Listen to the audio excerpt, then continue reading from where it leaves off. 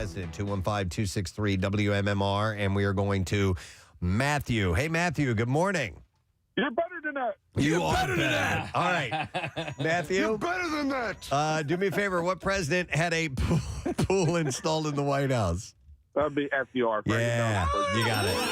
Franklin Delano Roosevelt had the pool. And I don't know if it was because of water therapeutic uses. Yeah. I think that was the reason, That's what I figured. So hang on a second, Matthew. We are going to set you up with a pair of tickets to see Smashing Pumpkins, the Spirits on Fire tour with Jane's Addiction and Poppy, which is Friday night at the Wells Fargo Center. And tickets are on sale now via wellsfargocenterphilly.com. President, it was Woodrow Wilson that had the slip and slide installed. Oh. Yeah. He was fun. He loved it. A lot of people don't know. He was a very fun guy. Besides creating a League of Nations, water slide. I think water slide came first. Yeah. So Kevin Spacey took to the stand on Monday in his $40 million sexual assault trial brought forth by Rent actor Anthony Rapp. In addition to denying Rapp's allegations that Spacey tried to seduce him when he was just 14, Spacey also said his initial apology to Rapp was a mistake. When Rapp came forward with his allegations in 2017, in a BuzzFeed article, Spacey claimed his publicist suggested he apologized. He said, "I was being encouraged to apologize, and I've learned a lesson, which is never apologize for something you didn't do." At the time, the House of Cards actor wrote in a statement that he didn't remember the alleged encounter with Rapp. He said, "But if I did behave then, as he describes, I owe him the sincerest apology for what would have been deeply inappropriate drunken behavior." Rapp testified last week that the incident with Spacey was the single most traumatic event in his life. So Spacey's already prevailed in one lawsuit. He's got a couple more to go. But I don't know. Let's see how this works. I'll bet he walks on this one too. I kind of think that, because it was a long time ago. Right. It's his word against the other, and I get the sensation that nothing's going to happen about this. So we'll wait and see. Selma Blair is withdrawn from Dancing with the Stars due to health concerns after suffering intense bone trauma following a perfect score on the show.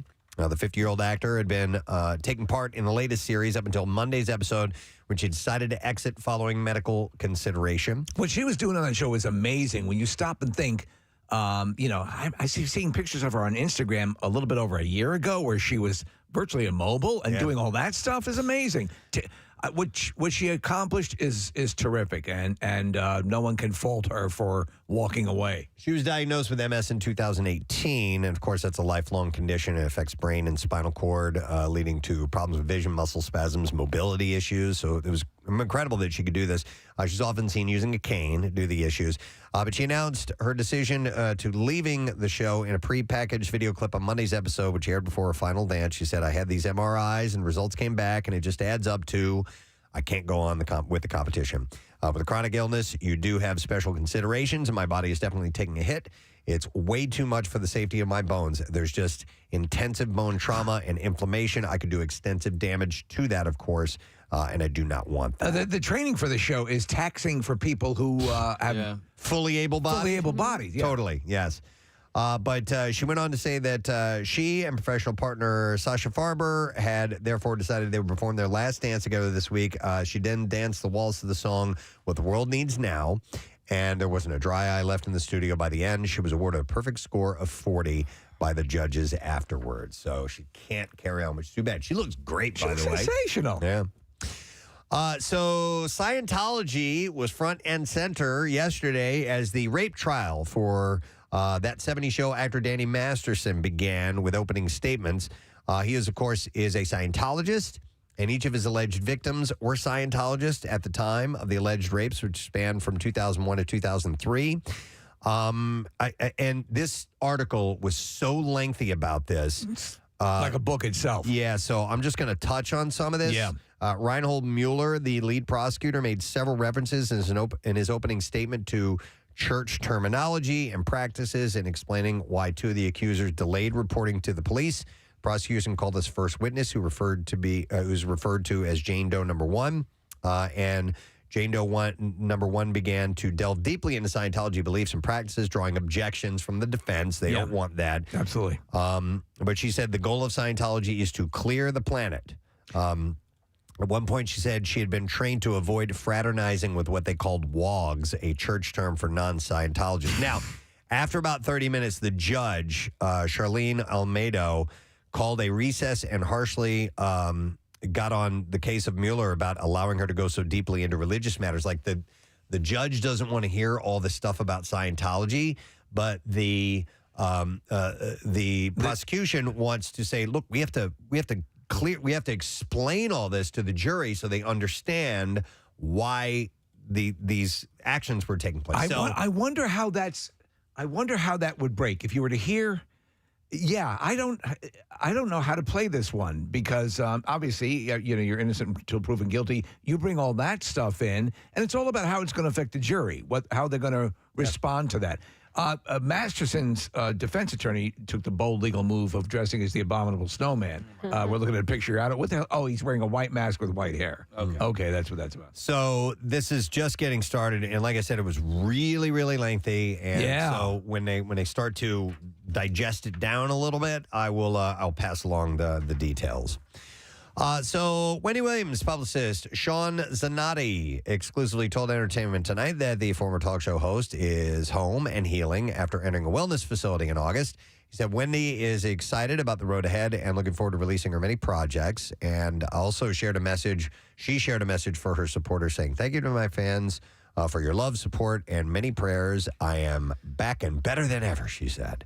So we'll see where this goes. We were in Chicago and we were inducted into the National Radio Hall of Fame.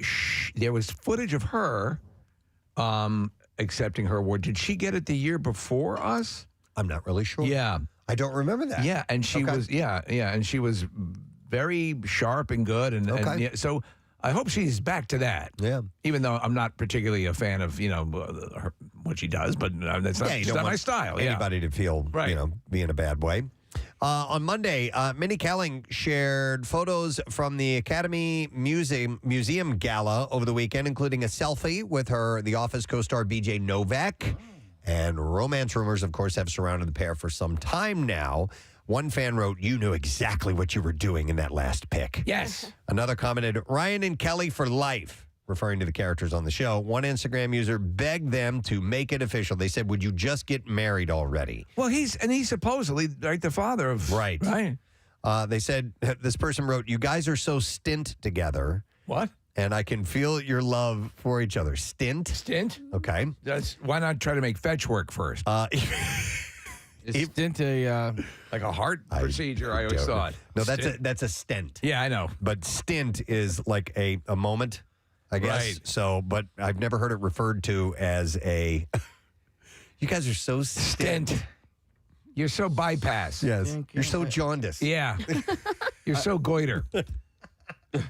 I watched a movie that he wrote and directed called Vengeance. BJ Novak. Yeah. Very funny. I enjoyed it. Did you see it? All right, who was in it? Because I feel like I started BJ watching Novak it is the main star. and fell asleep. Yeah. I fell asleep. It's a quiet. Okay. It's a more quiet comedy, but it's a character comedy. I found it very funny. Kelly Ripa is not letting a little criticism get her down. The talk show host appeared on the Not Skinny But Not Fat podcast, recently commented on Kathy Lee Gifford, saying that she wouldn't read her new book called Livewire Long-Winded Short Stories, which is due to apparently what Ripa wrote about Regis. And she had said, commenting on the fact that Kathy Lee says she won't read it, she said, "It's really hard to sell a book, right? And this is like week 3 of the book. And I mean, honestly, I'm not going to lie. I was not reading any headlines anywhere. And suddenly all these headlines pop up.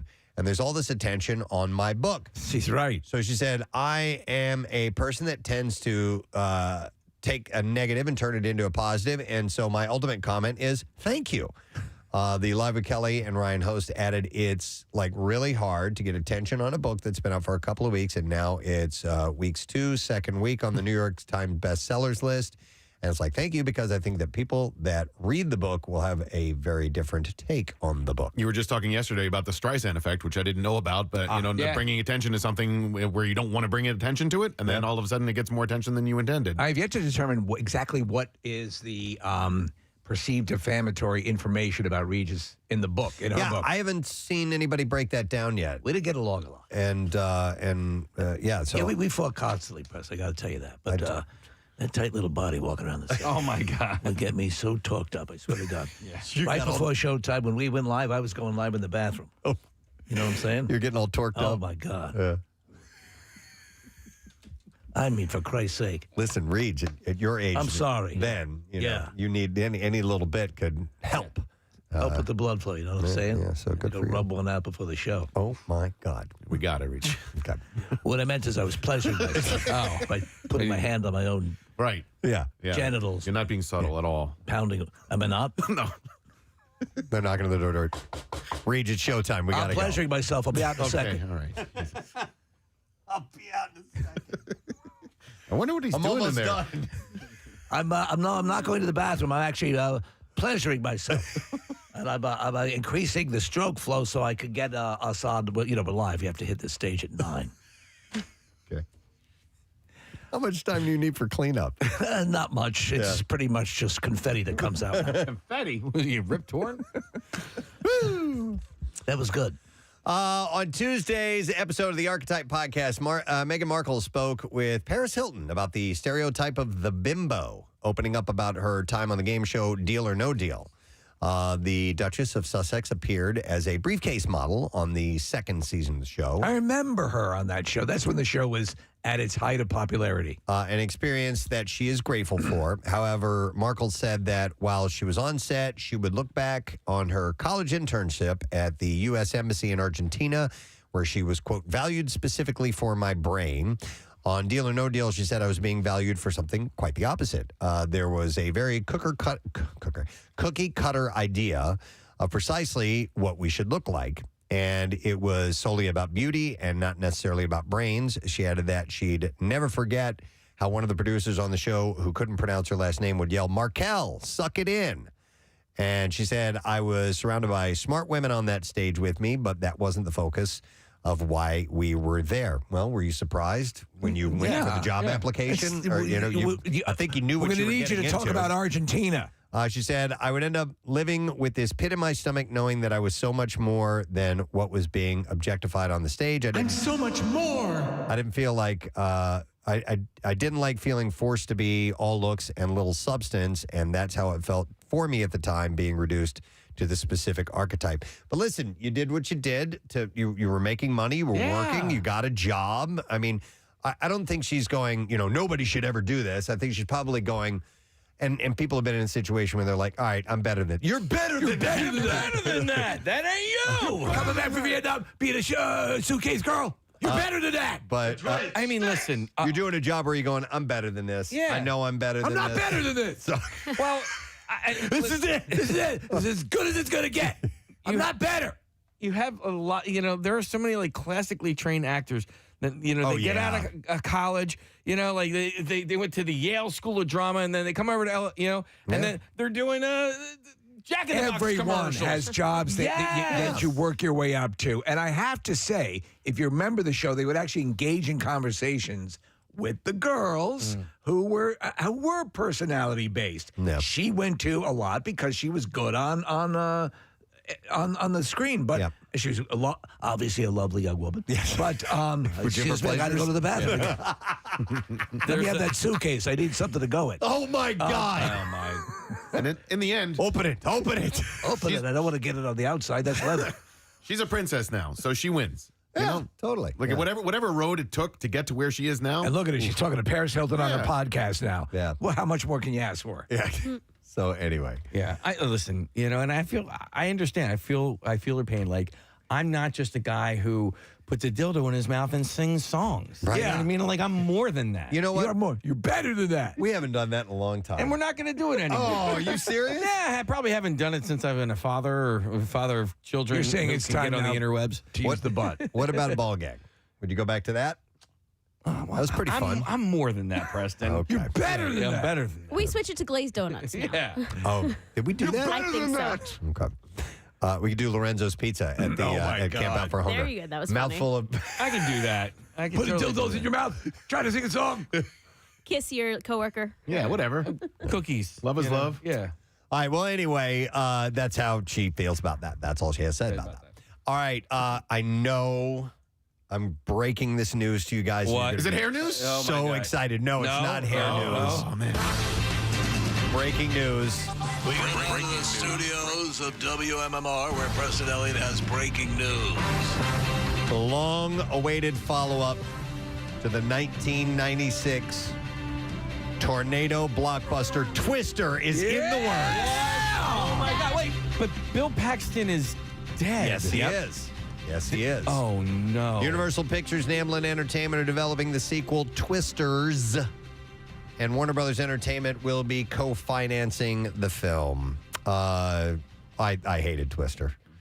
I enjoyed at the time effects the effects were revolutionary. awesome, but Yeah. I'm sitting in the movie theater going, this is a terrible story. This is terrible acting. This premise is ridiculous. It was so stupid. Yes. And the thing that immediately made it click were the warring factions of meteorologists and storm chasers. You had your corporate storm chasers. Sellouts. And then you had your organic, there for the real deal. Rogues. Yes. I'll stand up for this movie every day. It was great. Man, it was horrible. The effects were revolutionary, and I Well- did enjoy that. Add this to my Top Gun column. We did find out that those tornadoes We're real. Yes. So Twisters will have viewers chasing the storm again with a screenplay written by the Revenant screenwriter, Mark L. Smith. Wow. So maybe That's they're a going to departure. take a decidedly different tone with Yeah, this maybe film. instead of a cow, it'll be a bear. Frank Marshall is also set to produce the film, according to Universal, though the film does not have a director. Haven't heard anything about cast, none of that stuff. And you said, obviously, Bill Paxton had passed. You might be able to convince Michael Hunt. Oh my God! Wait. Oh, and also Philip Seymour Hoffman.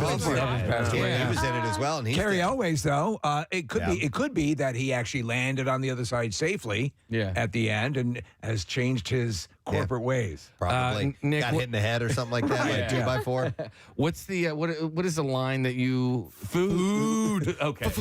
Food. Is that a Philip Seymour Philip Hoffman Seymour line? He's very excited because they're going to have steak. Steak and eggs. The one good line I did like that came from Philip Seymour Hoffman when they see a tornado and he goes, "It's not a moon, it's a space station." Oh, I don't remember that Just one. a geeky reference to Yeah. Star Wars, which was kind of fun. But nonetheless, they're going to do it. So, Yeah. and people will go see it. I'll go see it. Why not? What Depends the on hell? how they do it. Yeah. Deadline reports that Comedy Central is considering having 2 or 3 hosts for The Daily Show as they look to replace Trevor Noah. Noah announced he was leaving the talk show in September. His last episode is scheduled for December 8th. So they're still kicking around what they want to do formatic-wise. I think the way they're doing it, which is kind of unique, Preston, they're going to have 3 hosts at once, all reading the same. Oh, really? In unison? Yeah. Okay. Boy, they could do it in 3-part harmony. So they can do it as, right. How great would that Go be? back, water, keep on. So this is pretty cool. Anna May Wong, considered to be the first Chinese-American film star in Hollywood, is set to become the first Asian-American to be featured on U.S. currency. Oh, wow. Wong will appear on a new quarter as part of the U.S. Mint's American Women Quarters program, I always loved her. which was first announced in January 2022, features women who have made contributions in a variety of fields, including suffrage, civil rights, abolition, government, humanities, science, space, and the arts. And Wong is one of 5 women chosen, with her coin being the last to be released, which is coming out next Tuesday. By the way, so I didn't know this. So the heads side of a coin is actually called the observe side. I did not know that. So the observe side of Wong's quarter will feature a portrait of George Washington, while the reverse, the tails, will depict Wong's head resting on her hand, along with her full name and the bright lights of a marquee sign.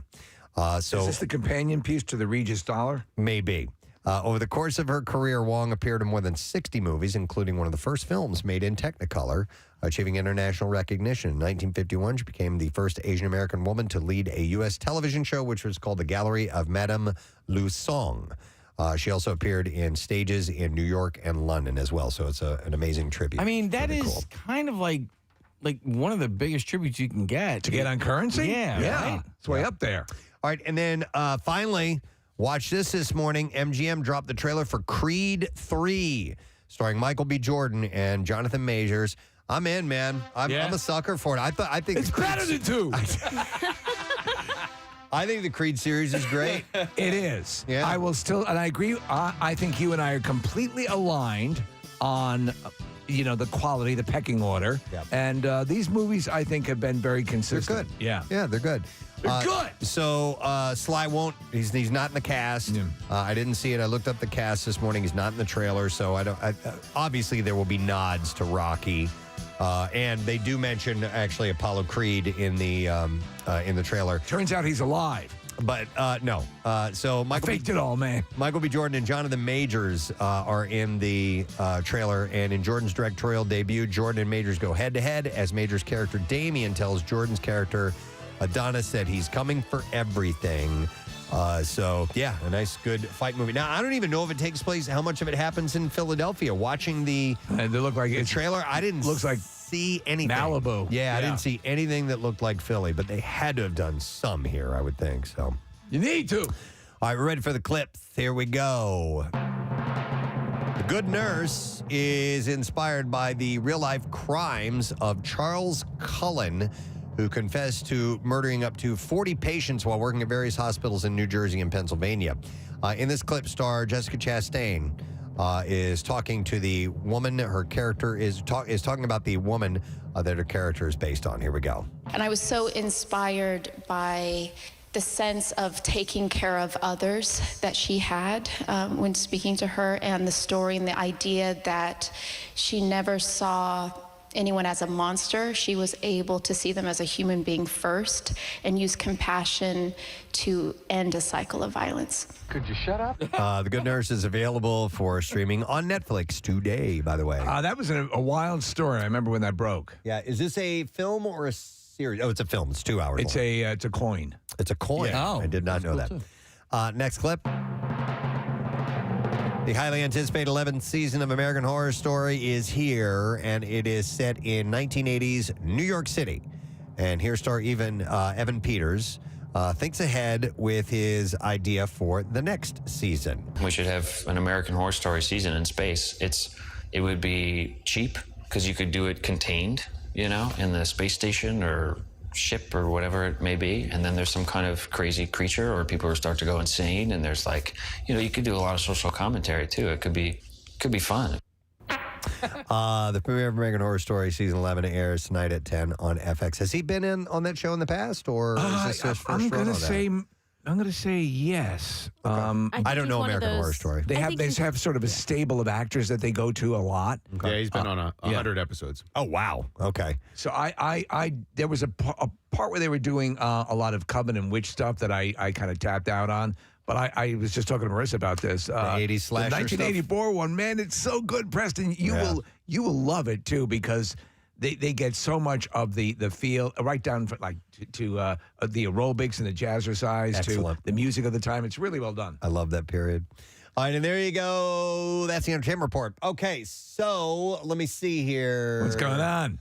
We have a lot going on. Did I mispronounce something? Oh, the obverse.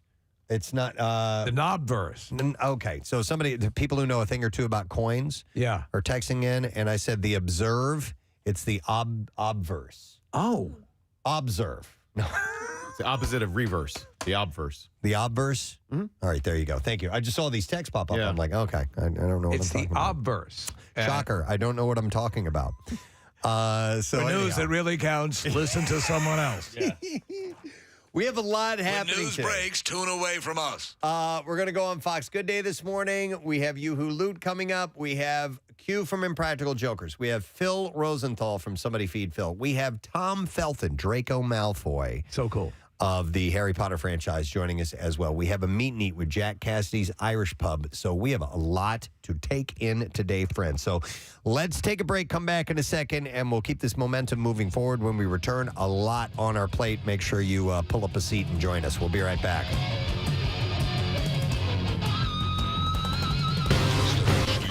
About their family life and what it's like behind palace walls. We enjoy swinging. The pair joined baking guru Mary Berry for a Berry Royal Christmas. I love her. On the BBC. Did you really? Yes, I do. Oh, okay. Sharing his perspective on how he has been talking to his kids about the causes they champion. William noted that when he drives Prince George and Princess Charlotte to school, they point out homeless people and ask questions. Daddy, run over them. They frighten me. Will do. He said on the school run, I know it sounds a little bit... I killed that one. Got one. Keep score back there. Do you all have a pad and paper and pencils and such? 1-1.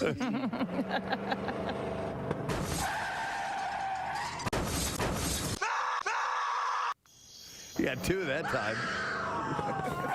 William also highlighted his late mother, Princess Diana's work, and credited her with opening his and brother Harry's eyes. And he said that a visit to the Passage Homeless Charity was one of the first places I came to, actually. It must have been between 8 and 10 years old, something like that, and it had a profound effect on me. He said, my mother knew what she was doing with it. She realized that it was very important when you grow up, especially in the life that we grew up in, that you realize that life happens beyond palace walls and that you see the real people struggling with real issues. And this is the cake woman they're talking to? This is the cake woman. I'm sorry, were you talking to me all this time? Yeah. Mary Berry. And I simply asked, how are you doing? The special aired yesterday on the BBC, by the way. There was a throwaway line that made a lot of press. I guess it was in the Daily Mail. She said to Kate Middleton, basically something like, would you like to squirt on the cake? Oh, geez. And so there was actually isolation. They thought that was rather amusing. Why don't you lift up your skirt, hop up on the table, and squirt on the cake?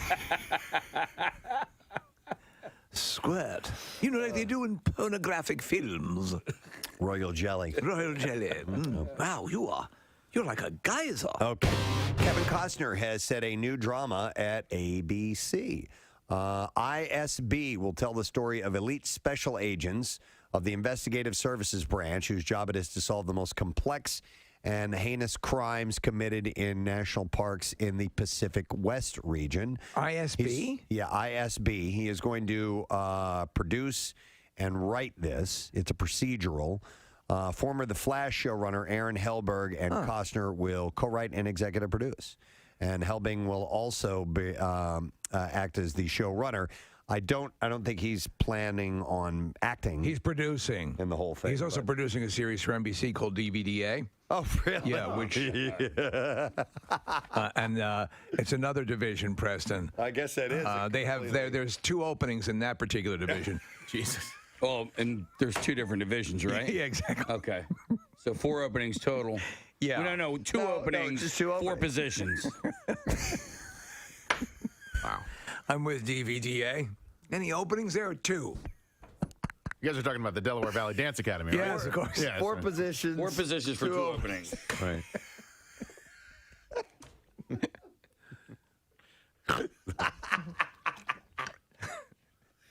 I needed Look up that. DVDA. I needed that. Or don't. Yeah. Or don't. No, or just watch Blue Waffle. Or you could just know what that Go is. about the rest of your day without doing that. Did you guys see the updated E.T. commercial that's I on? did. It's Yeah. great. I love it. It is Steven cool. Spielberg directed it. Did he? That's what I was wondering because that's what I read. You can't tread on Steven Spielberg's territory. Yeah. Well, Henry Thomas, who played Elliot, allegedly tampered with his sobriety test during a DWI stop. According to a police report obtained by TMZ, he refused a breathalyzer during a stop in Oregon. He was reportedly taken to a station and put in a holding cell. And when a urine sample was taken, the report claims he filled it with toilet water. The oldest trick in the book. E.T. taught him that. He denies the claim. If you're ever arrested for drinking, take your urine specimen and mix it with toilet water. He denies the claim. Last month, the 48-year-old pleaded no contest to driving under the influence. He was given a $500 fine.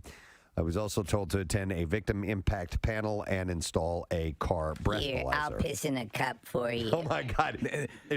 There are no minerals in this urine that are not even on Earth anywhere. It's purple. It looks like the purple stuff. You know, you drink instead of Sunny Delight. Breaking news. Really? What's up? Marissa was just telling me you sent it over. Okay. We heard rumblings about this, I guess, Monday, that Pearl Jam is going to have new music out? Oh, yeah. Bill mentioned something to us about that. Okay. We have a clip of the song Marissa just sent over. Oh. And she's going to get you some information on the album. What's the name of the song, Marissa? I can't. Oh, I'm sorry.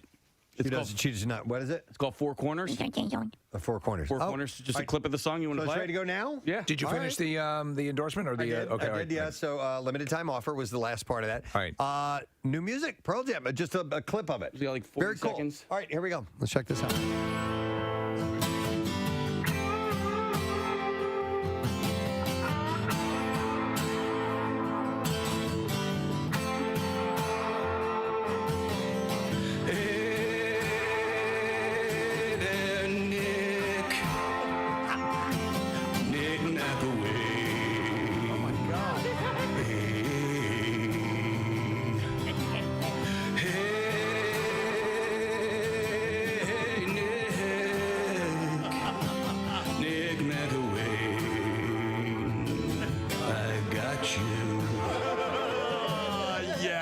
Hook, line, and sinker.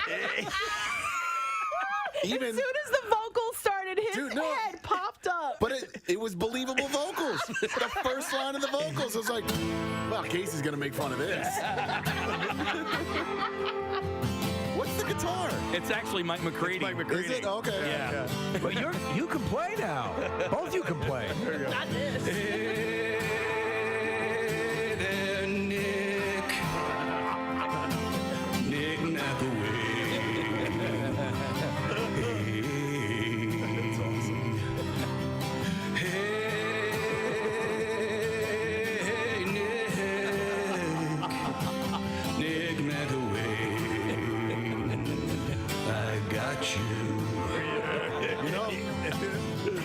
You know how some songs speak to you more than others? Yeah. I think this one hits you where you live. This one speaks to me. That speaks directly to you. Directly Yeah. I mean, it's for crying out Gets loud. me in all the feels, man. Casey was so excited. Oh, he played that for me yesterday. I was even more excited last night when Nick tweeted out you had answered somebody's tweet about Pearl Jam coming out with new music this week. I was like, oh my God, this is so perfect. Well, there's and I saw that you liked that tweet, by the way. There's a Now we know why he liked that tweet. There's a Pearl Jam account in Italy that actually helps break some Pearl Jam news around the world or whatever. And Pearl Jamma.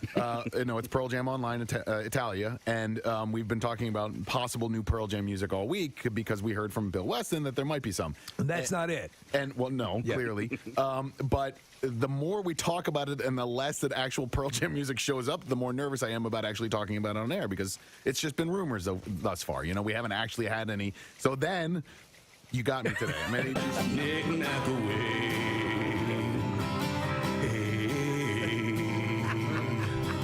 Could you imagine? Could you imagine? Because he was certainly impressed with MMR and the whole thing, and you know the reference. If at some point some reference in some way pertaining to you, Nick, ended up in a song, whether it be not by name or a reference or something. Just or call the it a day station. at that point. I just retire if that ever happened. Yeah. I'm done.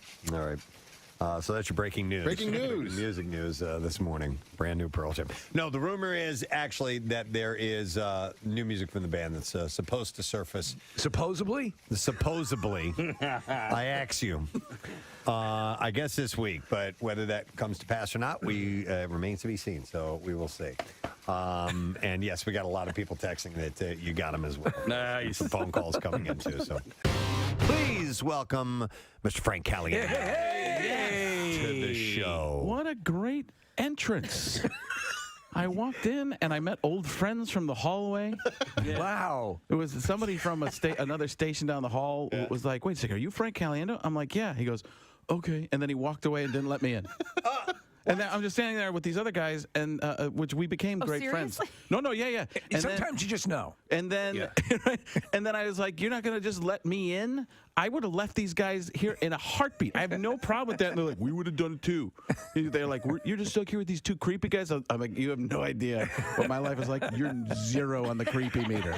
Your creepy meter doesn't even come close to it. They were very nice. I feel like it's gotten to a point where we should just give you a key fob so you can get in. I would take it. I have stations where I have that. You do have the key fob accessibility? Yeah, I've had that. And entry codes like in Arizona. But now here you have construction going on. So you'd be at so actual I also have a key. peril. I have a key to a crane. You do? They gave you a key? How do you think I got in? Oh, my God. No, I didn't take a door. I was dropped in. It's why when you come up here, so a lot of people don't know, they're actually going to add an atrium onto the building that's going to go up 4 floors. It'll be right outside our window here. So they're actually digging up the whole front of the building.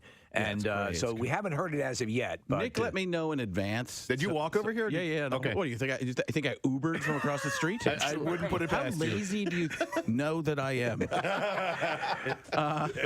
it's, I mean, your hotel's literally a block away. Let's just tell everybody where I'm staying. That's great. Room 472. Then you want to see some creepy factor, guys?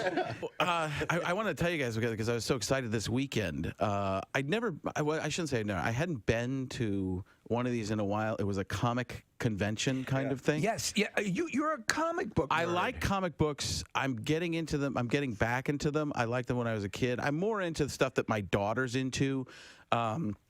Barbies, My Little Pony. No, you're into that. Just looking for a joke. It just got creepy again. Yes, no problem. I like to comb their hair. My Little Pony. You know what they call those bronies? Yeah. Yeah. Is there such a thing? Yes, I'll get into it. I got no problem. It's a legitimate fetish. They're called bronies. Not that there's anything wrong with that. So, hey Jerry, what I was going to do there was going to get real creepy. So this one was called AceCon. All right, and Arizona?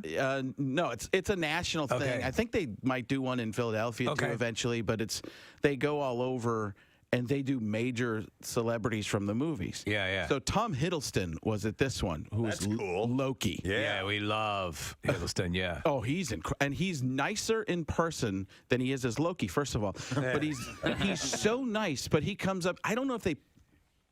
I can never tell this because he was so smooth and so incredible and so British that he comes over and he knew who I was. And that was one of those moments I'm like, well, this is pretty awesome because my daughter's like, huh? Well, he's an impressionist as well. Oh, he was so great. he's got to know your stuff. Very, very good. Yeah. He comes over and he's talking about, but he has the one-up. Like, he's friends with Jeff Goldblum. So he's talking about Jeff Goldblum. Yes, he's doing this. He's like, he'll come over and he'll be like, how are you? Good. You look great, Tom. You really do. And that's when you meet people, too, it's like that. So we're going back and forth, me and Hiddleston.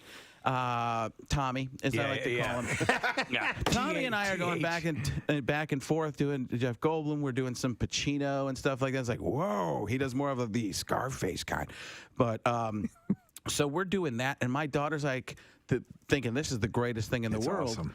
And so that wasn't even the end of it. So I want to tell you about this thing too. So they take pictures with people. Like, you can pay. It's expensive. Like, it can be for a couple $100. Yeah, but you're gonna get a frameable quality More photo. than that, Yeah. it was incredible. People were bringing props. People were bringing birthday cakes, fake birthday cakes, and he was doing all of it because it's an expensive thing. It's like Wizard World here, and it is very similar. I think it might be from the people who created it. It probably is. Yeah. There's something. I'd heard that as a rumor. So they're doing that kind of a thing.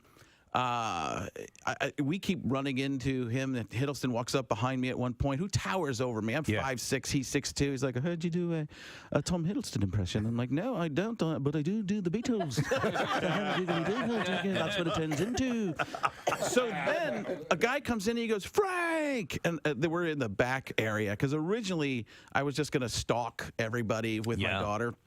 But try and be nice. You guys know what that's like. But he's looking at his stalkers here in the studio. You do that thing where you respect everybody's space and stuff like that. You do.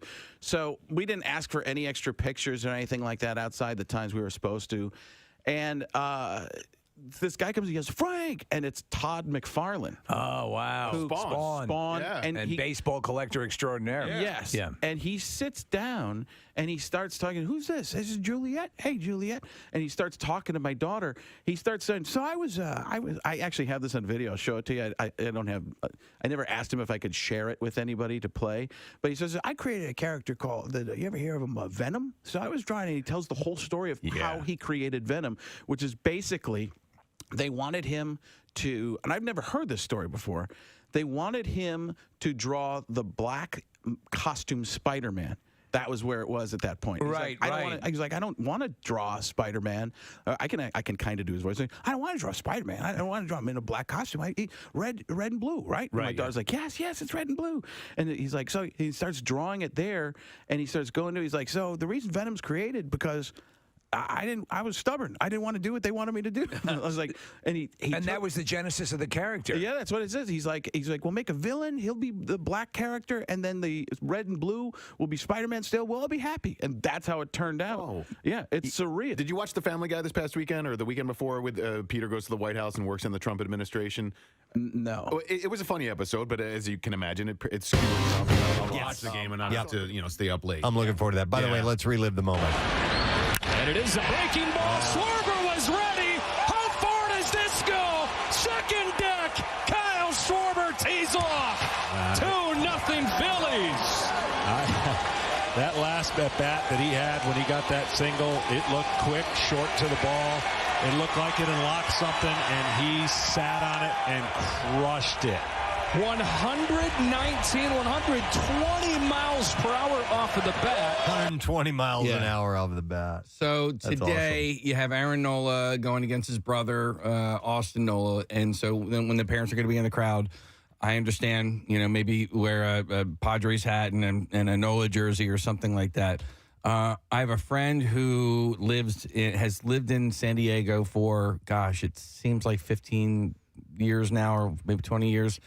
She was at the game last night, and she had a Padres hat on and a Phillies shirt, and I was like, "You traitor!" I have a friend who lives down here now, and he's a Mets fan, and I'm like, "Do you like the?" He's like, "No, God, no." I was like, "Okay, good." I'm okay. Well, you can live. Now, a few years ago, we had Cardinals and the Phils in the NLCS. I was going to ask you, and about I was that. a little bit, torn. I grew up a Cardinals fan. I know, and I was like, But I've grown a relationship with not only watching the team, but with the organization directly. We have friends that work there. Yes. We've become friends with players and so on. So my connection has grown stronger over the years for the Phils. But for a minute, I was like, I don't know here, I feel like you have extenuating circumstances that makes it a lot harder. I don't know if I could ever live in an area. I don't care how long I would live there. I think I'm just so entrenched in this sports world that you've got generations too. Yeah. I mean, it's a family history. Yeah. Speaking of generations, I saw that a lot when I was out in Phoenix. I mean, not many people are from Arizona, right? A lot of people have moved there. And so we saw a lot of jerseys from around the league and started asking people, why are you wearing that jersey? One guy we stopped, we said, why are you wearing a Giants jersey? You're in Phoenix. And he's like, look, my kid is a Cardinals fan. I moved here like 10 years ago. I'm becoming a Cardinals fan, but the Giants won today, so I had to wear my jersey. So that made sense. Like, he was still in that Preston spot where he's like, I'm doing this for my kid, but my allegiance is still with the Giants from years ago. So, whatever, man. Yeah. People can cheer for whoever they want to, but it's tough. Listen, more importantly, I would like to thank Wawa for kicking Kyle Schwarber in the ass a little bit. Because I wasn't aware of this, but apparently they did a Schwarber Fest along with Hoagie Fest. When was that? Like last year or the year before? Oh, I don't know. I have the details right here. No, it was this summer. This Oh, it was past this summer. Yeah, he had 15 home runs during Hoagie Fest. Okay, Yeah. so during Hoagie Fest, they called it Schwarber Fest. Yeah, I like that. It was Hoagie Fest, and he went hot during Hoagie Fest. And so then they named it Schwarber Fest? And so, no, then they reintroduced Hoagie Fest, and they're Okay. calling it Schwarber Fest. I'm talking about now. Now. But Yes. then, they after he started getting hot, they turned it into Schwarber Fest? I think it was nicknamed. Yeah. That's Yeah. what I mean. Yeah. Unofficially official. Yes, but now it is But now it's officially. official. So Officially Wawa official. has reintroduced Schwarberfest, which means you get the Hoagie Fest prices at Wawa right Everybody now. wins. You get your Schwarb on. Yeah. And I'll have you know that there are no Wawas in San Diego. So, I mean, obviously, this is why he did What's so the furthest west? for a Wawa. Probably like Harrisburg, maybe. That's what I'm thinking, right? Yeah. Now they're all up and down the coast, though, right? Right. Yeah. As far as west goes, somewhere in that direction, Steve. Yep. They opened the first one in like Georgia. Yeah. Something like that. But they're also donating to Phil Abundance $25,000. Sweet. Nice. Yeah. I like that. Well, that's awesome. Excellent. So it was exciting. Yeah, very cool. And the excitement continues. So game number 2, and I want to say that this first game win, that's like a record breaker, too, for the amount of series that they've won either away or in the first game. Yeah, they won every away game to start this postseason. They won one in St. Louis, they won in Atlanta, game 1 in Atlanta, one in San Diego last night. So all of that bodes well. And by the way, just real quick, I mean, Zach Wheeler was out of his gourd last night. A one-hitter, 7 innings strong, and we got Nola going to this afternoon. So Dude. I'm confident. How nervous were you With Alvarado? Yeah. No. Yeah. ninth? When and then also like Manny Machado comes up to bat, and I had to like say something to my daughter. I go, okay, so like he was almost a Philly, and like the same year we signed Bryce Harper, like we were trying to get Manny Machado, and I'm like, this is just perfect. You're gonna have to leave the room. No, well, it was just sort of like this weird like storybook, right? Ending for the Padres, and it obviously didn't end up in their favor. But I was so nervous. We're calling them underdogs now, right? Who? I suppose. I mean, Phillies? they're the 6th seed, but the Padres are the 5 seed. But- Comparing like the whole season, like no one was expecting them to be here right now. Yeah, but now you can put the I don't know. I don't think who knows? I think they've proven themselves at this point. Just so. trying to go on that 2017-18 Eagles vibe. Like they're the underdogs. They're All right. going to win. Well, it's all good, and we'll see what today brings. So excited for that. All right, and I'm excited for this. I have a new Survey Says segment. Listen. It's just as exciting. The isn't win it? last night in Survey Says, I happen to love this segment. All right, because you get to burn off all this stuff that you really can't use for a full break. It's true. Like crap is better in little turds. So I wholheartedly disagree I with kind you. of disagree. with that, too. No, I love that feel. But for It's these like getting purposes- a massage. Oh, really? bloop, bloop, bloop, Yep. bloop, bloop. Yep. Oh, that feels so good. Well, like a slot machine paying off, right? Rabbit turds? Rabbit turds? No. I'm not crazy. No, more like gravel. Yeah. You know. All right. Hard balls. I don't know. All right. Anyhow, we're done talking about poop. All right. And I have some surveys, a variety of surveys that we can kind of break down and discuss. There's one that concerns exes in your life. All right. Are you still friends with any of your exes? This was a survey that was taken, and I have some results from this. I do visit the grave sites. 17% say they are friends with all of them. 37% said I am friends with some but not others.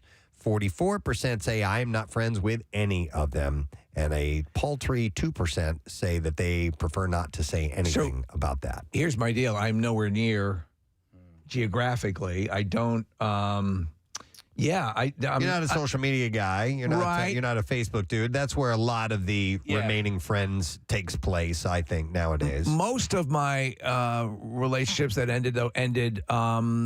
It wasn't very acrimonious. It was more I call it the deteriorating orbit, right? And that's how they all faded away. One of my best friends is an ex, and it was high school and a little bit in college. But I'm really grateful that she's still in my life, and it's really cool to be able to. Jung? Yeah, and like I'm friends with her husband, and it's like we go out all the time. There's there's nothing ever awkward about it. How serious was your? I mean, were you guys ever really girlfriend, boyfriend? Not really, but I mean, like we quote unquote hung out in high school for a long period of time, and then in college too. So, but like we dated, I guess. Yeah. But I mean, she's a great friend, and I'm grateful for that. I'm like I almost don't consider Facebook friends like friends. Because I'm friends with all of my exes. If you consider All your exes live in Texas. all my exes I'm friends with on Facebook, but like. I would only say like one. My 8th grade, 9th grade girlfriend is somebody that I still consider my friend. I can understand that delineation, and I think there's something to be said though that you are.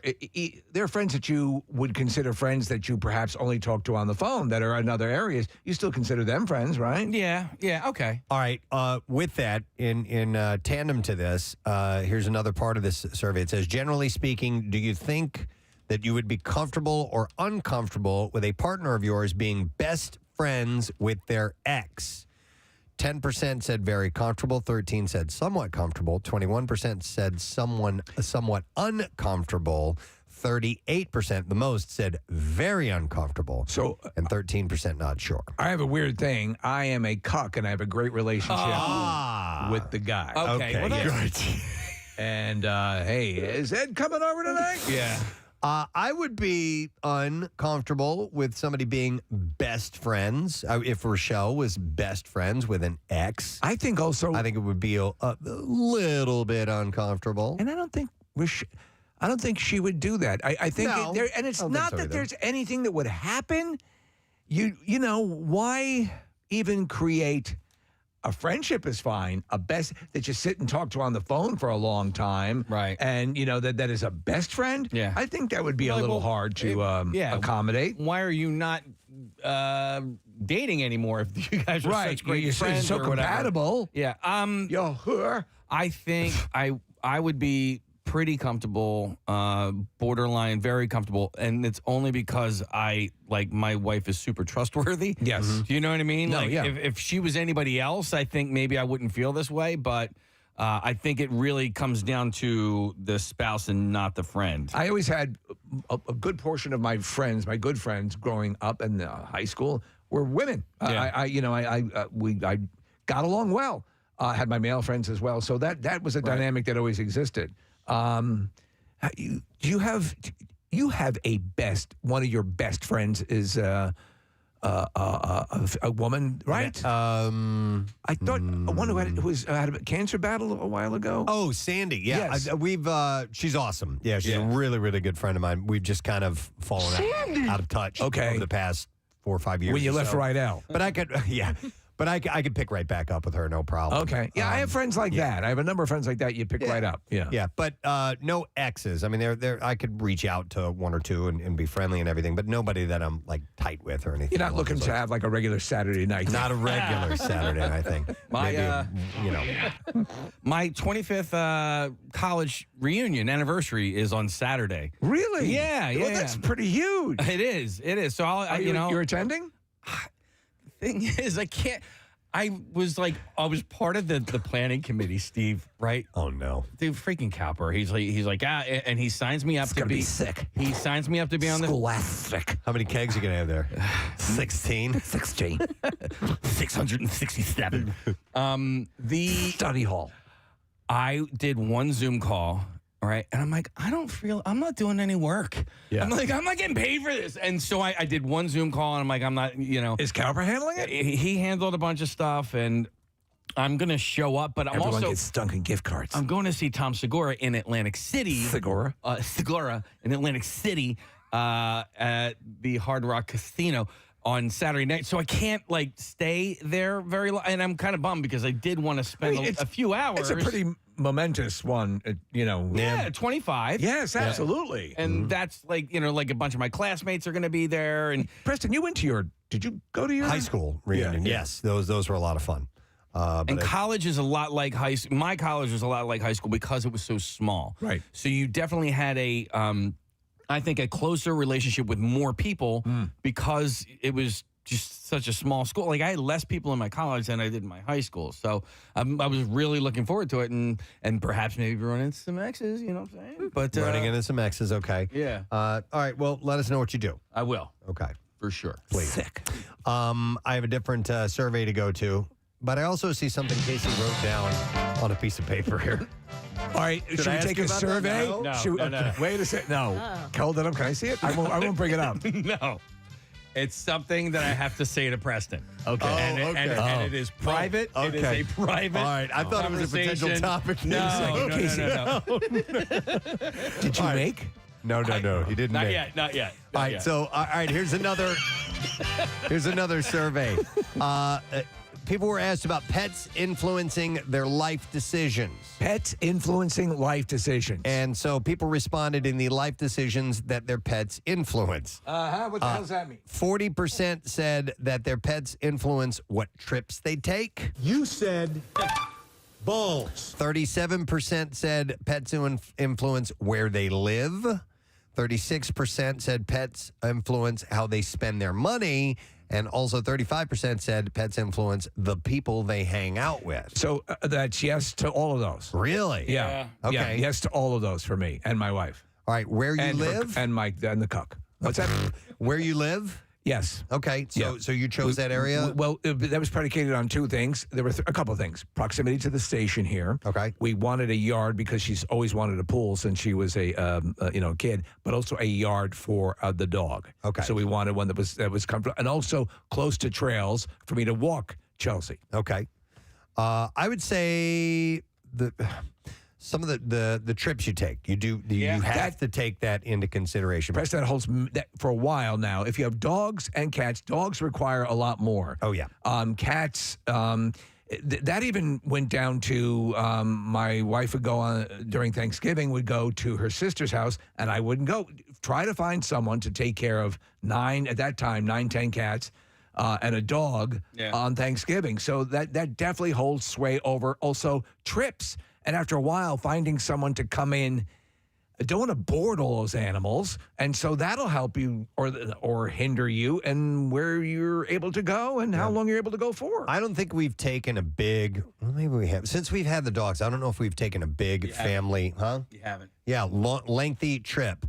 And so we haven't done the, boarding the dogs thing. And you guys I would are total it. dog people. We are. But I'd do it in a heartbeat. I think that, some people are hesitant to do it because they're afraid of the emotional reaction that the dog might have and so on. Where the hell were you? No, Daddy and the family need a break. Yeah. We spent a lot of time, and you'll be okay when we get back. So, I have no problem leaving. People will board their dogs, and I got that. That's fine, whatever you want to do. We always... you have too many to do. We have with the cats. It's too much. It's too much. So we'll have a family member will come in and stay at the house, whether they want to or not. So would you now, Casey? Would you guys ever board your dogs? We have. Would you waterboard your dog? I would not do that. No, we haven't boarded Reggie. We have, but before we had Reg, we did board Fozzie. I can't remember where we went. It might have been no, because we brought him to Maine with us, I believe. You could always do the Pierre Robert thing where you hire a limo and drive Lucy across the country. That was one of the greatest stories, Nick. You just brought it up. That's what Pierre did, and I get it. I mean, when you love your pet so much, and you didn't want to take any risks. And I think during that time there had been a couple of stories about dogs dying in airline issues, and so I get it. And Lucy was 100% spoiled, but I mean, like Pierre would go out to Tahoe sometimes, and sometimes she would, arrive there before he did, and it was my just God. like. Yeah, I'm here already. Yeah. When you get to the house, Where are you? can you pick up some half and half? I don't know how much it costs to board a dog, but what I would prefer to do is I would prefer to just pay somebody to come to my house. That's what we do. So yes, what we do, cases tie it into my brother-in-law coming to the house because anything that has to be done, repair-wise, you kill two birds. And we actually would kill two birds before we go out on a trip. I got to believe boarding a dog is expensive just based on the amount it costs to get a dog's hair cut. Oh, my God. My God. Speaking of which. I didn't know that before we bought dogs. And you have two small dogs. Yeah. Reggie needs a cut so bad, and the other problem with that is like finding getting an appointment. Everything's booked all the time. Yeah. You know what I mean? Like, and then, I don't know. Listen, that's thing that they're a big responsibility, no question. It's I mean, they're not as big a responsibility as children are, but it's in the neighborhood. You got a dog. You got to figure out. You got a responsibility. Yeah. You get out there and you find that effing dog. What's It's that? Billy Madison. So anyhow, all right, I have another survey. Survey says, all right, this is the most stupid one of the day. Yay. And I brought this up simply because of the responses to this. Okay. In a survey of 5,718 adults, have you ever been to a farmer's market? Wow. This is the survey we need. Now, 78% said yes. Yeah. 16% said no. And 6% said not sure. Not sure? Yes. What's a farmer's market? Was that Gary Busey? I don't know. I love going to farmers markets. I do too. And even when we don't need anything. You I know? love farm stands. I love farmers markets. I like I those love corners. farmers. Like seahorses. Yeah, like seahorses like and little seahorses, bags. Little seahorse potties. Would you consider Boost Corners a no? No. Really, I mean, there are farmer stands in Booth's Corner, but it's a little bit bigger than that. Have you ever been to Boost Corner in Boothwyn? Probably. It sounds familiar. It's only open on are there Fridays. farm things? Yeah, it's like Amish Mennonite stuff there. I love as that well. stuff. Yeah, it's so baked great. goods. Yeah, Apple cider donuts. When we lived in Upper Chai, that was an every weekend thing for us. Linville is a great local. Right, you'd consider that. Sure. Yes. Yeah, definitely. And we just, we're coming out of that season right now. But Apple cider season? No, well, I'm saying going the full bountiful summertime harvest. Oh, right. Yeah. Or all the vegetables or corn and all the things you can get. Corn. If I'm going to get corn on the cob, man, do I love to get it from a farmer's market. Well, look at today. We forgot to mention avocado. Oh my God! Today. Yes. Yeah. Avocaddon is taking place at FDR Park. Go get all the avocados you want. It starts at FDR noon. Park. Yep. There's a great farmer's market in Stratford. It's right on Route 30. It's only open 3 days a week. But Casey, same kind of thing. Like a lot of Amish stands, Mennonite stands, and it's like super fresh. I don't know how they bring in that stuff and keep, maintain it as fresh as they do, but it's great. I love that place. It's like super fresh. It's like super fresh. But not. R.I.P. Super Fresh. You what? R.I.P. It used to be a supermarket called Super Fresh. It's not.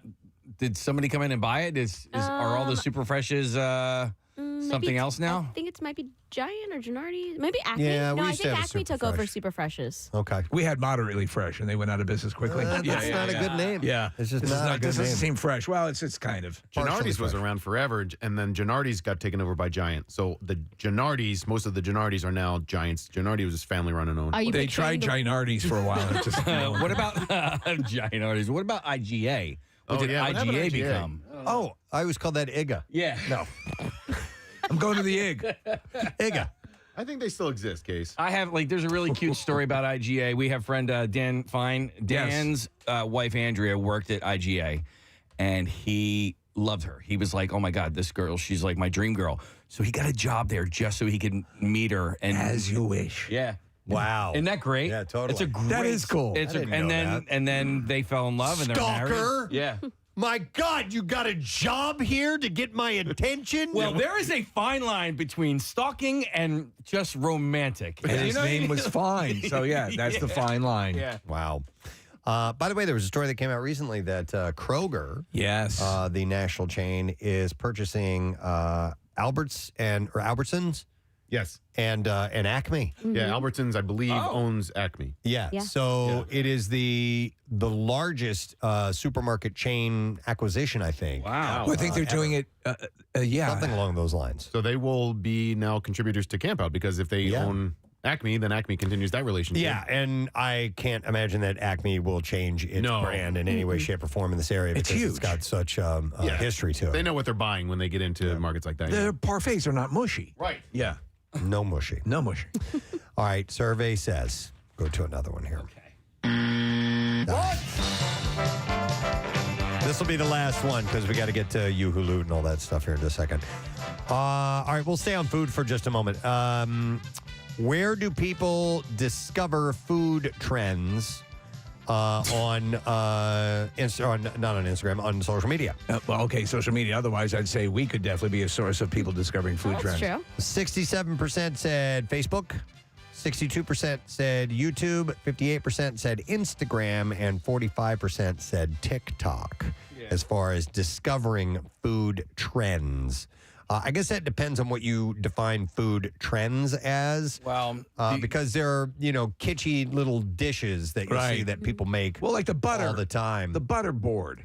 Right, yeah, Where'd you get that from? Was that on TikTok? I don't remember where. I think that's where it originated. It's like a butter charcuterie board. But for a while, I was looking at Pinterest, had all kinds of crazy, cool ideas. But Pornhub? I got tired of that. Pornhub, Yeah, of course, yes. It's a great way to make a taco. Are you familiar with the feta pasta by any chance, Preston? So that was a big TikTok thing, and you just throw a block of feta cheese in a what are those things called? A baking dish. Ramekin? Baking dish? Like Pyrex baking dish, yeah. And you surround it with little cherry tomatoes, and then you just bake it, and then you you boil some. But like my daughter found it on Hold on. TikTok. Finish it. Boil some pasta And throw it in there? then you just mix it all. These kinds of things. It's a one-pan dish. So you Okay. put all the ingredients in, put it in the oven, and then stir it around. So it's baked pasta. Yes. Okay. Gotcha. But it's not boiled. no, it's not and baked all pasta. that. It's more than that. You boil the pasta. Yeah, but you then- bake the other stuff. You don't bake the pasta at all. You just mix the pasta in a dish afterwards. Sounds like we you don't could bake it. though. All right. Anyway. Yeah. All right. So you got that. That was a TikTok thing. It was Okay. a big TikTok thing. Was it good? It's really good. Okay. Well, we talked about the fact that there are actually restaurants that are opening up, or at least that are based on TikTok food trends. Yeah. You know. Yeah. which So is I mean, there's definitely some legit fun stuff that you can find on social media as far as food goes, and porn. And porn as Yeah, well. porn Is there? All right. That's it. We're done. We're wrapping up. I'm sorry to keep that short. ever heard of Jerkmate?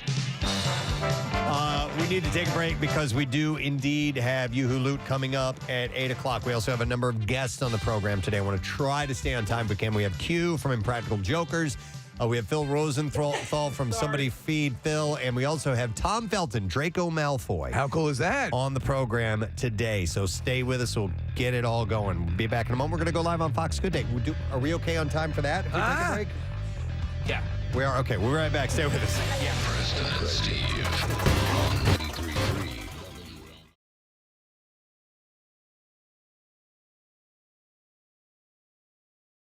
It's because it sounded like your impression of Trump, which is a relatively easy impression, I think, I don't to think do. it's very hard. I don't, and I think that it can, and because of how easy it is, people think that just doing the impression is funny when that's not the case. It's not. Right. You've always done this. And mine is tremendous. It really is. There's a lot of people that are talking about my impression. Here's the thing: you guys do a great job. This is probably the #1 show I'll be on right now. And let me say that the ratings going through the roof. Not even just the roof, through the stratosphere, and Space Force will probably find them. But we'll talk about this for a second. What were we talking about? Doesn't matter. It just got better. My stuff is silly. My stuff is silly that people who are like on one side or the other, they go, oh, that was great. I had that happen years and years ago in Texas. I was doing George W. Bush. Yeah. And they're like, you do, the people out of the same show, people go, you must really love him. That was great how you did that. And other people walk out and go, you hate him, don't you? And I was like, you decide. You decide. That's what you want. If you're listening to me for politics, in this venue, you're in the wrong. But if you're able to nail it both ways like that, then you hit it. That's how I want to do it. Yeah. And for me, like, there's enough out there for the people that are pro this or anti this that. What am I going to do? Add to one of those sides? That's our philosophy. And I don't even believe that I would go. There are things I think that happen that are okay, that are good, and that are bad and awful. And it all happens, and it's whatever. I feel like eventually it's going to work itself out one way or another. But if people just scream and yell from the rooftops, it just makes other people mad. Yes. And that's where I come from. And Besides that, Preston and I are big fans of dystopian future movies. So those are cool. Well, however it breaks, whether we're fighting vampires or zombies, whatever it is, or whatever, or maybe we're a mailman, Preston, like in the Postman. Yeah. Listen, my friend Rick and I met up with a lot of people. You just stab them in the brain. That's what you do. You don't grab them by the you-know-what. You stab them in the brain. When you hear that sound, it's tremendous. It gets really, really great. So, interesting story from the Nick McElwain camp. Your son had to have a medical procedure, nothing serious. Yeah, he's totally fine. But this was something that I'd never heard of before, and I thought maybe bring it up on the air because of that. It's called an epidermal inclusion cyst. So I'd never heard of that. I obviously know what a cyst is. It was about the size of like a Mento, and it's kind of like a flat disc about the size of a quarter, but no thicker than a Mento or a Spree or something like that. Did it have breath freshening attributes to it? Did it have Retsin? It didn't have any Retsin, no. Okay. And but removed quickly, easily, 3 stitches, sewed them right back up. It's funny that you mentioned, Steve, the Mentos and did have the scent to it. When I had a different, and I've talked about it in years past, I had a completely different kind of cyst. It's called the pilonidal cyst in our tailbone. And I got that thing lanced. Oh, God. Most painful experience of my life. Not only did it hurt, Kathy, you're really going to be disgusted by I this. heard it. I know. It stunk up the room. Really? It's awful. Did it come flooding out? The stench? It just smelled like rot. It just I couldn't believe it that I was in that much pain and I was still able to notice the putrid smell of that. Bonus. Right? Exactly. So let me ask you this. When they removed this from him, did they put him under? Was it done in a local anesthesia? And but the interesting thing, and I guess one of the differences between the cysts is this one was this sac developed around the infection, and you could cyst sac, and you could see it. So it was encased in this thing, and so it was almost like a solid just pulled right out of his body. So this protective sac that formed around the cyst sac. Was there. It's what the body does to protect itself from an infection. It's amazing what the body does in those cases, the way it attempts to expel anything. Any chance if you had left it there, it would have become a pearl? Maybe. I have one in my cheek. I've had it for years, since I was a kid. A cyst? Yeah, and from chewing tobacco? No. The doctor said never to remove it, that I don't ever have to, just because it would be like a surgery to inside or on the outside. What do you mean? It's like under my skin. Yeah. Well, I mean, you know what? If I can feel it from the inside. You could have something protruding on the inside of your mouth and not be able to see it or feel it from the outside. So you wouldn't be able to see it or feel it. You kind of have to push down. So it's almost like hidden between the inside of my mouth and my skin on the outside. But when I get sick, if I have a cold or my immune system is compromised, it gets a little bit bigger. Would I be able to feel it if I touched it? Yeah, probably. Okay. Yeah, I'd have to go all the way around the room. Yeah, I'd have to show you where it is and direct your finger. There we go. We got it. Don't be scared. I'll lead you. It's okay. Don't be scared. I'm gonna let you caress my inner mouth. I hate you my inner mouth lump. It's all right. It happens to lots of guys. You'll guide my finger? I'll guide your finger. And when I quiver, you'll know you hit it. Listen, I thought, too, about different ways I could say that, and that's what came out, because I knew you were going to make something of it. Oh, I'll quiver when you hit it. That was my best option. Money shot. Oh. Yep. Wow. Okay. I've been given the wrap-up sign. We have to take care. I know. Marissa just brought the full list of cysts, Casey. Because your cyst is on my list. Because your cyst, I can't resist. All right. I got my finger to your cyst. And I'm feeling you quiver. All right, well, we'll come back to these. Yeah, because we got to break and come back, and we got to get Lou Diamond Phillips on. But maybe we can run down the list of cysts. The cyst list. A tourist in Gatlinburg, Tennessee, faces a couple of criminal charges after firing his gun 6 times at a bear outside the door of his motel room last Thursday night. Gregory Sapp was enjoying your stay at the Westin? Gregory Sapp was cited for illegal discharge of a firearm and reckless endangerment. Police said Sapp claimed the bear was outside his room on the second-floor breezeway of the Motel 6. Dude, I'm just trying to get some ice. Sapp was not injured. Officers with the Tennessee Wildlife Resources Agency were unable to find the bear on Friday. They did not know how many shots hit the animal. It is unknown if the bear is dead or alive. Was there, in fact, a bear? A neighbor, Anthony Gunter, said, I had heard several shots ring out. It turns out this fellow was shooting at a black bear that he claimed tried to attack him and his wife. He exclaimed that it was a 300 or 400-pound bear, which is the exact size of that bear that's been in our neighborhood for a while. It's a big bear, but like I said, I've never had a problem with that bear. Sounds like that there hotel bear we've been hearing about. He said it just goes about its business. Oh, he's a big fella. He said he was I'm quoting him, he was a really friendly bear. I'm talking about us as adults. Should we take the candy, too? Oh, my God. Here, get in my...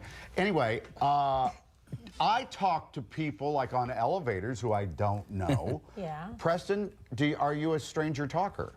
You know what? Sometimes, but I'm cautious about it because I have an innate fear of what if we start having a conversation about something that I don't care about, and then I have a hard time engaging in that conversation with that person from now on out. Like you're taking a risk of now, if you're like you mentioned on the elevator, Mike. That's a quick out. Yeah. Yes. I have no problem with that. But if I happen to be like standing in a line or something that could be lingering for a little while, I'm a little cautious because I might end up in a situation there. where I feel stupid or uncomfortable. Have you ever had a situation where you figured you'd be able to just naturally let it end, and then you had to hang around that person longer than you thought? Oh, yeah. That is very uncomfortable. Oh, yeah. Yeah. Yes, it is. Or what about airplanes? That's what I'm always stuck. You never know if that person's like, hey, where you going? Are you headed home? If it's going to be quick, or they're going to end up talking the entire trip. Yeah, there's a little test that you do there too to find out, because I have had great, engaging, hour-and-a-half long conversations, 2-hour conversations with somebody, and it's been a lot of fun. And then I've had the other happen where it's like, okay, shut up now, please. You need to I'm shut giving up. Obvious cues. I'm whipping out a magazine and I'm trying to, How easy is it to open that door, do you think? Well, that's where headphones come in. Right. Yeah, totally. Oh, my Greatest gosh. invention. Yes. The athletes of the world have shown us that if you don't want to talk to someone, pop some headphones on and you're good to go. Or just kiss them gently on the cheek. I'm done talking. That's a tough one. Yep. I've also had really interesting conversations on a plane, like coast to coast. Really? Oh, my Yeah. It's like 4 or 5 hours of talking. I still remember Alicia. Her name was Alicia. Oh, that's why, because it was a woman. Was she cute? Oh, absolutely. Yeah, that's why. I wish this guy would shut up. I know, you're on TV. I got it. Mike, I don't know if you guys know this, but Rob McElhenney, who's a friend of the show, and Charlie Day, they met on a plane, and so they created It's true. Always Sunny in Philadelphia just because they found each other to be funny. They were hanging out on a plane together, and they were strangers, and that whole relationship started because two strangers talked to each other on a plane. But I have to point this out because our biggest stranger engager, that's a good name. Yeah, stranger engager. Is Casey by far. Casey has full-on, deep conversations with people he's never met before. I like talking to people, but just like you, Press, like there are, like I engage with as many people as I possibly can. But, some people are, less inclined to engage with a stranger, and I get that, right? Like, I can get the vibes right away, and if you're not into it, then Could you leave this stall? I'm trying to go to the bathroom. Then I leave it alone. But prolonged conversations, cross-country flight conversations.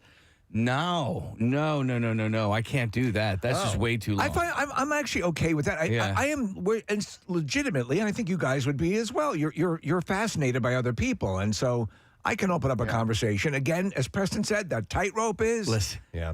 Okay, we need to stop talking now. When I was Mike, I was driving across the country a couple of weeks ago, and I ended up getting into a conversation with a guy at a gas station. And I'm also the type of person where people just tell me things, right? Yeah. This dude is on parole, okay? And I'm like, you just tell this to strangers? And then he points down and he shows me his little ankle bracelet thingy. He's like, I'm not allowed to leave the state. I was like, this conversation's over, bro. I'll see you later. That's great. Well, now we have to stop talking to you. All right. It's okay. I gotcha. All right. Phils. All right, bye. Thank you, guys. Hey, Wednesday, October the 19th. All right, there you go.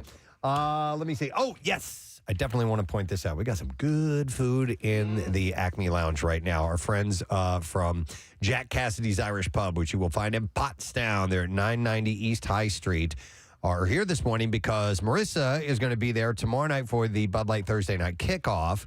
And she'll be there from 7 to 9. And you could win a pair of tickets to watch Eagles play the Steelers on October 30th, and a signed Derek Barnett football, courtesy of Bud Light. It's always a good time. You can go to WMMR.com and click on the events and get more details about it. But I have a $25 gift card for Jack Cassidy's Irish Pub in Pottstown, and we'll take caller number 11 at 215-263-WMMR, and we will take care of you. But they brought in loads of wings, and apparently their sauces, I love the names of the sauces. They have Mild Hot, Scorpion, Bee Sting, Wasp, Tropic Thunder. And then you get into the flavored ones like a garlic parmesan, garlic hot ranch, barbecue, Caribbean jerk, Cajun, teriyaki, and sweet chili. So wings are their wangs are their thing. I had a dry rub, Preston, that I think you're going to enjoy. Ooh. Really good. Very good. Excellent. All right, so give us a call right now. Let's get you. Wait. I'm sorry. We're going to get a look at traffic. Yeah, we got to do the Yoo-Hoo thing. Oh, my God. Yeah, I wasn't paying attention. I was not either, and thank you for pointing that out because we have money to give away. Here it is, MMR's hoot. Now, listen up. Here's your keyword. All right, the word is smart, or as Fredo would say, smart. All right, smart. S-M-A-R-T. All right, and you have until 15 minutes after the hour to enter it. There are 3 ways to do it. You can text to the special contest short code number, which is 45911, or enter it via the MMR app or at WMMR.com. One random entry wins $1,000 in this company-wide contest. Each winner gets called from Beasley. Make sure that you answer your phone. Contest rules available at WMMR.com. And it is sponsored by Horizon Services. There are 5 chances to win each weekday. And this is number 1 on the list. So we'll do it again at 10, noon, 3, and 5 p.m. So the word is smart, S-M-A-R-T. Kathy's out. Let's take a look at traffic, and Marissa's going to give it to you. What's up, Marissa? In West Norriton, Trooper Road is closed between Boulevard of Generals and Egypt Roads for an accident. 76 westbound, slowing past Young Divine, Blue Route northbound 95 to Route 1, southbound from Broome Mall to Media, 95 northbound. There's an accident blocking the left lane, so it's jammed up from Vine out to Penn's Landing. PA Turnpike westbound, slowing Willow Grove to Fort Washington. In Delaware, 95 northbound, slow Delaware Avenue to Concord Pike. New Jersey, 295 northbound is slowing exit 24 to 26 and southbound from Woodcrest Station to Route 42. This traffic report is brought to you by AAA Car Care. Everyone can save up to $90 on select sets of 4 Bridgestone tires October 17th to the 24th, only at your neighborhood AAA Car Care Center. See store for details and at your traffic on 93.3 WMMR. WMMR presents Preston and Steve's Bizarre File. Brought to you by Red Robin. You can choose any style Red Robin Tavern double burger with bottomless fries and drink just for $10. This deal's ending really soon, so get there before it's gone. Dine in only at participating locations in PA. Red Robin. Yum. All right. Follow-up story to this developing thing that we've mentioned a couple of times now. A man was taken into custody in Florida and is a person of interest in the slayings and dismembering of the 4 cyclists in Oklahoma last week. This guy, Joseph Kennedy, we mentioned that they were looking for him yesterday. Yeah. He was arrested in Daytona Beach Shores, Florida, while in possession of a stolen vehicle. He was 1,200 miles away from the scene of the crime. This dude beating a hasty retreat. Yeah. Yeah. So they're hesitant to say that he is charged or a suspect, but that he's charged. He's a person of interest right now. You don't want to say he's charged, but he's been charged. They're going to be. They're in the process of getting him back. Listen, I hope we get all the facets of this story because it's unbelievable. Yeah.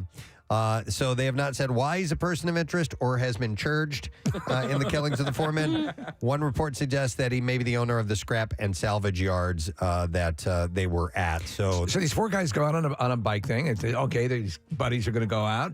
Then we later find out, their bodies are discovered dismembered in the river. Then we find out that they were probably going out to commit some sort of crime. Yep. And then this guy is the guy from yesterday, and they find him today. It just keeps moving along. We'll follow it for you. How about this story? 2 college wrestlers suffered serious injuries in a grizzly bear attack while hunting for shed antlers with teammates Saturday afternoon in the South Fork outside Cody, Wyoming. Kendall Cummings and Brady Lowry, both sophomores at Northwest College, were with 2 other members of the wrestling team when they became separated as they hiked down a mountain. All right, best out of 2-3. So a grizzly bear came out of nowhere and began attacking Lowry. And when Cummings rushed in to try and pull the bear off of Lowry, a grizzly started attacking him. I don't care if you're good at wrestling, it's a grizzly bear. All 4 possessed bear spray. But the attack happened so quickly that the 2 victims didn't have time to react and pull it out. It's astonishing because we're out looking at a picture of them after the fact, and I think save for a broken arm and a lot of cuts, they're doing okay. But that they both technically should probably be dead. Oh God, yes. Yeah. So they're alive and doing well for what happened, according to police.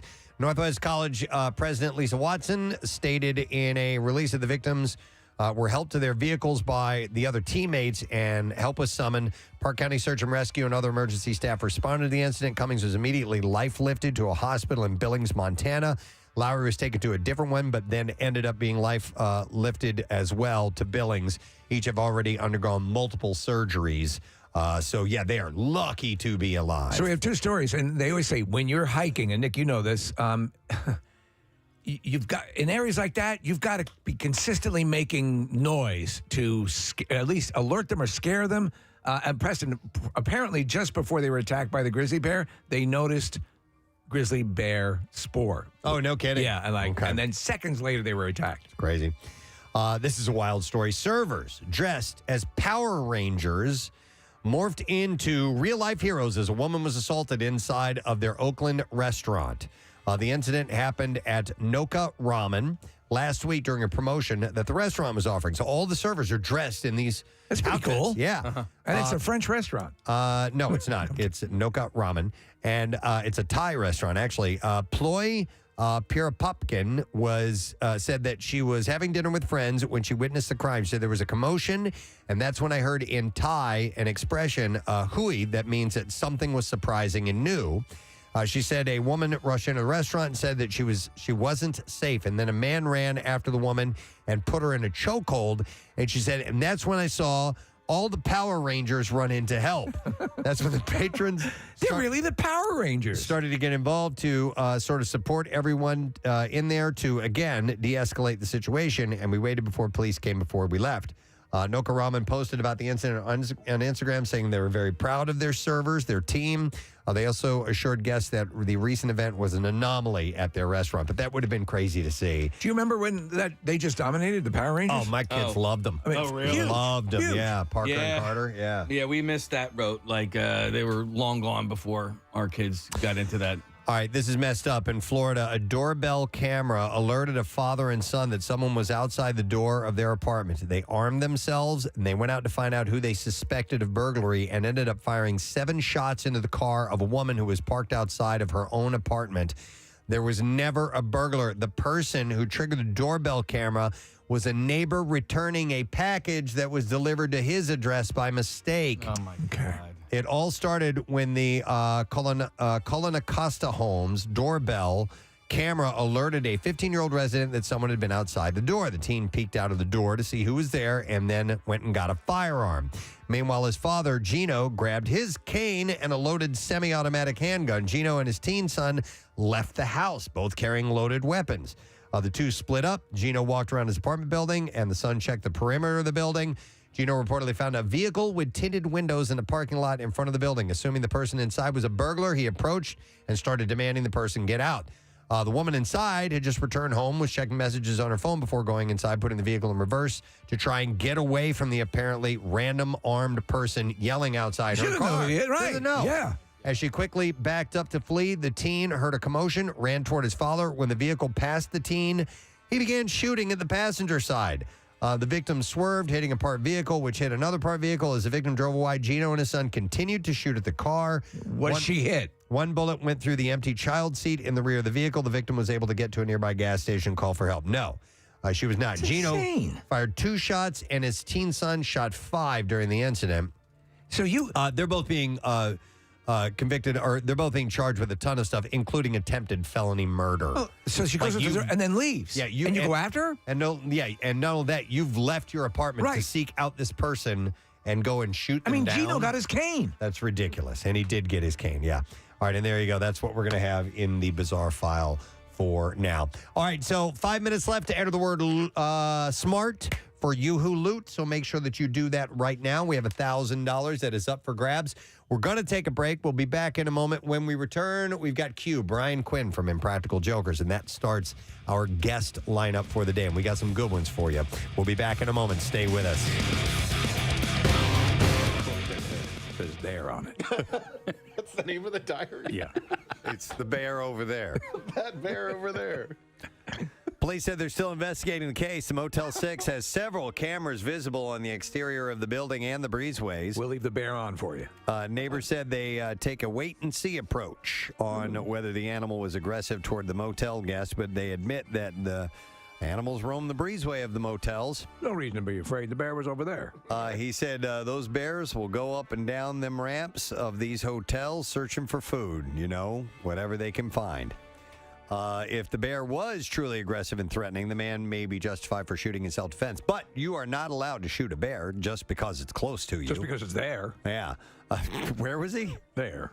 Firing a weapon should only be used as a last resort when there is no other escape option, according to them. I don't know how fond I would be of a hotel where there was a robust bear population. On the second floor. On the second floor. He was able to make it up there. Yeah. I don't know. Without a key. All right, another fact that we learned from the Just Saying Institute, located over 200 sprawling acres in West Virginia. the last decade from researchers. If your ex wants to be friends, they might be a psychopath. If your ex wants to be friends, that's sign of being a psychopath, possibly? In 2016, researchers from Oakland University in Michigan found that people with the so-called dark triad personality traits like narcissism and psychopathy, I guess is how you say it, He's a member of the Dark Triad. often, Like Cobra? I'm going to have to take him out. often keep their He's exes. the disease. I'm the ex-boyfriend. No, they often keep their exes around for calculating, self-serving purposes. Okay. A desire for continued sexual access, financial help, or a need to still exert some control over a former partner were among key reasons for maintaining contact, especially for men. These are facts, yes, from the Just Saying Institute. From the Just Saying Institute. That where we you end up just saying things at the Just Saying Institute. That we have found out over the last 10 years about relationships and It's a decade. love and sex and all that stuff. So how about this one? Speaking of sex, that sexual afterglow that you feel after sex will last about 48 hours. Really? Yeah. You mean longer for you, Cather? No, it seems to diminish pretty quickly. Are you sure? Because you have to clean up right after. off of me. Get it off of me. But the glow, get it off. It's like it's like you've sat in the bedroom with me. Get it off. You have this glow. It's the light refracting off of it. It's shimmering and shiny. Get it off. It's glazy. I look like a Krispy Kreme. So you're generally in a better Get your blanket and pillow. You're sleeping on the couch. You're generally in a better mood after sex thanks to a flood of endorphins and other feel-good hormones released post-climax. Positive effects of getting laid last up to 2 days. And Wow. that the feeling can help couples bond over time. I always let out a big sigh when I close the laptop. Says there might Clear be, history and there might be, Erase the history. What's on Google News? there might be an evolutionary reason for the 48-hour shelf life. 48 hours is roughly the same amount of time that A, conception is maximized, B, it takes sperm concentrations to be restored to peak levels. Do we have to guess which one? And C, no, these things all happen. All the above. And C, sperm remain maximally viable in the female reproductive tract. So all that happens over 48 hours, and it's all You're apparently. the semen. I'm the afterglow. Just let him be Okay, here. all right. Let him be here. That's not Cobra. Rambo, that's That's Cobra. I apologize. He's a professor at the Just Saying Institute. I didn't know. Oh my God! All right, Just Saying Institute. I'm a professor teaching classes daily. Meghan Markle is opening up about the pressures of being a new mom in the public eye. Thank you for asking, because not many people have asked if I'm okay, but it's a very real thing to be going through behind the scenes. And the answer is, would it be fair to say not really okay, since it's really been a struggle? Yes. Wow. Says a new mom? Yeah, she's dealing with being a new mother. Well, you let her tell you. All right. Look, any woman, especially when they're pregnant, you're really vulnerable, and so that was made really challenging. And then when you have a newborn, It's a long time ago, but I remember, yeah. And especially as a woman, it's a lot. So you add this on top of just trying to be a new mom or trying to be a newlywed. I know this is probably inappropriate, but I would love to kiss you. Wow. Excuse me? I would love. I'm just watching you speak, and with your tone is very inviting. I would love to kiss you. He's the Joe Namath. He's the Joe Namath of the British press corps. I'm sure that this is inappropriate, but in that first clip, the British guy says to her that it's really been a struggle to her, and to me, it sounded like it's really penis struggle. Yeah, I don't know if you guys caught that clip, Really, but penis struggle. Go back to. You're right. I have struggled with many penises, depending on girth and other factors. Wow. But I have a perfect fit in my current husband, and it's good. You know, sometimes I don't even know it's happening. Thank you. Wait, let's hear that clip. Hold on. Would it be fair to say not really? Okay, as in it's really been a struggle. Yes. In fact, the other night he rolled over and he said, God damn, that was great. And I said, what? And he had actually completed a sexual act. And I was wholly unaware. I didn't even miss. I was reading a book at the time. I had literally no idea, but that speaks to how quiet he is and how small. She's turning it into him. I've had things that were very painful, and I felt, I don't know, in a way, the word would be, I guess, build up, and I don't feel that.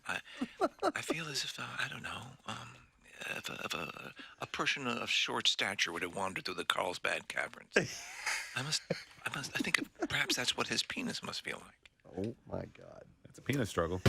So this was kind of interesting. Jodie Foster almost played Cindy Brady when she was a kid. Wow. The Brady Bunch cast As revealed Nell. on Watch What Happens Live. Yeah, instead of a lisp, she can't communicate at all.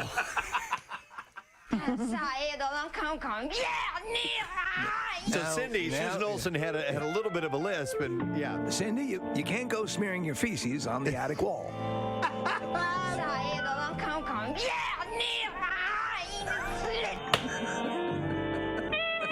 I know it's comfortable for you to spread your spore around the house to chase away predators. Mr. Brady could even communicate. He could have a moral lesson for Nellie, who wouldn't understand him. Gaya fla bla ta qua. Fuego tapa. That's Nell. Where are y'all going? What? Now, I got talk qua. That's her version. That's her version of Mom always said, "Don't play ball in the house, Steve." Play it one more time. Where are y'all going? What? Yeah, Mom always said, "Don't play ball in the house." You know that. But apparently, it was on Watch What Happens live with Andy Cohen, Maureen McCormack, Eve Plum, Susan Olsen, Barry Williams, Christopher Knight, and Mike Lookenlamb were all reuniting there. This is ahead of HGTV's Food Network crossover special, a Very Brady Renovation Holiday Edition. Susan Olsen had said that James Gandolfini was supposed to play Bobby. That Jodie Foster was up for Cindy. So entirely different cast, right? Yeah, totally different. Something new from Hershey's. I have. You guys like Hershey's Kisses, right? I mean, pretty much. I do. I do. They're especially on the holidays too. You get those cookies with the big single Hershey's Kiss right in the middle of it. Right in the middle, yeah. Hershey's has created a new flavor, and they arrived. No, I'm sorry. They arrived in 2019, and now they're back for Valentine's Day. It is the Hershey's Lava Cake Kisses. And is it made from actual molten lava? It burns the inside of the interior of your mouth. Yes. The kisses are dark chocolate with a gooey chocolate center. This seems very it's a Jewish chocolate center. Bill Weston loves Is that a Jewish thing? Is that a Jewish thing? Gooey. This has a very Jewy taste to it. Mazel. They're so moist and Jewy. Mazel, mazel. Of course I would say that. Is that a Jewish thing? Oh, my God. And there goes the second. It's a wonderful cookie with the taste of Israel. The kisses are dark chocolate with a gooey chocolate center. Not a Jewish thing. Not a Jewy chocolate center.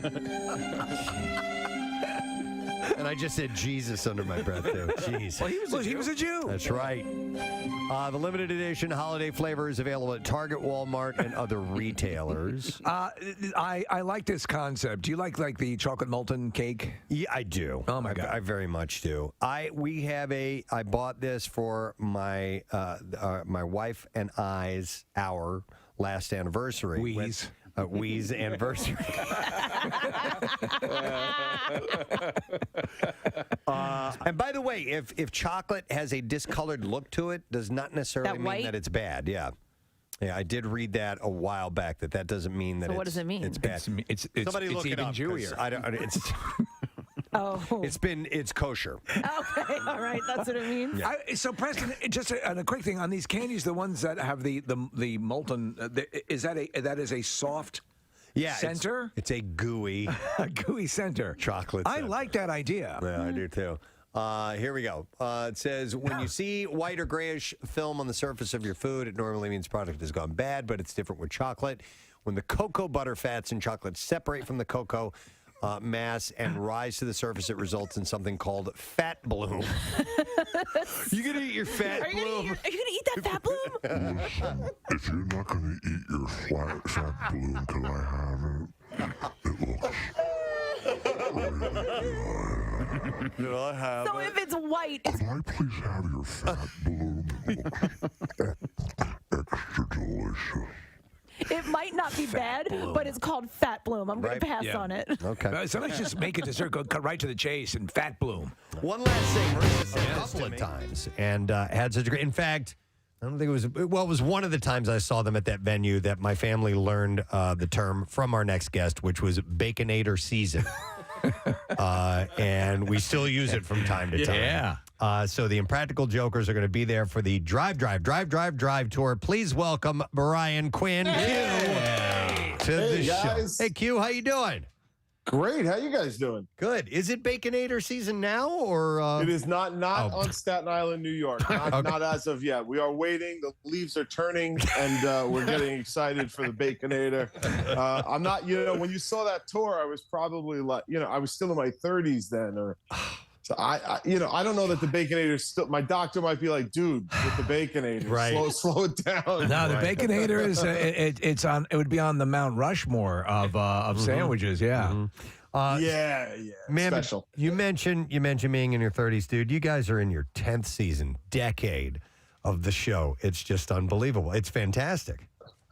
I can't wrap it's something that's daunting because really we've been on the air 12 years. It's our 10th season, but we've been on since 2011. Right. And I am coming to grips with that because now, like I said, I'm 46 now. I have guys in their late 20s coming up to me on the street being like, dude, I watched you through high school. I watched you through college in the frat house. We would all smoke and watch you and watch the show.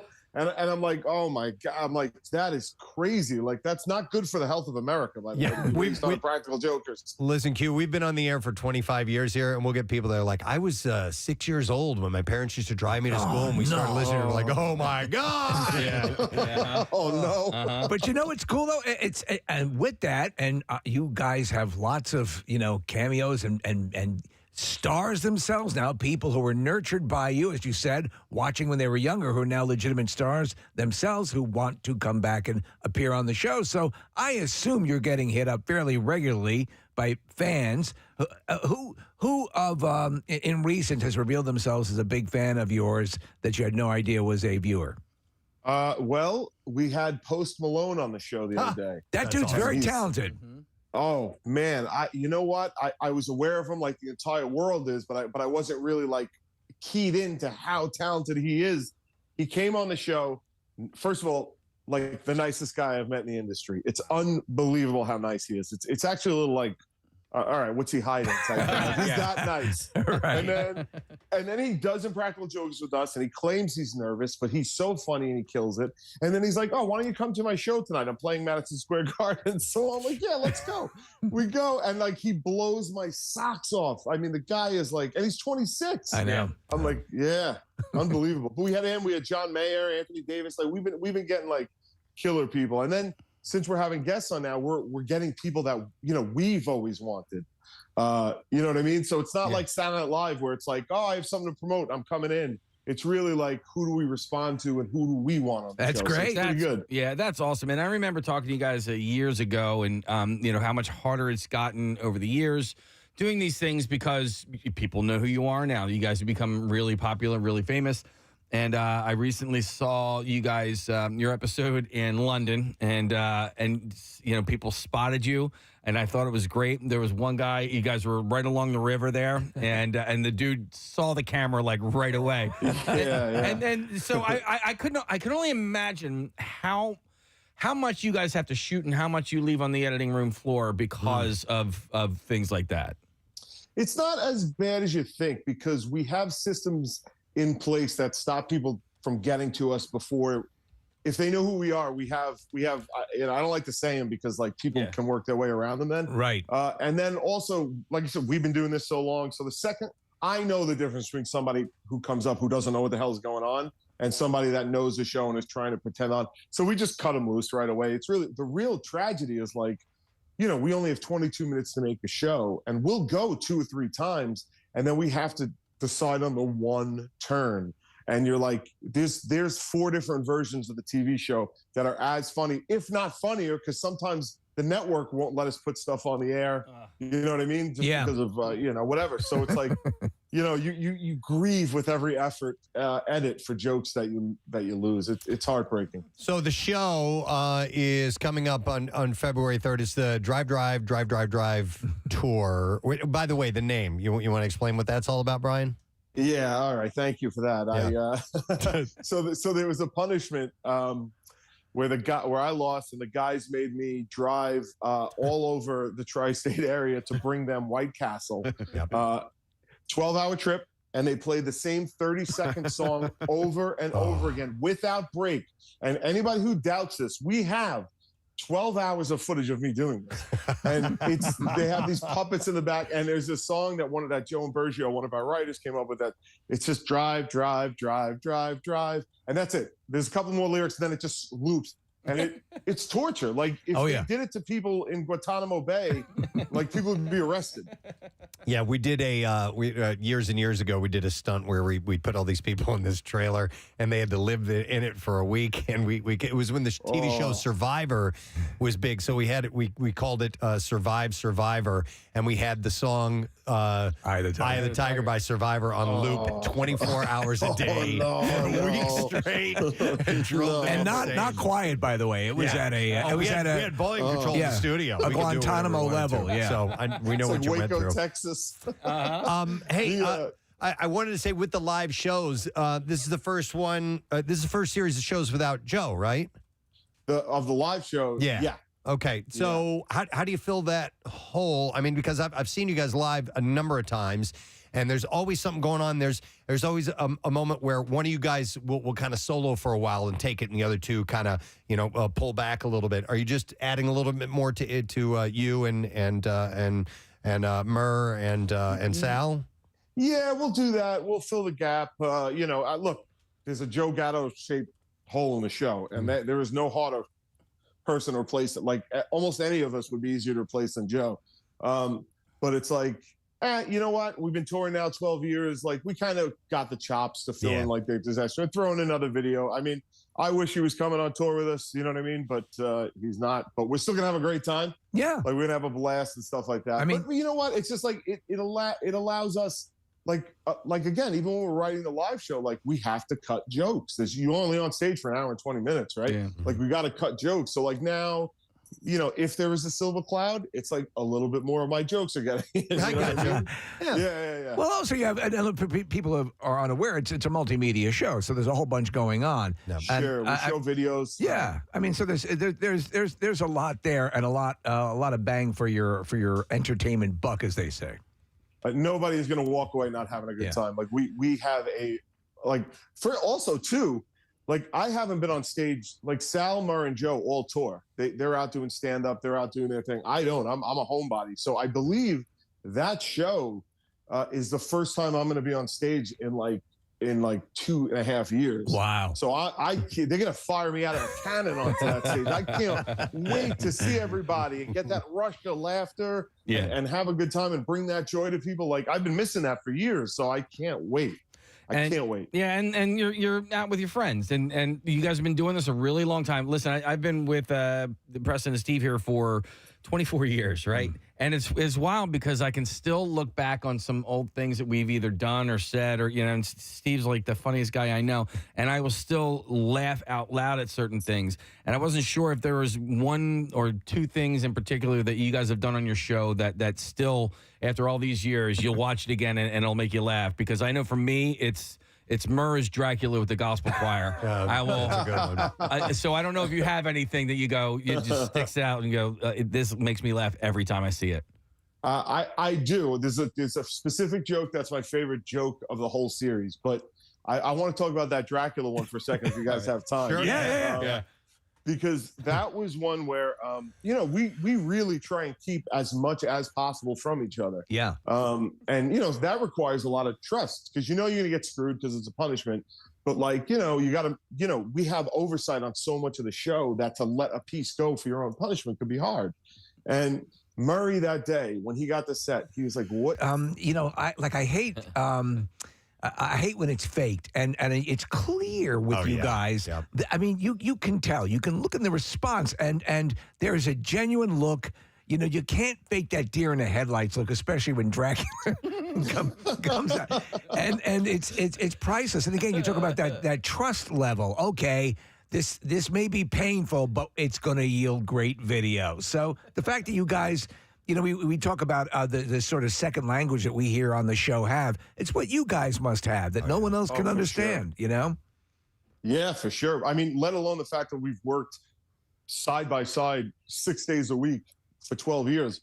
I've known these guys since we were 14. Yeah. You know what I mean? Like, I have all sorts of that shorthand. So but let me tell you, it's a real pleasure and it's a real honor to be able to do this. I used to be a firefighter, right? I was in the FDNY for 8 years, and I'm always very proud of that. I love my firehouse. The guys in my firehouse are my family and brothers, and I always knew going into it that was going to be part of it. When we started making Impractical Jokers, the crew now has been with us almost since the beginning. It's the same feeling of like, this is my family. Yeah. These are my brothers. I'm incredibly honored to be here with these people, and that's every day I go to work.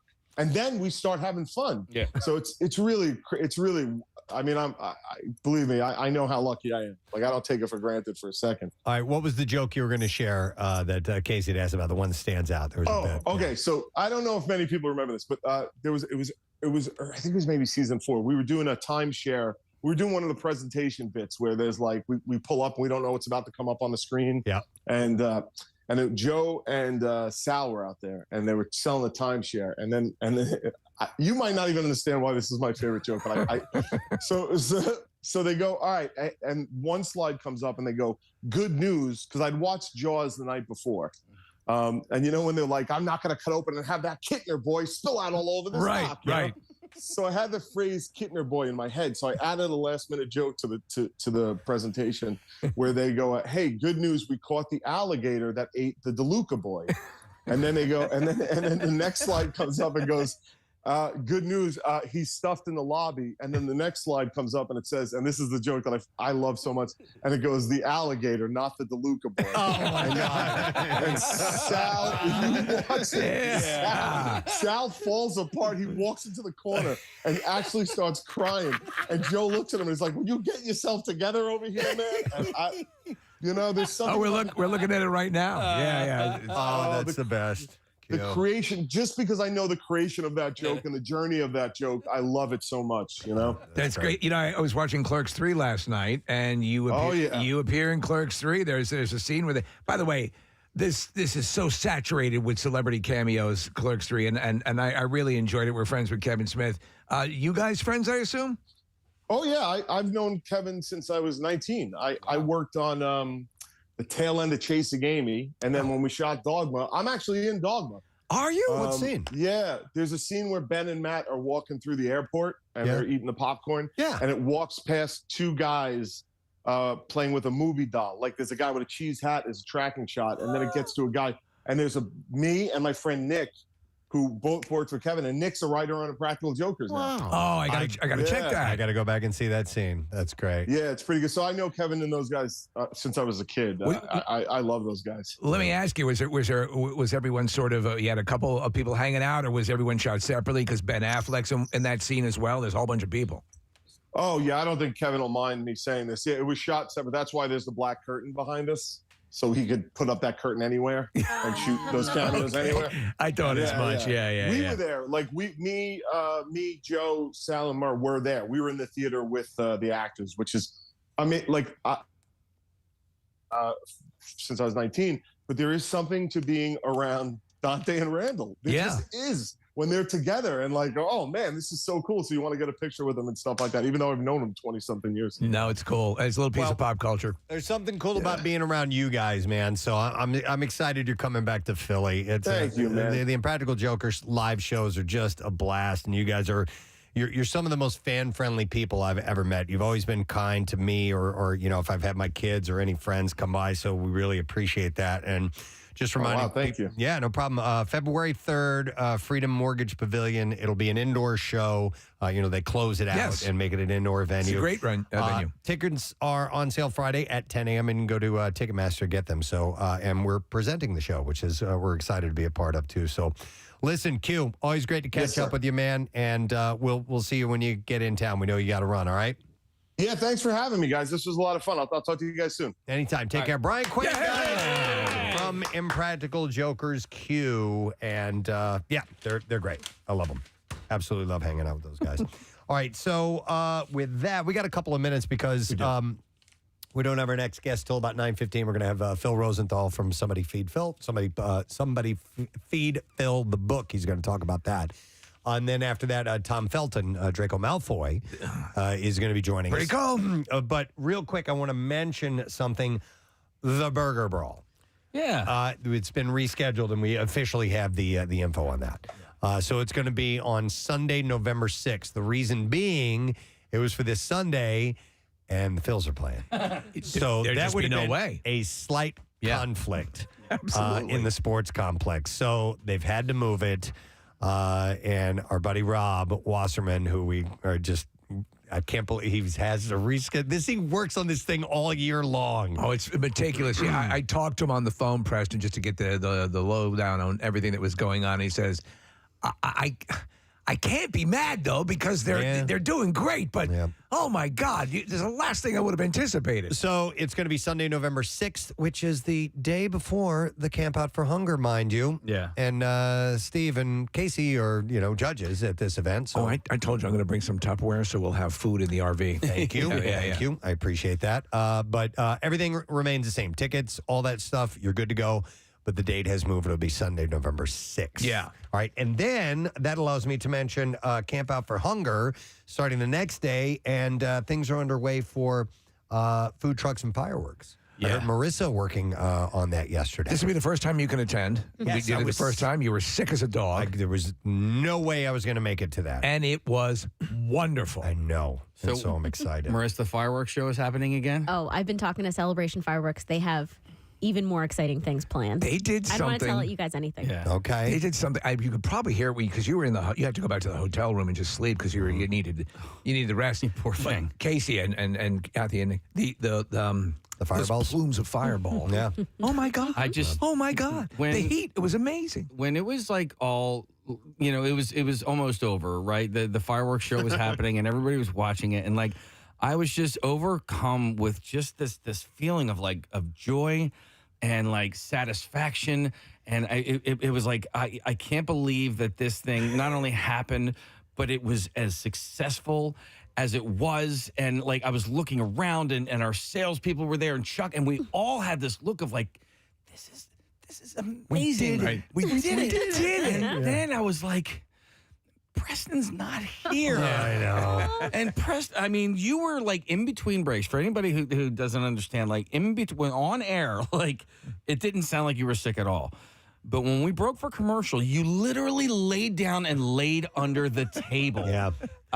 Like you're a warrior, you know. Diarrhea so bad. Oh, I remember. I remember. And it was terrible. It's the worst. Oh man. I mean, especially in that situation. And I just coughing all kinds of stuff up. I was really sick. But of course, thankfully, you did not have. It wasn't COVID. Yeah. You just had your O-ring being blown out. Yeah, and so like this is the 25th anniversary of the Camp Out for Hunger, and we remember what it was like the first year, and the second year, and the fifth year, and the 10th year, and we've seen this thing grow exponentially. So anybody who's been out there, you know, this is going to be their first one. You have no idea like where it started and where we've come to, and we want the newbies. Yeah, absolutely we do. But you know, but food trucks and fireworks was something last year, and this year it's going to be even bigger. Yeah. I mean, like, so our friends from Bates Motel, they're coming out there with escape rooms and well, before you run down everything, I want to get Marissa's take on that. Do we want to mention these things? Well,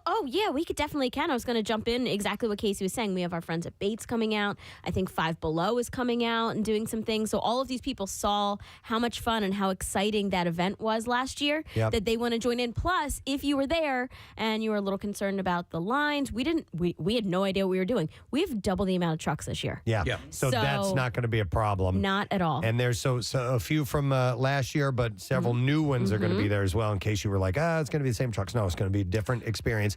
We're going to have live music there. Oh, yeah. Oh, my God. I almost forgot that. Yeah. We can announce that. Snack Time is going to be playing at the event. Awesome. They're super hot right now. What is Snack? What are they all about? So Snack Time is an all-instrumental band. There's a trumpet, a trombone, a tuba, drums, guitars. They are playing everywhere in Philadelphia now. I watched them the other day. I saw them at the Lucky Well. They've had an all like rock and roll set. They were playing Nirvana and they were playing Queen. So it's not just like normal instrumental music. They're playing mainstream songs on brass instruments, and they are so much. It is a party. Yeah, it's real energetic. It's going to be a blast, man. Oh, so, yeah, they played like the halftime of the Sixers games and on Eagles and such. We haven't been able to. This is going to be full and then some. So full blown camp out and then some. Yeah. So that's what we've been waiting for. What you've been waiting for, and we're so glad you stuck with us. We've done it every year. Obviously, we had to restrict a lot of what we were doing, but we're back, and this mother's going to be big. Marissa, what's the date on food trucks and fireworks? It's going to be Wednesday, the 9th. Okay. With the rain date built in. Yes. Right. So it might be the next day if we have to. Wednesday so we're the keeping 9th. it on. We're just hoping for good weather. Please be good weather, because there's a lot of moving parts in this. So that's exciting. And I just have to mention, Preston, like Celebration Fireworks, and Casey, you were just talking about how exciting that fireworks show is. I mean, we've all seen fireworks shows where they're timed out to music, and it's the normal patriotic music. These guys designed a whole show to like Green Day and Fall Out Boy. Awesome. And it was a rock fireworks show with fireballs. And they're going to add some Preston and Steve elements this year. Well, here's the deal too. A lot of times when you see these things, they're being fired, at a substantial. Now, I'm not saying you're like right in the pattern, but you're closer. Yeah. With a greater vantage point. Yeah, instead of being 300-400 yards away, you're going to be and closer. that really adds a whole element of awesomeness. All right. So a lot of things in the works right now, which is fantastic. WMMR.com, PrestonandSteve.com are our social media accounts. You can check out the info as we're leading up to it, but we're getting close now because it starts November 7th. Yeah, a lot of people are looking for posters to hang up at their businesses. If you go to WMR.com/campout, literally everything Camp Out is posted right there, including some videos and photos from old years. We talk about the Subaru Business Challenge. We talk about Acme and how you can go there and donate now, all these things. Excellent. All right. In the meantime, I just want to make sure we got that information out there. We need to settle an argument. Okay. Between Nick and his girlfriend, Andrea. Oh, geez. Okay. All right. Keep in mind two things. I am stupid, and this argument is stupid. Okay. This is an argument that was fun, so there was no real animosity, except that I do believe that I'm right. Okay. Can I? It was about a word. Can I prematurely side with your girlfriend because she has such a good smile? Yes. She does. Honestly, Steve, you can probably side with her because I'm sure in the end she's right and I'm wrong. Okay. Well, let's find out. We have to. Fair is fair. We were talking about different food items, and for whatever reason, I was in the mood for fried chicken. I haven't had it for a while, and I was like, you know what, you want to get the fried chicken? And there's a place not too far from us, and they sell they advertise it crispy fried chicken in the window, right? Right. I'm like, we can get some crispy fried. And she said, yeah, okay. And I said, you never really associate crispy with anything besides chicken. And she says, there are plenty of things that are crispy. And I was like, name one. And she couldn't name anything that was crispy. Well, and all right, hang on. let him finish. Hang on. So my point here is that anytime you hear the word crispy, you associate it with one thing and one thing only: fried chicken. Let him complete. Let him complete. Hold on, because I certainly have a point on this. And so, Casey, you know how that you had that argument the one time where you were going to die on that mountain, that laundry mountain? Yeah. I was going to die on this mountain. And yes. That crispy is only associated with one food. With food. Now, may I, I'm going to state my case here. Crispy fries. Oh, I'm going to state two more cases. Rice Krispies. That was mine. And Krispy Kreme. Yeah, the donuts aren't crispy. He's talking about... They're he's not talking- crispy. I know. Crispy fries that is a thing. Is it? Yes. I don't know. I've never heard of In fact, crispy I remember, I fries. think Burger King's foray, much ballyhooed foray initially into fries was crispy fries. Okay. But if you hear the word crispy, and then I say name a food that's attached to Rice Krispies. I'll tell you what I would say. Potato chips. Yeah. Are crispy? Yeah. Not crunchy. They're both. See, I think you I should. think crispy and crunchy are the same thing. There are actually, like if you take kettle fries, kettle chips, go ahead. In fact, the British call them crisps. Crisps. Oh. Yeah. Listen, I know that And I'm they wrong. lost the Revolutionary War. Yeah, we won that one. Yeah. Suck it, British. I just, I guess my point was like, if you associate a word with that food, the first food that comes to mind every time, I think would be fried chicken. But maybe I'm wrong. Well, when the probably original, wrong. like Kentucky Fried Chicken, there was original and extra crispy. Correct, Preston? Right? Yeah. So you had your original recipe, and then their big second rollout was extra crispy. Yeah. So, but fried chicken is crispy. I'll definitely give you that. But I saw a text over here. Crispy bacon. That's what I said. My wife just texted me. I don't even eat it. Yeah. And crispy bacon was the first thing that came to mind. And I want to defend Steve's crispy fries because I don't like the crispy ones. I like the smushy ones. Here's the deal. In fact, in Lord of the Rings, they mentioned crispy bacon. Crispy bacon. Here's the deal. And Nick. Remember it was Casey Frodo gets into a fight with his girlfand. That's right. Yeah, that's right. There's only one thing I associate crispy with.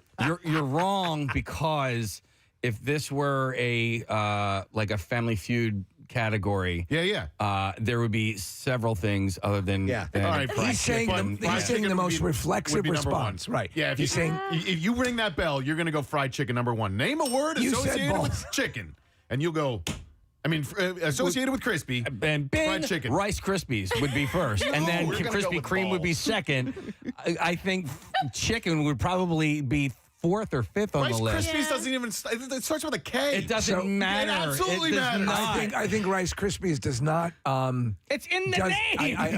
I think we're talking about what it is as opposed to what it's named. It is in fact crispy. I agree. But I think if you're talking about so foods the that texture informed the name. right I got a as question. opposed to the other way around. Does Snap We need to make this crispy because we've named it that. Snap Crackle Pop, are they on Twitter? Because I could really go for a Rice Krispie tweet. Thank you. Thank you. Thanks for making me feel better. Appreciate that. There was a listener who sent me that last week, and I said I was going to use that on the show, and I used it. All right. Wow. Nick, can I make you feel a little bit better again? Oh, I feel fine. Wait, sure. just Well, I went- a moment of silence we need to digest in that. memory of humor. Disagree. We're going to disagree. I thought it on was that one. cute. Thank you. I liked it. All right. So I went to Google, what is the ultimate source, and I'm going to go backwards in the results that it gave. It gives you like the top 10. So crispy chickpeas, crispy chicken thighs, crispy chicken burger, crispy Concords, crispy tofu, crispy fried chicken, crispy pizza, ridiculous. Tofu. crispy ridiculous. Brussels sprouts, Crispy and the pudding. Number one is crispy chicken. Yeah, I think it's the number one answer on Family Feud. And listen, I know that I'm probably wrong in all of this. Several people. I'm sorry. Go ahead. I was just going to say, I also thought it might just be a fun, stupid conversation on the show. Several people are texting you that apples are crispy. Oh, yeah. Yeah, but you're not going to associate Crisp. that word when you think of an apple. Oh, apple crisp. Yes, Isn't that like a An apple that's a- crisp? Apple crisp is a dessert. Yes, it is. It's like a fritter. Yeah, it's Kinda actually like- very good. Mhm. I would say this. A crisp. That seems to be, I don't know why that doesn't seem to work for me, but I think of things that are fried or cooked. Would you think, Steve, honestly, like this stupid argument aside, would you, if I said the word crispy, would the first food that comes to mind for you be fried chicken? It would be in the top 3. Okay. I think I would probably go to French fries. Okay. Yeah, crispy fries. Somebody texted in and said that hers plain chips are literally called crispy and tasty, I think is what they said. Yeah, crisp and tasty. What about a crisp pickle? Yes. Pickles are crisp. Yep. I remember you were talking about them yesterday as you rolled out your new pickle flavor. By the way, are they available anymore? They restocked them. Oh, they did? Yep. So you can order the Preston's Picks through Fishtown Pickle. Great for dads and grads. Yeah. Yep. For I anybody. almost wish that this question were posed differently, so so that my mind didn't have chicken in it already. That if you just said, "Hey," if you all could, right. you know what I mean? Yeah, well, But all I right. can't. Can you? All right. I can't go back in time. Do me a favor. Yeah. All right. Watch this pen. I'm going to move it back and forth. All right. All right. I'm watching. Forget chicken. All right. Forget chicken. Yeah, so we should have posed this. There we When go. you hear the word crispy, what food do you think of? Yeah, that probably would have been it. All right, let's because do that. You've perjured the jury, right? Let's do that instead. I've got one more. Banana chips. Crispy M&Ms. Oh, because they're Rice Krispies in the Are they center. called that? That's the name of the brand. That's the name of the flavor. So like the Crackle candy bar has little crispy Yep. Rice Krispies in it. Yeah, see, that to me still, I think you go more for the pure core food itself. That's Hey. why I think crispy fries, crispy fried chicken, as opposed to a configuration. I'm going to John. Hey, John, good morning. Gadzooks. Gadzooks, what's up, man? Hey, so no one mentioned the Butterfinger, the crispy, crunchy, peanut buttery Butterfinger. They actually use that in the description. He's right. But I think that'd be 4th on the list. Let me ask. Well, Nick, Some cookies are crispy. Sure they are. Did the fight end up with passionate lovemaking? Yeah. We ripped our clothes off and made love on the kitchen floor. Sorry about this, I Mom. hope to God she's not listening. Hang on, let me go to Chris. Hey, Chris, good morning. Good morning. Good morning. Hey, Casey, did you hear? They're not making a 12-inch ruler any longer. That's a good one. They're not making a 12-inch ruler any longer. No, but if you go to Merriam-Webster.com, the best dictionary there is, the definition says of crispy, appealingly crunchy, like crispy bacon. Like crispy bacon. Okay, not chicken. All right, good point. Thank you, Chris. I appreciate it. Bastards at Merriam-Webster. Why do they call it Krispy Kreme? There's nothing crispy There is about a it. slight, if you get them freshly made, they are very wafer-like. There's a slight crispness. Oh, I find them very soft. Interesting. Merry Christmas. Oh, yeah. Oh, yeah. Oh, yeah. Thing's got a hole in it. Excuse me for a second. I'm going to be in the bathroom with a Krispy Kreme donut. By the way, we have said crisp so much, I know. it's almost losing its meaning. Totally. Crisp. Yeah. Crispy. Satiation? Yeah. Yeah. Let me go to Michael. Hey, Michael, good morning. Good morning. What's up? Yeah, bud, want to know from you. You tell us. What's up? Hi, Mike. Well, I deliver food to elementary schools, and I'm currently standing and staring at 4 boxes of Evercrisp French fries. Steve wins. Crisp French fries. Yeah, crispy Or a fries. bell. Yes, no, there you go. Absolutely. By the way, for the record, I did not like the Burger King crispy fries. No. No. And listen, Burger King makes a fine sandwich, but McDonald's fries I always thought were superior. All right, let me go to Moist Rich. fries. Hey, Rich, good morning. Hey, good morning, everybody. Hey, so why are you calling in? I just won $1,000. In crisp $100 bills. Wow. Sweet. Awesome. Rich just won with MMR's Yoo-Hoo Loot. Rich, can you do me a favor and give me your best Yoo-Hoo, please? Yeah.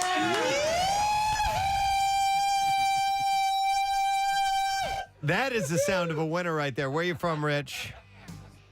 I am from Collegeville, Pennsylvania. Oh, okay. Yeah. And in fact, That's home of, what's the roasted chicken place right over there? You could go get some crispy Specs. chicken. Specs. Yeah.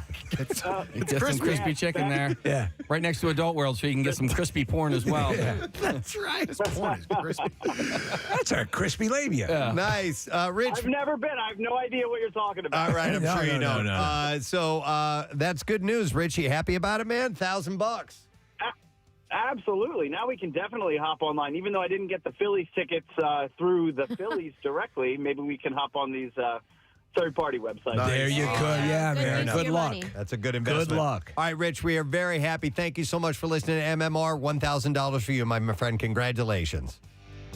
You guys rock. Thank you. There you go, Rich. Winner. Next opportunity to win big is coming up in roughly an hour from now. So we're getting set for that.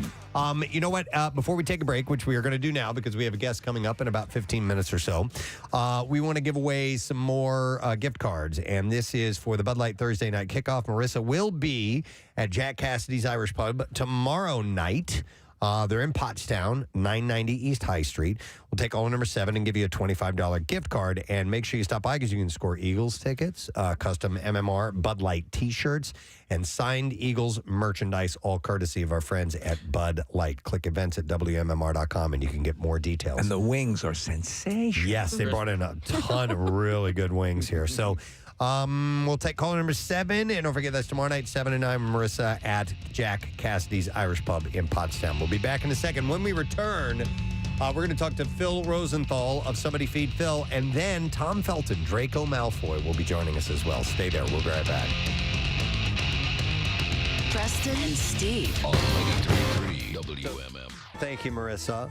Red Lobster has added a specialty cocktail to their menu. Red Lobster is now offering a Bloody Mary, but with a twist in line with their brand. It comes topped with a lobster claw and one of their famous Cheddar Bay biscuits. Wow. And it does look quite yummy. So it's made from Tito's vodka, Marissa's favorite, and Bloody Mary mix that apparently is custom made by Red Lobster. The glass is then garnished with an entire lobster craw. One shrimp, an olive, a lime, a Cheddar Bay biscuit, and spicy seasoning on the rim of the glass as well. My mouth is watering. Really? That's working it for you, huh? Oh, man, a good Bloody Mary. Jeez. Murray. You and the Jewish thing. Jeez, oh, man. Listen, can I have a Bloody Mary and some of those Jewy candies? Bloody Murray. We should make a Bloody Murray. Here's cream soda, gefilte fish. It's a Bloody Murray. Manischewitz. Yeah. Right? Do they make like a raspberry Manischewitz? Manischewitz. I've only seen blackberry. You have with your Jewy candy. I want to try a Bloody Murray. A Bloody Murray. Bartenders, come up with a Bloody Murray. I'm coming. Oh my! He said he wanted a Bloody Murray.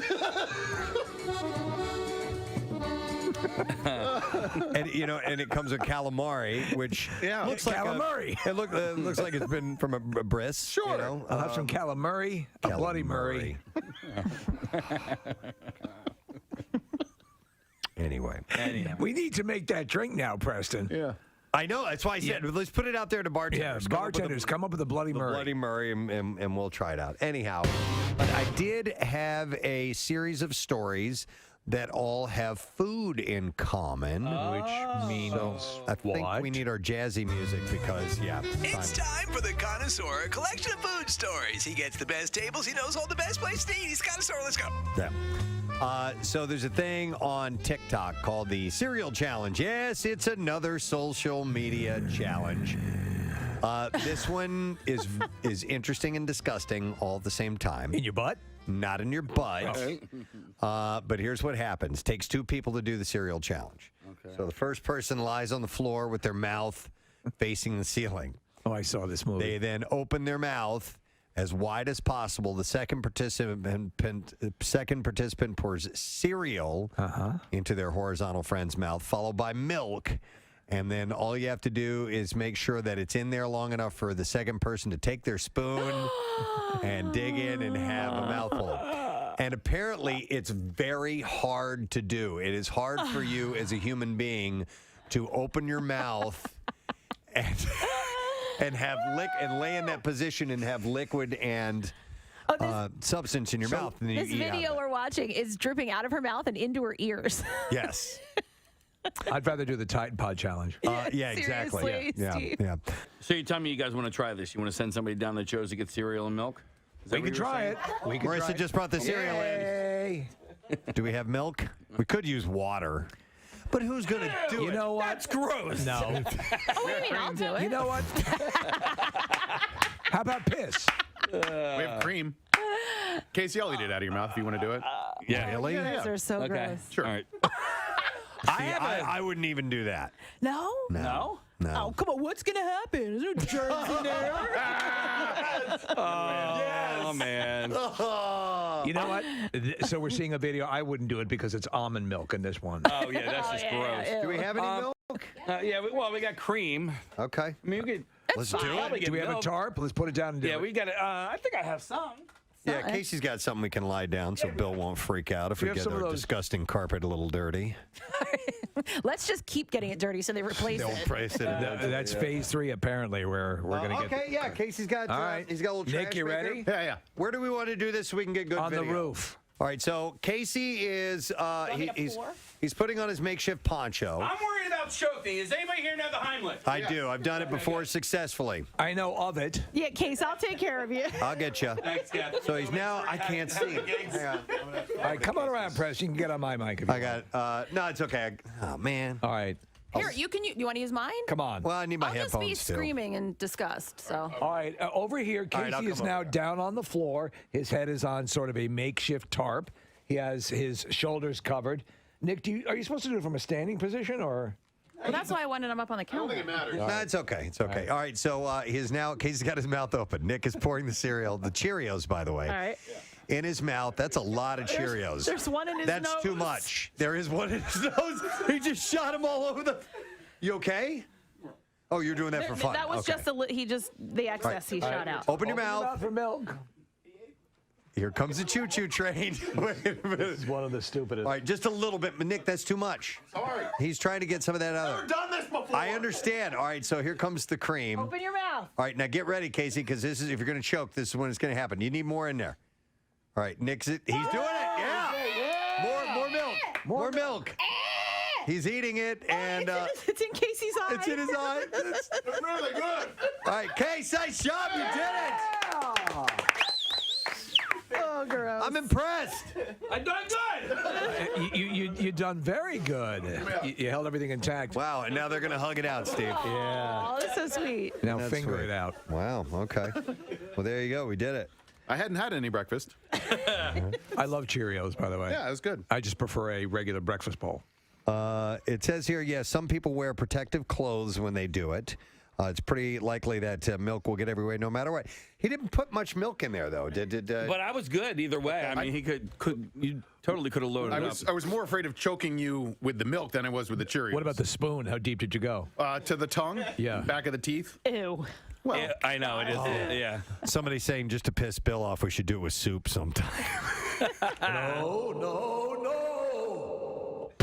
I have a variety of stories, and I would do the connoisseur. I have like 3 food-related things, But there's not enough to fuel it, but right? that's it. And you don't want to be dishonest with the No, listeners. I don't want to do that, and I don't want to, I don't want to just flip things all of a sudden. No. But I did see this, and I thought it was interesting. Cheetos has given a name to the cheesy residue left on your fingers when you eat the Cheetos. So they have a name for it now. And it is? Cheetle. Cheetle? Like Don Cheadle. Huh. Yeah. Yeah, the official term is called Cheetle. I'd call it Chisholm. Right, Preston? Yeah. Much better. Yeah, what's that on your face? Chisholm. From eating cheese doodles. I'm sorry, I misheard you. To celebrate the newly coined... Peter North is the spokesman. Just sitting here watching TV.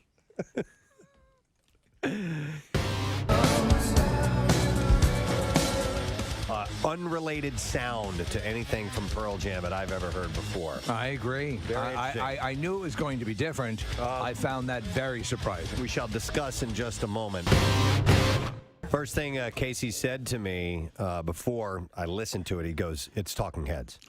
He said, "It sounds like Talking Heads," and you nailed it, Case. Yeah. Spot on with that, because there are parts in there where he sounds a lot like David Byrne, and they're using a lot of synth elements in this particular song, which of course the Talking Heads did a lot of. And he says, "This is not my beautiful Pearl Jam." Oh, I missed that part. Yeah. Some people were texting in saying they hear a Chili Peppers vibe in there as well. And a lot of negative comments on the text messages.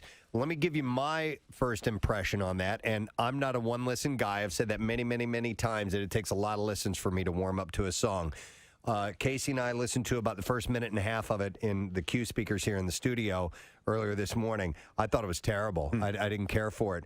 By the last 30 seconds here of that, I think I like it. So that's how quickly it turned around. I'm not a big fan of Eddie Vedder's voice in general, meaning the vibrato that he does. It's very choppy. But I think it fits well with the grunge, heavy, distorted guitar thing, and it kind of slides in there well. That's why I didn't like the beginning of it, because you can really hear his singing. But by the end of it, the melody kind of got me. I've always been a sucker for synth pop. It's interesting that Pearl Jam's going that route. You can hear Matt Cameron is clearly using electronic sounds in his drum kit. There's a keyboard thing going on there as well. Who would be playing that, Nick? Is Eddie going to be playing keys? I don't know. I mean, they got two guitar players, so somebody could step up and play that. Eddie can play piano, but it's probably the producer, I would think. He does some growling in this video, or in this song too. I heard like kind of angry Eddie, which I haven't heard in a long time. Right. So there's the vibrato stuff, which you don't care for, but then there's just like some rock. Yeah, like that. He's pretending to be a dog. Casey, play the. Yeah. Let me play it again. Yeah, Let me see. isolated. Let me see if I can. Hang on a second. It's like just a couple seconds in. Hang on. Listen.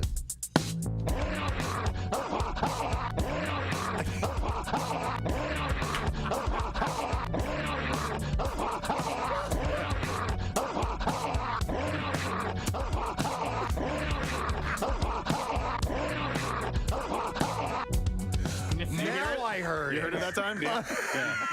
It's subtle. Steve, that fit perfectly. That was so good. Rhythmically, that was perfect. I'm a master on the growl. Oh my God! One more time. You.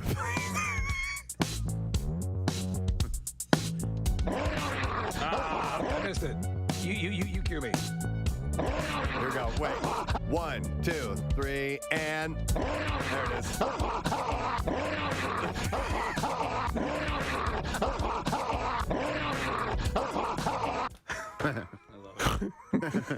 You sure you want to do this, Ed? It's an expression of the animals in the world suffering from the glaciers.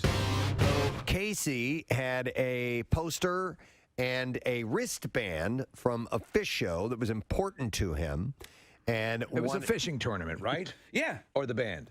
Well, both. Okay, the wristband was from the tournament, and then the poster was from the concert. Regardless, both very important to you. No, but the reality is they were both from a concert. Though. So much so that he wanted to have them framed and, immortalized for at least a period of time while he's on this earth, and took it to a place that was going to frame all this for him. So you have the wristband, you have the poster. I'm sure you had a frame picked out and matted and everything the way you wanted it. Yeah.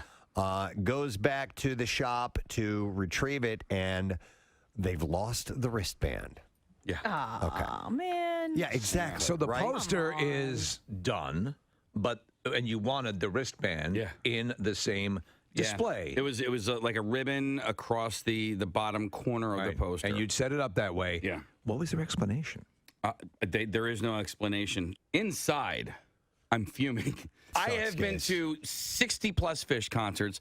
I have never purchased a poster, went and had it framed, or So this. And so you want to climb over the counter and kill them? So and the wristband I had really carefully taken off of my wrist, so there were no because it was like a cloth wristband, right? Carefully preserved. Carefully preserved. This was I was going to give it as a gift to a friend. Oh, no. And then the more I thought about it, I'm like, I think I want this for myself. Okay. Yeah. Okay. Yeah. So now I'm like fuming. So I had gone from this place. Right. I didn't blow up, but I had gone to this place and I went to a drive-through, a quarter of a mile down the road. And I got my money back, and I'm pulling out, and I noticed that one of the quarters is a Canadian quarter. I stopped my car. I put it in park. I went into the store. Now, I didn't raise a stink. 25 cents. For 25 cents, I go, you guys gave me a Canadian quarter here. And they're like, oh, okay. Let me ask you something. What country are we in? Do we have provinces like, I don't know, Ottawa? What is this? Yeah. Is this legal tender? I in my life have never returned a foreign coin before. I've never even You just kind of considered that. What did I order? Poutine? What did I come in here on a moose? What am I, a Mountie? Where the hell are we? Does it say Tim Hortons outside of Come this on, establishment? for Christ's sake! What am I, Trudeau? Did I drive here 35 kilometers per hour? Jesus Christ! I didn't make a big stink about it, but I go, hey, this is a Canadian quarter. I couldn't help but notice that there was a ridged potato chip in my bag of regular potato chips. Oh my God! Parlez-vous English? I would be raging. You're better than me. I would be raging out of control at those people. And why not give me the right change? Eh? Eh? It's Shirley Bassey's birthday today. Binga! Yeah. Love her. Pretty girl, beware of his heart of gold. His heart is cold. He loves only gold. He loves only gold. Only gold.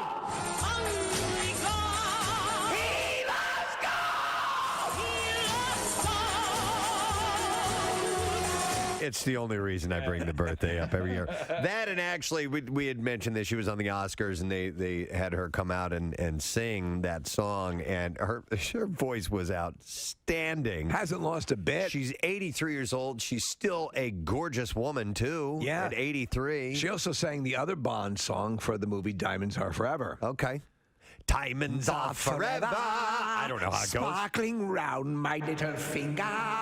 Unlike men, the diamonds linger.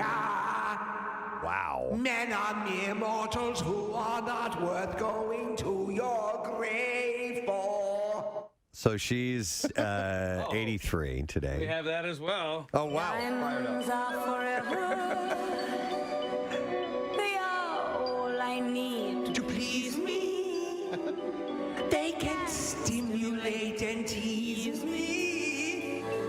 They won't leave in the night. I've no fear that they might desert me. Nice. I could have done those parts. I could have sung those songs. Easily. All right, and then we have Rachel Nichols, who is in... Rachel Nichols.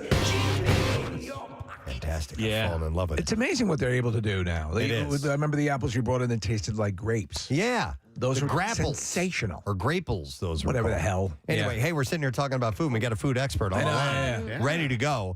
He is on to speak about a couple of things. Number one, he's got a book out, and he's got a show coming up in the Philly area, November 10th at the Keswick Theater. Please welcome Phil Rosenthal. to our How you show. guys? Hey, how you doing, Phil?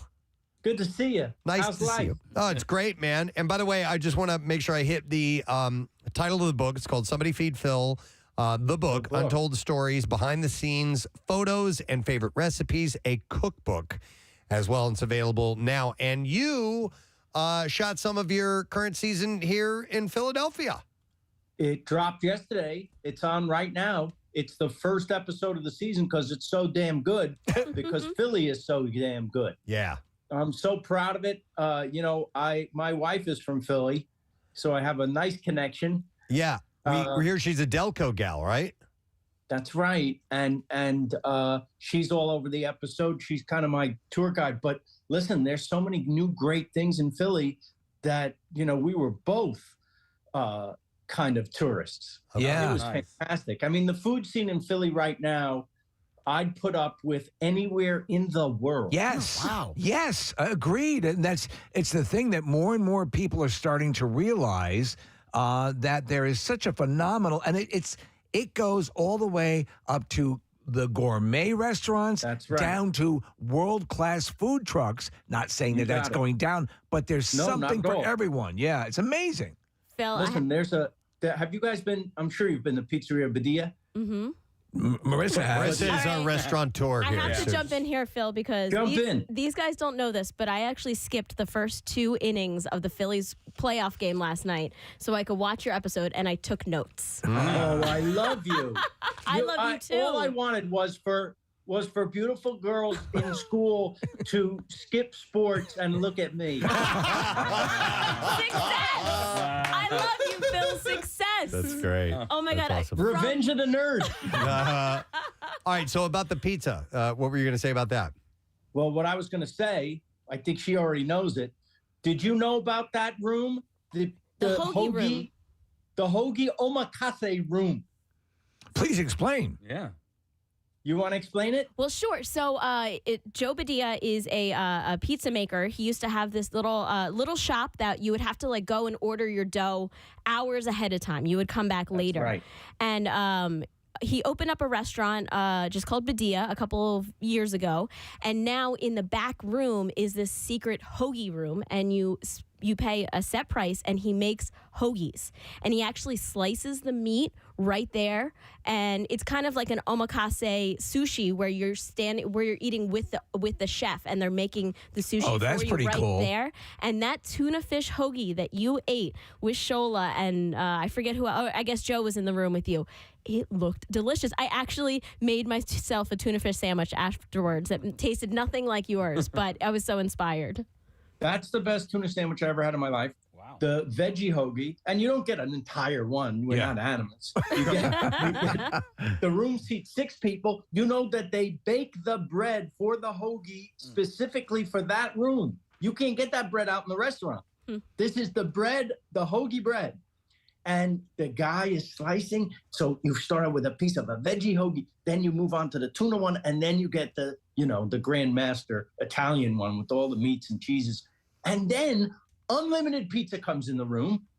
You're pretty dead by then. That is a gluttonous circus freak to eat more than one slice of pizza. But then all the soft serve you can eat. Oh, wow. Did you get the butter beans? Did I? Not there, no. All right, go back. But I've had them. I think I've had them in the pizzeria. He's great. But there's so many things. There's so many. Tell the people. You watch. You took notes. Okay, I can run it down. You started with Reading Terminal, where you went with your wife and her friends. The best. It's a must. Preston, you have to watch this episode. Okay. Phil goes into Shola's backyard. He has this little oasis in the middle of the city, and he cooks on really high heat. He puts octopus on the grill, doesn't even grease the grill because it's so hot. It cooks in 30 seconds, and it doesn't even stick to the grill. Okay. And then it was the one time we've shown cooking in real time because it was that fast. No kidding. Okay. Yeah. There's so many I can run down them quickly. Laser Wolf, South Philly Barbacoa, Delisandro with a amazing surprise that I won't give away. John's Roast Pork, Badia, Fiorello, Angelo's, Franklin Fountain. Good Lord, how long were you in town, Phil? Seriously. That's all one day. Why? Wow. Yeah. We were here a week. Okay. And the show is less than an hour, and everybody says, "How do you eat so much?" Because you know how they make a dog food commercial? Yeah. They don't feed the dog until the commercial. So I'm the dog. And I don't eat until the camera rolls. And I'd say a very good diet for people is have 3 cameras on you when you eat it. Sure, yeah. I got to assume at this point, with the success of the show, we have a number of the food, the high profile celebrity chefs, and they come to the area. But I mean, with you're constantly being courted, I'm sure, by different places, different tourism boards. I'm sure you're getting hit up by everyone because you put your stamp on something. It's going to make a big difference. That's true, and it's very nice, and I love it. All I can say is I'm out to make the place look good because my whole mission is to get you to travel. Right. I think the world would be better if we all could experience a little bit more of other people's experiences, right? Yeah. So, and I also want people in America to know the great stuff we have here, like in Philly.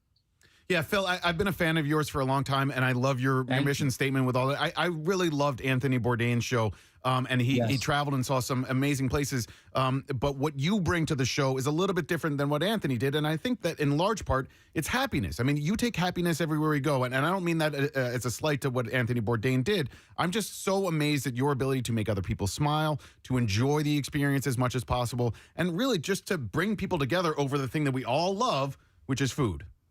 Aren't you nice? This is how I sold the show. You ready? I said this one thing. I said, I'm exactly like Anthony Bourdain if he was afraid of everything. I get that. I get where you're coming from. He was adventurous. Yes, a superhero. A superhero-like, and I'm not so sure that the vast majority of the audience would follow him on some of these journeys, but that was me. Yeah. I thought he's amazing. I'm never doing that. But maybe there were, schmoes like me sitting on the couch too. Right. And they look at me and they go, oh, if that putz can go outside, maybe I can. So Phil, did your wife take you any of her haunts, like off camera, while you guys were here? Did she take you to anywhere? Off camera, her haunts are her mother's house. That's where I go. All right, because she's from Darby. We call people from Darby, we call them Darbarians. I don't know if she's ever said that to you or not, but call her Darbarian. The first I've heard that. Yeah. I have a new name for her. Darbarians. But there's there's a famous cheesesteak shop called Leo's that's right down the street from where she grew up. So I wasn't sure if maybe she took you there or not. I'm going to ask her today if she knows it. Leo's? Leo's, yeah. Hey, Phil. Man, I go to D'Alessandro's, I go to John's Roast Pork. People outside of Philly, they hear John's Roast Pork and they think that's what they have. They don't realize they have one of the best cheesesteaks in the world. Yeah. Hey, I wanted to ask about the book, Phil. It's obviously you've got stories, you've got photos as it mentions, and also recipes. Are these recipes from the dishes that you've seen and you've gotten them from the chefs themselves? That's what makes this maybe the best cookbook in the world because it's 60 of the most requested recipes from the fans of the first 4 seasons of the show. So that means 60 chefs of the best chefs from the world have given us their best recipes. Wow. It's worth getting just for that. The best part of the book, I have nothing to do. Phil, I saw you on Colbert last week or the week before. Oh, that was fun. Yeah, it looked like it was a lot of fun. And you guys cracked open a bottle of wine and had some wine on set and had some... He brought it. Oh, he brought it. For people, I brought the sandwiches. He brought the wine. I didn't know he was going to bring one. No. And he wanted it to be good. Isn't he sweet? And for people who think, oh, they're not really drinking, yeah, we are. But if you don't mind, could you share a little bit of that Johnny Carson story that you told Colbert on the show that night? Well, I wrote for President Clinton for all 8 years, and I made this little comedy video for the White House Correspondents' Dinner that I co-wrote with people from the White House, and then I got to go to the White House and direct the president in this comedy video. And this was a new thing. Presidents of the United States hadn't made intentionally comic videos ever.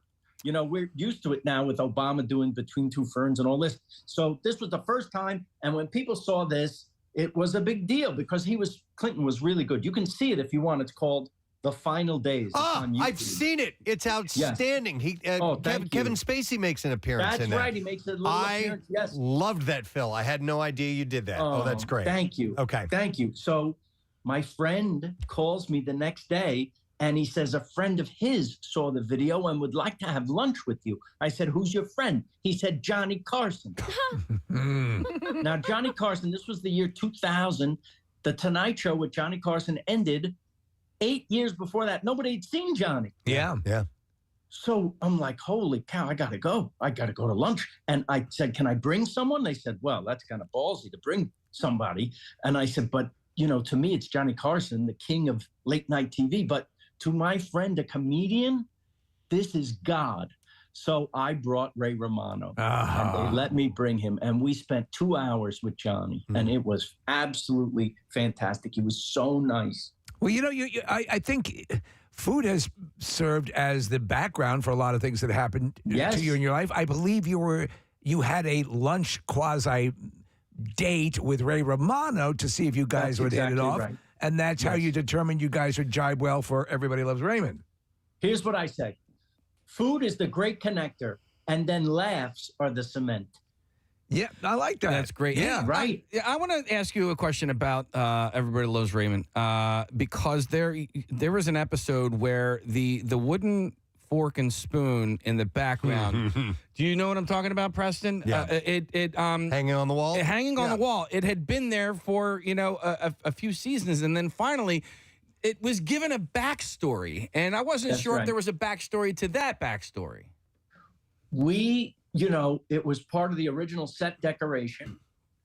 And I think the show you're thinking about was called Baggage, about Ray and Deborah not being the one to move the suitcase once they came home from vacation. And they kind of had this Mexican standoff. Who's going to move the suitcase? And it just escalated.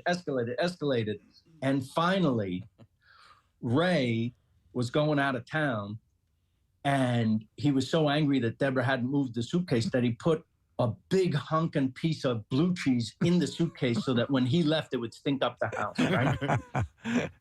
And I think Marie came over, the mom, and said to Deborah when they found the cheese, oh my goodness, and she got the fight out of her. She found out what the fight was about. And she said, let me tell you a story.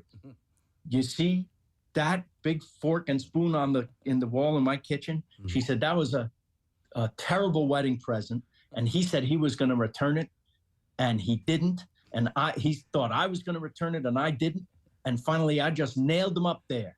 And she says the famous line. There was 45 years ago. She did it, right? She said, Deborah, don't let a suitcase full of cheese be your big fork and spoon. I love that. I wanted to ask you, so while you're here, and we've talked about this. We do a segment on the show. Preston does it, the Connoisseur, and we talk about all things food-based because it is such a foodie town. And obviously, stadium food and sports venue food has now reached do a whole show about that. a different level. But I do remember. I come from L.A., and I can tell you the worst stadium food in the world is the Dodger dog. Really? Now I heard you say this. What makes the Dodger dog fail? Oh, if you like hot dogs, you're gonna hate a Dodger. the thing we love about hot dogs. What's the number one thing? Well, what's the thing you love? The beef, the meat, and what does it do when you bite it? Oh, it's a nice little crunch to it. Yeah, got a snap, right? Yeah. They forgot the snap. This is a limp piece of bologna in tube form. How's the roll? It tastes lousy. It's all lousy. All lousy. How do you It's F not up like- a ballpark or a park frank? It doesn't make any sense. It's almost an insult. Yeah. It's so bad that they started doing something called the Brooklyn Dodger dog, which is an all beef grilled. Now you're talking. Okay. But the original Dodger dog is what my people call a shonda. Okay. All right. What's the best you've had in a stadium, in a sports complex? Oh, I guess the new SoFi Stadium, football stadium in LA. I mean, listen, I get treated nice sometimes. My agents, they have a box, like there these things called owner suites around the thing. Right. I don't do it, but I was invited. Let me tell you, this experience, you drive. Now, there's always a lot of traffic around the stadium on game day. I mean, imagine this, where the Eagles play. You drive to the stadium. The cops part the C's for you. They tell traffic to stop there because you've got the thing on your windshield. You cross traffic. They are holding it. You go down a ramp by yourself. There's a security check where they literally sweep under the car with the radar thing. Wow. Dogs. And then you go under the stadium like you're a player. And then there's valet. You get out of your car, you open these glass doors, and you are in a Las Vegas buffet. Wow. Yes. And that's for the people who have the owner suites. And I mean everything from carved meat to sushi, but like good sushi. And then when you're stuffed with everything you could possibly imagine, you go to your suite. What's in the suite? More food. And a guy there, like your personal valet butler guy, to get you whatever you want. Yeah, it's amazing sometimes, especially you're there for such a good reason, and then to get that lavished upon you and get a taste of how they live. It's pretty amazing. You know how many times I've done that? How many? Once. Yeah. They're definitely stepping up the stadiums. I was just at State Farm Arena for the Eagles game last week in Phoenix, and they had a champagne bar that you could go up to. It was open to everybody after halftime. Yeah. And just in the Wells Fargo Center where the Sixers and the Flyers play, Jose Garces opened up a restaurant, and so did Mark Vetri. Yeah. So he's the best. Isn't he great? He's the greatest. And we don't even mention, the Alex's Lemonade component. Yes. You had that food Liz. festival in Philly. Mhm. I was there this year. It's one of the best food events in the world. Have you guys ever been to that? Not that one. I haven't. We've done Alex Lemonade stand stuff before. I mean, it's just a great organization, and the stuff that they best. put on, the events that we've hosted, always great. And yes, they're just wonderful people. Yep. I was on Wheel of Fortune this week, and I donated my winnings to Alex's Lemonade. Oh, wonderful. congratulations. Great organization. Excellent. And Philly I love roots. that. Hey, I also wanted to ask you, since, obviously we're talking about the book, but you have a show coming up November 10th at the Keswick Theater. What is a Phil Rosenthal live show like? Oh, you just, I go on stage and eat something, and you have to watch me. No. We're going to show the Philly episode. I want people to see. Oh, excellent. I want to hear some national, some city pride. Yeah. Right? Yeah. I think it'll be great to have everyone together, especially after COVID, and watch how beautiful their own city is. I think it's great. And then I do a moderated little talk, and then Q&A with the people. And I think we take pictures. I'm not sure, Okay. but I'm there for you. It's my way of saying thanks to the city. I really wanted to come back and show the episode to you guys. No, I love it. We love the celebration and you turning the spotlight on it, because we've been proud of it for quite a while. And it's great. It's the best. Hey, Phil, I wanted to ask, besides the Netflix show, you also have a YouTube channel. How does that differ from the Netflix program? I guess there's little things that I do in between filming the show, things like Phil's Finds that we call it, where I find things around town and just turn you on to them. And then there's bonus scenes that couldn't fit in the series I put on the YouTube channel. So you go to philrosenthalworld.com, and it's got connections to that and everywhere we go in the show. So like if you see something in Philly and you go, where is that? How do I make a reservation? It's all on the website, philrosenthalworld.com. Excellent. All right. Well, just a reminder, the book is out. Feed Phil the book, Untold Stories Behind the Scenes, Photos, Favorites, Recipes, a cookbook, and also the show. Tickets on sale November 10th at the Keswick Theater, which is just a couple of weeks away. And amazing. And yes. During Camp Out for Hunger. Yeah. Yeah, he'll be in town during our camp out. Yes. Oh, yes. The show is taking place during Camp Out for Hunger. Yes. Oh, good for you. Excellent. That's great. All right. Listen, if you want to help, if your listeners want to help the show, you didn't hear this from me, but apparently it matters to Netflix if people watch the show like within the week. Okay. Like watch all of season 6 episodes. Okay. And there's a very special episode at the end because it's a tribute to my parents. All right. Absolutely. Okay. Well, we're all on board, and we're definitely going to Thank spread the you. word. So it's great to talk to you, Phil. Thanks so much. Good luck with everything. Love we'll being talk with to you you soon. guys. Excellent. Thank you. Phil Rosenthal. Somebody feed Phil. I'm going to watch that right away. He told a story. The Philly episode. I was watching an interview with him, Preston, and he talked about those 1,000-year eggs, supposedly. Yeah. So obviously they're not in the ground for 1,000 years, but so they're curated. They're whatever it is. They're supposed to be potent. But when you eat them, you're supposed to have like a little tiny bit, and he didn't realize. And They're fermented, right, or something like that. Yeah. Whatever it is, it's powerful. Yeah. So he thinks, okay, it's like a hard-boiled egg. It was cut in half, and he put the whole thing in his mouth and chewed on it and swallowed it. He said it nearly lifted his head off. I always wondered how those things tasted. He ranked that at the top of the worst things he's ever eaten. Oh, really? Yeah. As far as Horrible. disgusting Just food goes? disgusting, yeah. Ugh.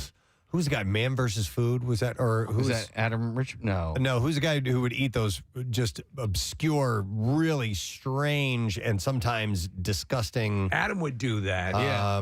Adam Richmond would do stuff like that, right? Yeah, like really like And he other, put, yeah. really disgusting stuff. And At he would- least to us, in some cultures, that's what they love. And not only that, Steve, but he would like if I were to eat something that I wasn't so sure about, there would be an approach where I'd be like, I don't know. He just eats pop it in like he's like a Pez. Mhm. Yeah, it was a different show. It wasn't Adam. But anyhow, yeah, I'm not game for this. No, no. Well, we tried. We've paid our dues with Stroman and Durian. Oh my God, yeah. All right, we're a couple of minutes away from Tom Felton joining us. I thought the whole thing was to keep going until we had Tom on. Yeah. So we're cool with that? Yeah. All right, so Casey was kind of giving me the wrap-up signal. Stink eye? We needed to take a break, but I've got a couple of shard outs I think I can do. Yeah. Because we have a little bit of time. And oh my gosh, this one's right on time. Oh, what? They asked for it on this very date, Wednesday, October 19th. Says this is from Brian Mulholland.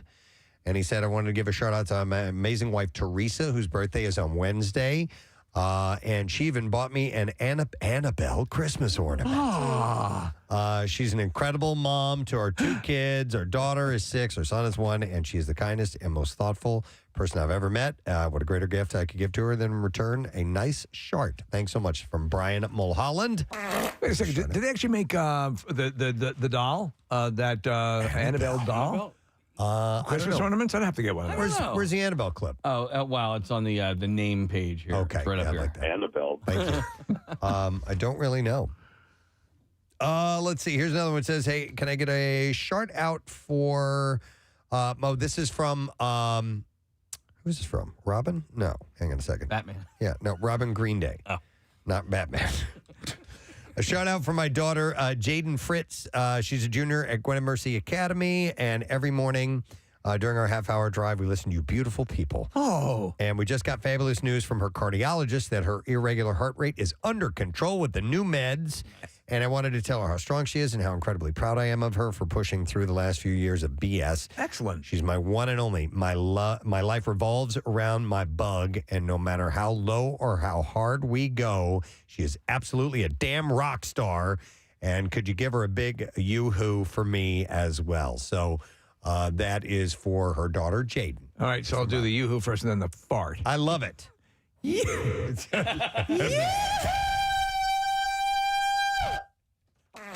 There you go. Fart. Are you thinking of Andrew Zimmerman? Yes, okay. Yes, that's the one. Yeah. What was the name of his show? Bizarre Foods with Andrew Zimmern. All right, that was it. Who's Adam Richmond? Is he a food guy? Yeah. He's Man versus Food. Okay. Yeah. And he would Same eat, thing. He would eat like the large amounts of stuff. Okay. Like, Was like that to, his deal? To break those records. Yeah, I believe that was the story with him. But Adam, Somebody would eat like a chihuahua's ass. Andrew would eat really odd, strange Yes. concoctions. That's the and- guy, like his face, that's who I was thinking of. and so on. So, All right, anyhow. all right. So thank you for clearing that up. I appreciate Revolting. that. Are we ready to go? They're running late, so Okay. we got to take a break. We can't run late with them. So, All right, so we'll be fine. We'll take a break, and Tom Felton will be Nice. joining us, Draco Malfoy from the Harry Potter series. So we'll come back in just a second. Still, Bizarre File and Yoo-Hoo Loot, and more chances to win some freebies from our meet and eat at Jack Cassidy's. So hang in there. We'll be right back. Preston and Steve. Audio. I never notice audio, but I Notice noticed who never notices audio, but on his birthday, he notices audio. Rent is going to be live on Fox on Sunday night. I love these shows. Yeah. I love them all. There was one or two that I thought were substandard. I think the Rocky Horror Picture Show was not really worth a damn. Yeah. But I loved Grease. Grease was great. Still have it on my DVR. Yeah. And I'm looking forward to this, to Rent. The music in the show is so good. My wife and I went to see it without knowing anything about it other than this is the show to go see. Right. And we were just like sitting there with our jaws on the floor just because the performances were so great. Do you guys want to try it? River Valley Vocal Band? You guys want to try I it? think it's something we should set as a goal. We've already did Afternoon Delight. I think we should do it right now. Yeah, we can do it. Yeah. Do you have the lyrics? I don't know the. You know, I mean, I don't know the on the monitor, if you will. All right, This is we a really don't. This is morning, boys. You got to understand our concerts are always at night. This is a very rare performance of the River Valley Vocal Band. Those of you here in our studio, what a treat. This was like when Sonny Bono and Cher sang on the Letterman Show impromptu. All right, Kathy, you're the bass, right? Yes. Yes, I think I can handle that. No.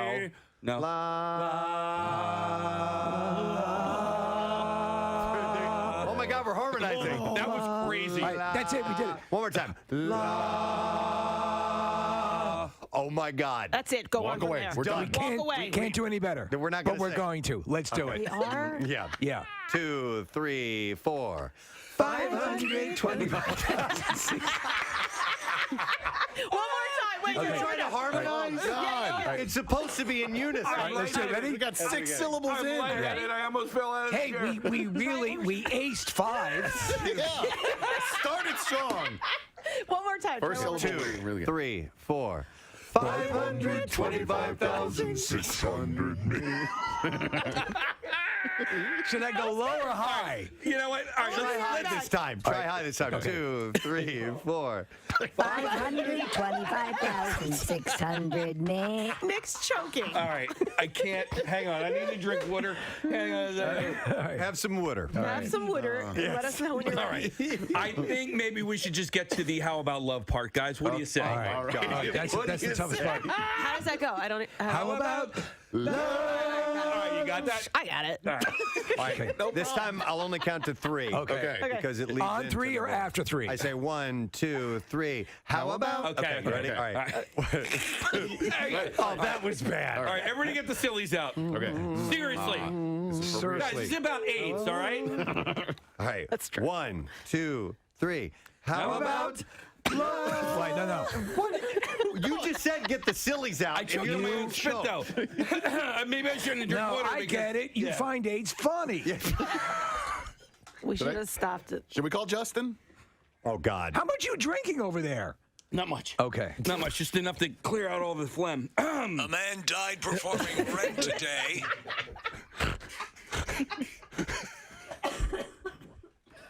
All right, here we go. Casey's crying. We're going to do How Look at About him. Love. It's so emotional. Okay. This song. All right, count us down again, All right, Preston. 1, 2, 3. How about love?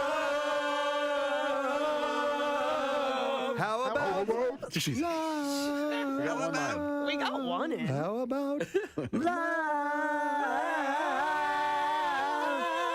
Measuring love? Seasons of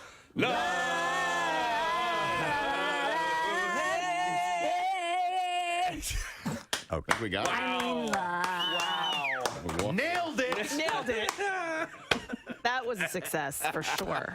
I'll tell you what. Sunday at, I forgot what time, 7, I think. Our 5 was perfect. Why even tune in? You just heard the whole thing right Our harmony before that was pretty solid, I think. Don't call Justin. Are you calling Justin now? I see the hotline. I texted him. Oh, no. now.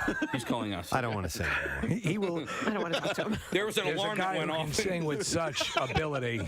Yeah, he's like Batman. Whenever there's horrific singing, there's a musical note that starts flashing. Everybody's agreeing on the text message. The beginning was good. Yeah. Somebody said, "Let's move on." Yes. All right, let's move on.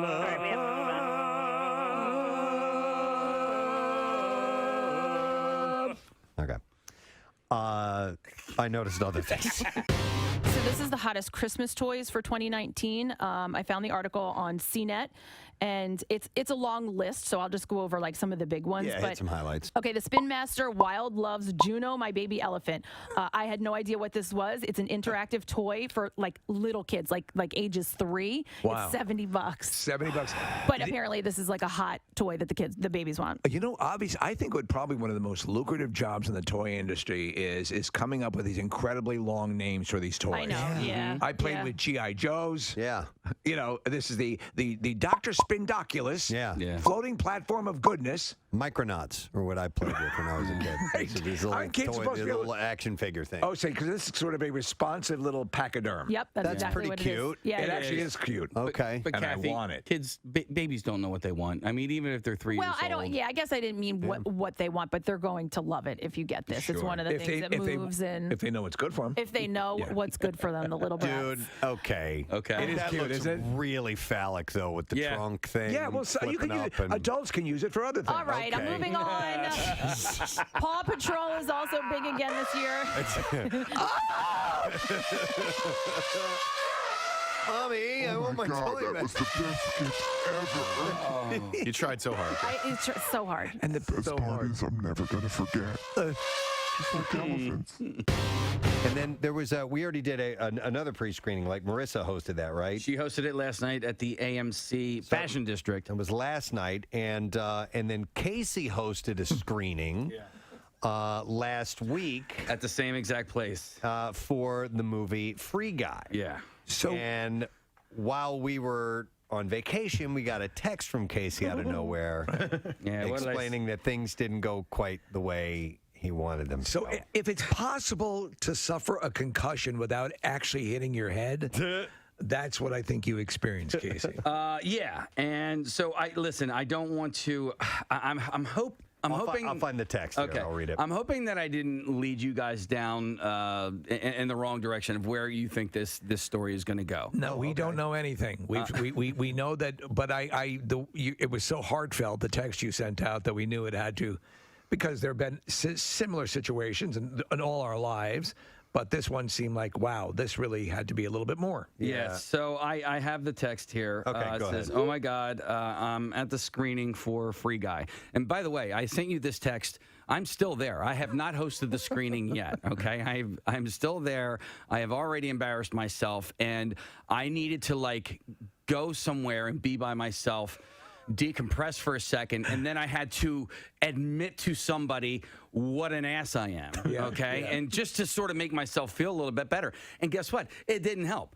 I still felt terrible. And I said, so they asked me to hype up the crowd and then introduce one of the stars of the movie. So this guy named Joe Keery, who plays Steve from Stranger Things, is in the movie Free Guy. Yeah. He was there to introduce the film, and I was there essentially to introduce him. Right. So I had come back I was on vacation in Wildwood. I had come back just to do this. I thought it was a really cool experience. Real quick, had you met him at this point? A lot of time with him, so we want to get right into it. We'll come back to the traffic in a moment. Traffic sucks. So yeah, there you go. Fair enough, right? So he's in town tonight, actually, for an appearance at the Free Library. It's a sold-out appearance, so I hope he got tickets. But we're excited to have him on, and he is, of course, been part of one of the most successful movie franchises in any era. Yes, absolutely. Of all cinematic history. Yep. He's got a book called Beyond the Wand, The Magic and Mayhem of Growing Up a Wizard. And it's available at Barnes & Noble and Amazon and pretty much anywhere you can get books. Please welcome Mr. Tom Felton to our program. Hello. Hey. Thank you. That was a hell of an intro. Hey, dude, we're excited to have you on, Tom. I'm right in this timing wise. This is perfect because I just finished reading the series. I had never read it, and I just finished it last week, and I'm now finishing up the films as well. Each time I would read a book, I would watch a film, so I'm right in the middle of all this. So we're just stoked that you have a moment to come on this morning.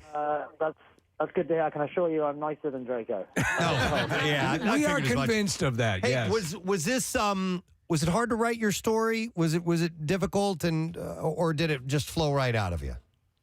Yeah, not really, because the truth is we never sort of set out to write a book. I've been writing all of my life, really, sort of on scraps of paper. And since during the pandemic, I just started putting these scraps of paper together, really, and realizing all these stories actually had a thread. So organizing them was a bit of a pain, but actually writing them down has been really cathartic. And nice to look back at some of these old schoolhood years. What I really appreciate, Tom, is you have such an adoration for the whole world of the Harry Potter world, the gratitude, it comes through clearly. We were all just blown away by the special, the anniversary special. And it was so heartfelt and so wonderful. And Robbie Coltrane just passing puts it all into even more perspective. But the book, while it does focus in on your time with Harry Potter, it also deals with the personal struggles and stuff that you're very candid about. Was that a last minute turn, or was that always part of the design of the book? Yeah, that was kind of a more of a last-minute thing, actually. I think one of the first people that I shared. So yeah, obviously it goes into me. Not just my personal life, but also my family and some of the other projects that I did before and after Potter. But it was a few of my classmates that were very encouraging for me to put not just the fluffy on-set Potter stories, but also to sort of put in some of the hardships that came with it, really. And hopefully it's sort of a balance of both to sort of give a more rounded picture of Tom. I think it can only serve that point, because I mean, we all go through different things, and that's what made the source material of the Harry Potter journey so fulfilling, because again, everyone has issues, and everyone they deal with them in their different ways. I mean, you're part of something that I think, if you didn't have people in your life like your friends, is just so enormous, and would be so much, the popularity, the pop culture nexus that was everything Harry Potter. It'd be easy for that to get away from you. Yeah, it would, and that's another reason why, like I say, writing all this down was quite straightforward, because I didn't really have much intention of anyone else ever reading it. But it was important. It was important for me to put in all the. The ups and downs and whatnot, not just for my own sanity, but also to hopefully, promote the idea that, like you say, we all go through ups and downs and highs and lows, and it's okay to talk about it. Yes, yeah. I'm hoping people get that. One of the first things you said to us during this interview intrigued me, because you said, "I assure you, I'm nicer than Draco Malfoy," and I think growing up in the eyes of the public can be really difficult, regardless. But do you think it's harder growing up in the eyes of the public when you're viewed as a villain?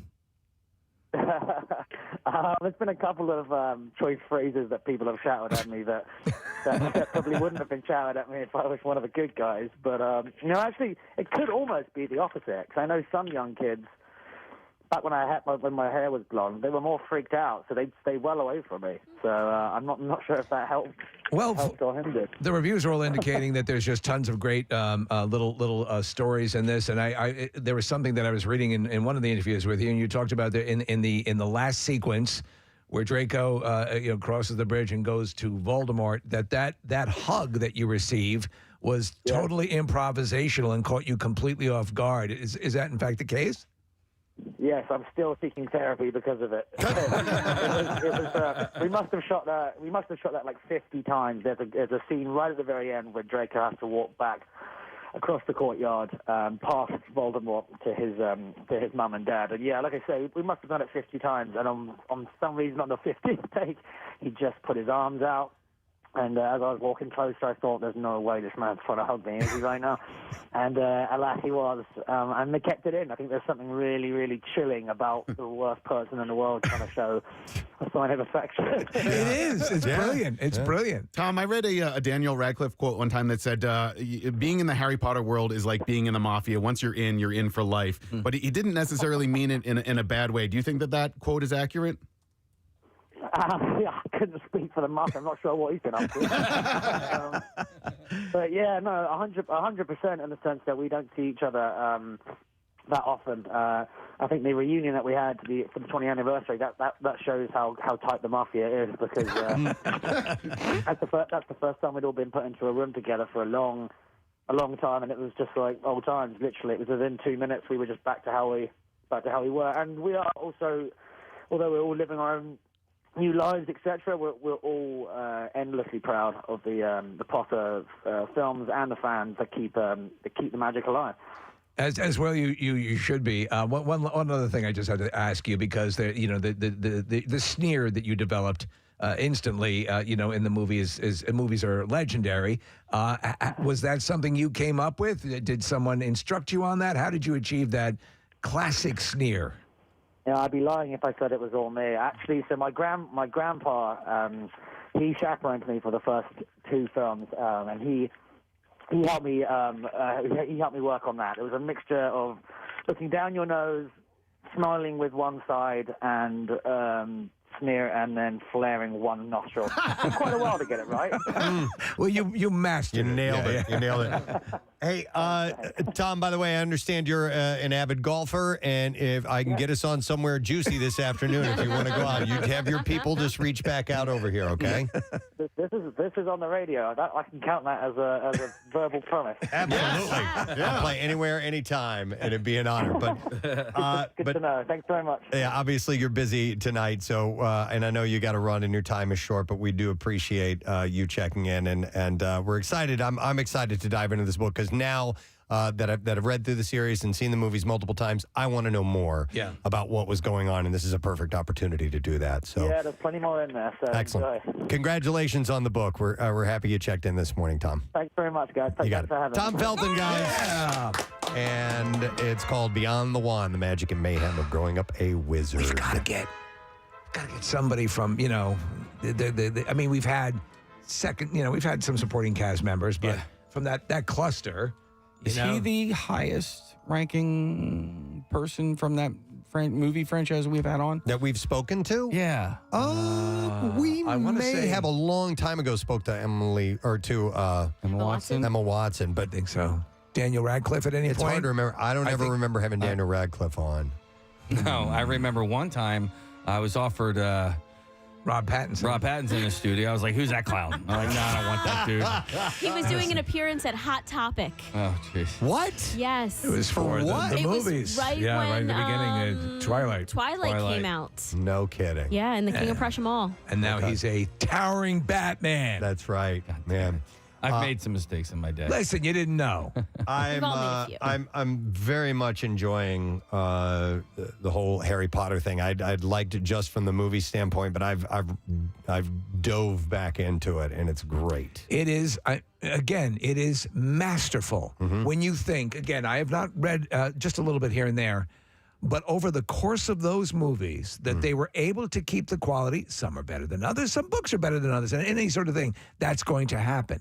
But there is a consistency and a magical, there's in the earlier movies and books, obviously, the whimsy, then the foreboding, then the growing up, then the issues that are dealt with, the multitude of things. That's why Stephen King says he's basically in awe of Rowling's ability to juggle them, so much going on. Yeah.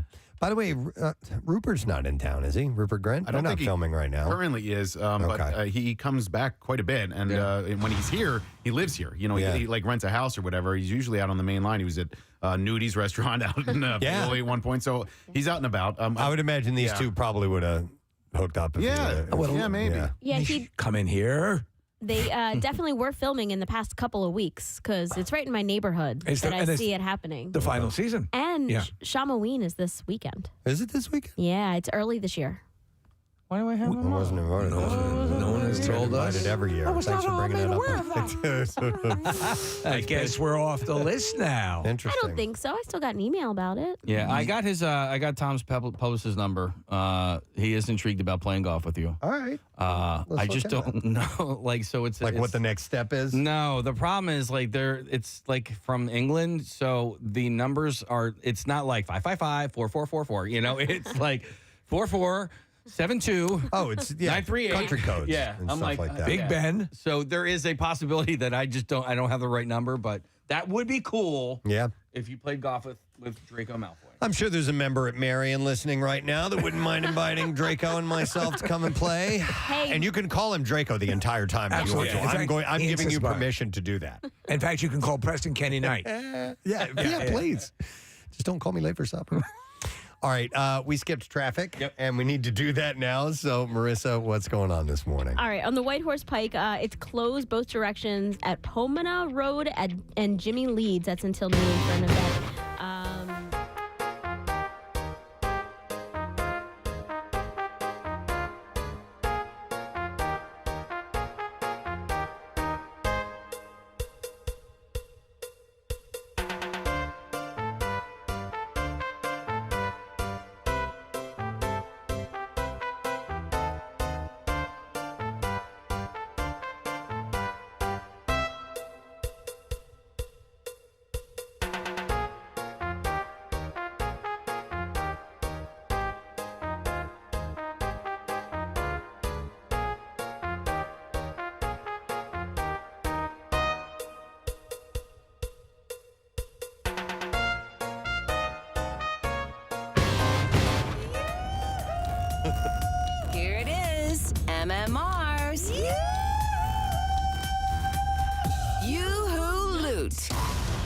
listen up.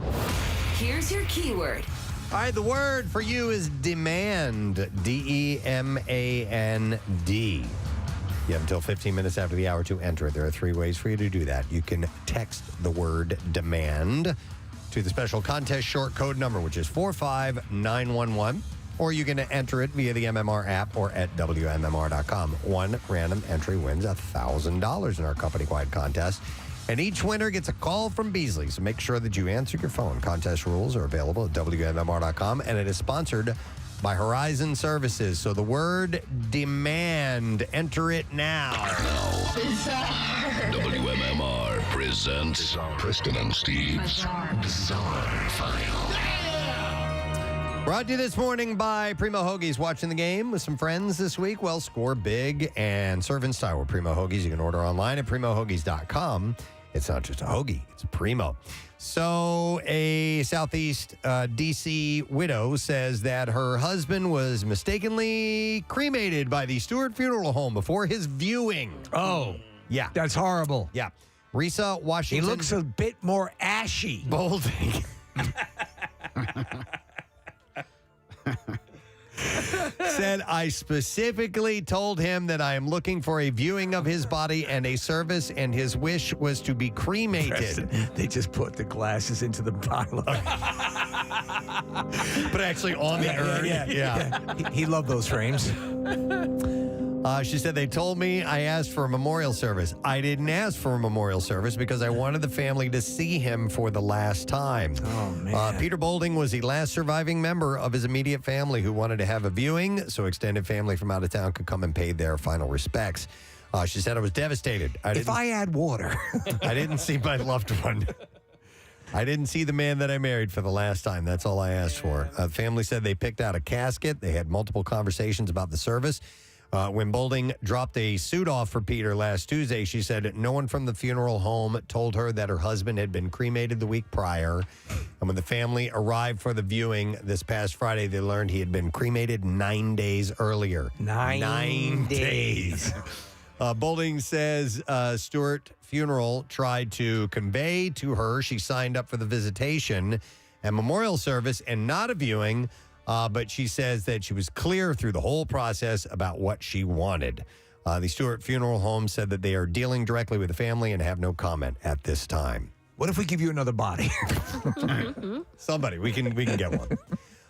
Japan's oldest existing toilet, dating back hundreds of years, has been damaged after it was accidentally rammed by a car driven by an employee of an organization that preserves cultural relics. Where was it? Why was it in a position to get hit by a car? Well, the 30-year-old man who works for the Kyoto Heritage Preservation Association damaged the communal toilet located inside Tofukuji Temple in Kyoto. What'd you do? After he mistakenly accelerated while the vehicle was in reverse, crashing into the building's wooden door. Man. So he went through this building. And he went backwards? And wrecked this toilet. So you have the image of him putting his arm back. Oh, my God. I made the mistake. The man immediately called police Very sorry. after the incident. Oh, we're looking at it. He propelled way back. Yeah, no one else was inside the Zen Buddhist temple at the time of the accident, and the driver was unhurt. Did they mention if the toilet would resemble what we would assume to be a toilet to look like, or was it because of its age? I'd like to see what it looked like. Right. Not It's really. an antiquity. Yeah, but you know what, Steve? Speaking of Japanese toilets, you know what they do in Japan, and I wish we did it here more often. They'll put the bathroom sink, on top of the toilet tank. So when you wash your hands, all that excess water. That's a smart move. It's a smart move. So you're just using like a prison.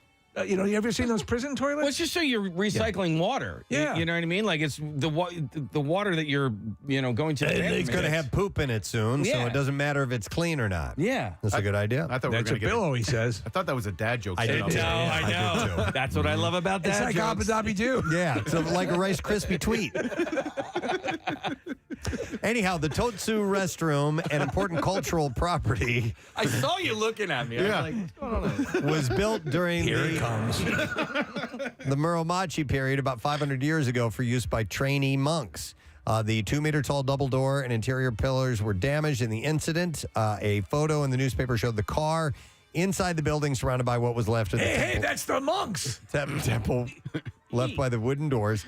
The temple, which could accommodate up to 100 monks at a time, contains a row of about 20 toilets. And the newspaper said that the conveniences were still in use as recently as the start of the Meiji era, which went up to 1912. So there was no, they weren't discreet, obviously, because we're looking at the toilet construction. It was It's just communal. simply holes, yeah. Yep. So fortunately for the hapless driver who has been visiting the ancient capital on business, experts said... How about them Yankees? When you're sitting on a toilet like that, the damage should be repaired. A Georgia college student was killed instantly. Listen to this. When he was struck by the propeller of an airplane he had rented for a dinner date. The freak accident occurred Sunday night. Officials identified the victim as Sani Aliyo of Atlanta. Georgia Southern University administrators confirmed that he was a sophomore management major. Aliyu had rented a Cessna aircraft to fly himself and a young woman to Savannah for dinner Sunday night. It was going to be this great romantic thing. Dear God. Upon returning, the woman got out, walked toward the back of the aircraft, and he got out and walked toward the front. And when he did, the propeller hit him in the head and killed him instantly. So that is there's horrible. There's a story, Preston. They did like a 2-hour documentary on this woman. She was a model. She got out. It was in the evening. Got out, same sort of situation. Now, it didn't kill her, but it obviously changed her life forever because it just clipped her slightly. But the props spinning, especially in the dark, are invisible. You can't, Yeah. It's horrible. Yep. All right, we'll do one more story and then wrap it up. This is in Littlestown, Pennsylvania. A man is expected to pay fines after state game warden seized a kangaroo last month following a tip that he was trying to sell the 6-month-old marsupial on Facebook. Cole M. Williams, 19 years old, pled guilty earlier this month to 3 summary counts of unlawful importation of wildlife. A concerned citizen saw the post and contacted the State Game Commission, which began looking into the allegation. Williams allegedly denied having the 6-month-old kangaroo in his possession when interviewed by game wardens, who later applied for and received a search warrant for his home, and they found the animal hidden in a bedroom closet. The kangaroo was seized and taken to a facility where it will be cared for. In Pennsylvania, possessing, importing, and selling exotic wildlife species without the proper permits is illegal. It's very cute, by the way. Officials say that these laws are in place to protect the public as well as native wildlife species from the dangers and harm created by improper handling of these exotic species. So this guy was trying to sell his kangaroo. It is adorable. It's a Joey, I guess. Yeah, right? Still. totes adorbs. Yep. All right, and there you go. That's what I have. In the bizarre file, I have more gift cards giveaway for this appearance Marissa's doing tomorrow night. Jack Cassidy's Irish Pub in Pottstown. They're on High Street, and we'll take caller number 12, and I'll give you a $25 gift card. And Jack Cassidy's Irish Pub has 15 TVs with the NFL ticket package. You can catch every single game while you're there. And Marissa will be there tomorrow night from 7 to 9 giving stuff away. So let's take that caller and set you up. We'll be back in a minute, and we'll get to the lesson question, the trash, and the music news. Stay with us.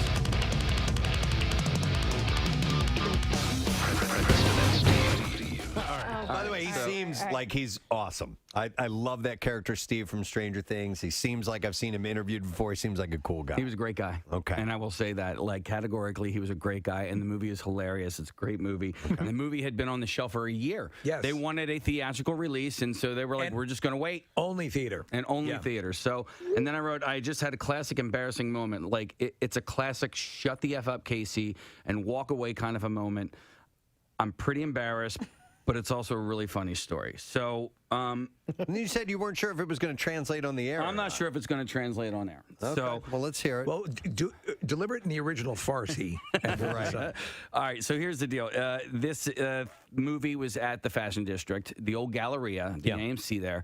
It had never been there. By the way, what they've done to the place, the whole Galleria, the Fashion District, is awesome. It's really, really nice. So I get there. Joe had gotten there earlier than planned. From the movie company. But I had also gotten there an hour early, so I decided to walk around a little bit. Right. Side story, but it also is part of the story. I went to a place called Wetzel's Pretzels. Have you guys ever heard of Wetzel's Pretzels? Yes. Yep. Okay. Yeah. Listen, I love Philadelphia Pretzel Factory, and I love Annie Ann's. Yeah. Wetzel's Pretzels is like the best pretzel I have ever had in my entire life. I couldn't, and I was so happy with myself for going, you know what? I've never had a Wetzel's pretzel. Let me stop by and try one, right? Hey, me. And this thing was amazing. And you were really proud of yourself. And I was really proud of and I couldn't believe how it was big. Oh, is this hand shocked? Yes. It was amazing. And I'm sitting there, I'm eating this thing, and I'm going, I think I need to open a franchise. I'm like, this is like I have just discovered gold for the first time. That was like amazing. So I get done eating the pretzel, and Hannah from Allied Advertising is she's my handler, and she says, "Hey, Joe's here. I can bring you back to meet him." I'm like, okay. I decide to use Wetzel's Pretzels as an icebreaker. Okay. Well, you were completely enamored of Wetzel's Pretzels. It would be ridiculous not to. Okay. I've been sober almost 10 years. Yeah. Okay.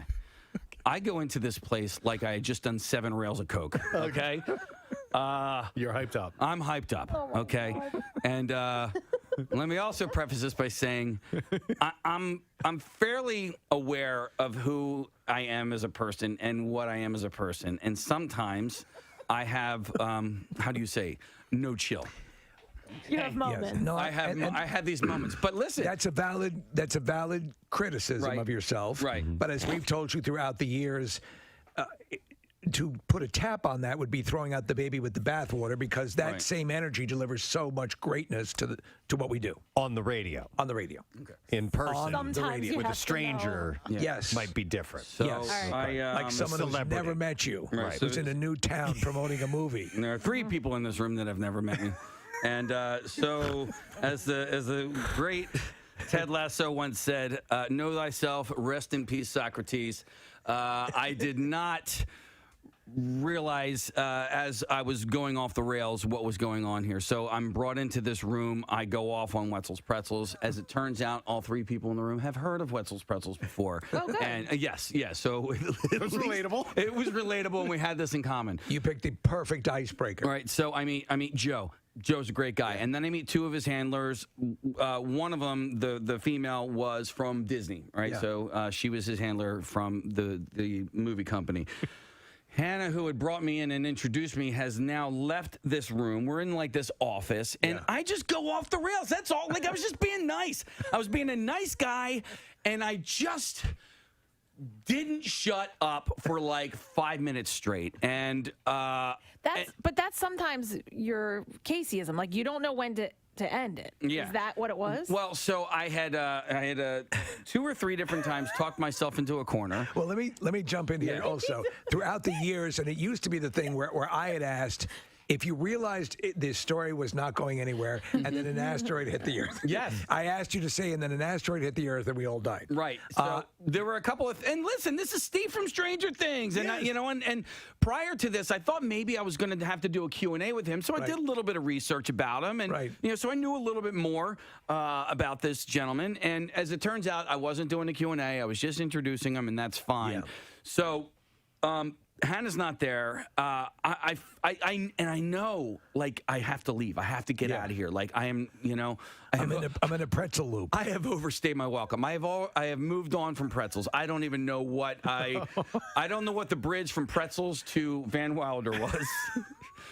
But now I'm at Van Wilder, and because Ryan Reynolds is in Van Wilder. Sure. All right. Sure. So, and I'm relaying the story. Another icebreaker. I had a really great interaction and encounter with Ryan Reynolds at the Van Wilder screening and press junket in Panama City, and I'm relaying this story, and then I just hear a knock at the door. And I'm like, okay, let me answer the door. It's Hannah from Allied Advertising. So I open the door, and she goes, hey, there's some people out here who want to have their picture taken with you. And I go, oh, okay, And I start walking out the door.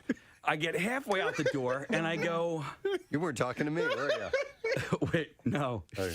No. No, what? She was talking to me. Okay, all right. All right. But I kind of made a joke, like, Joe, no, they want some pictures. And she goes, no, they want pictures with you, with me. I'm like, oh, okay. And I walk halfway out the door, and it dawns on me that there's nobody out there to take pictures with me. Oh my God. The girl from Disney essentially texted Hannah, like, dude, get him get outta this guy the F out of here. Oh, no. Oh, no. Right? And it dawns on me, and I step out the door. Oh, God. And then I turn back. I go, wait a second. Oh, God. I go, did you send her a text message to tell her to come and get me? Oh, no. Oh, no. She did. She flat out did. I go, you did. I go, it's fine. I go, I get it. I go, I'm so sorry, man. Listen, sometimes I have no chill or whatever.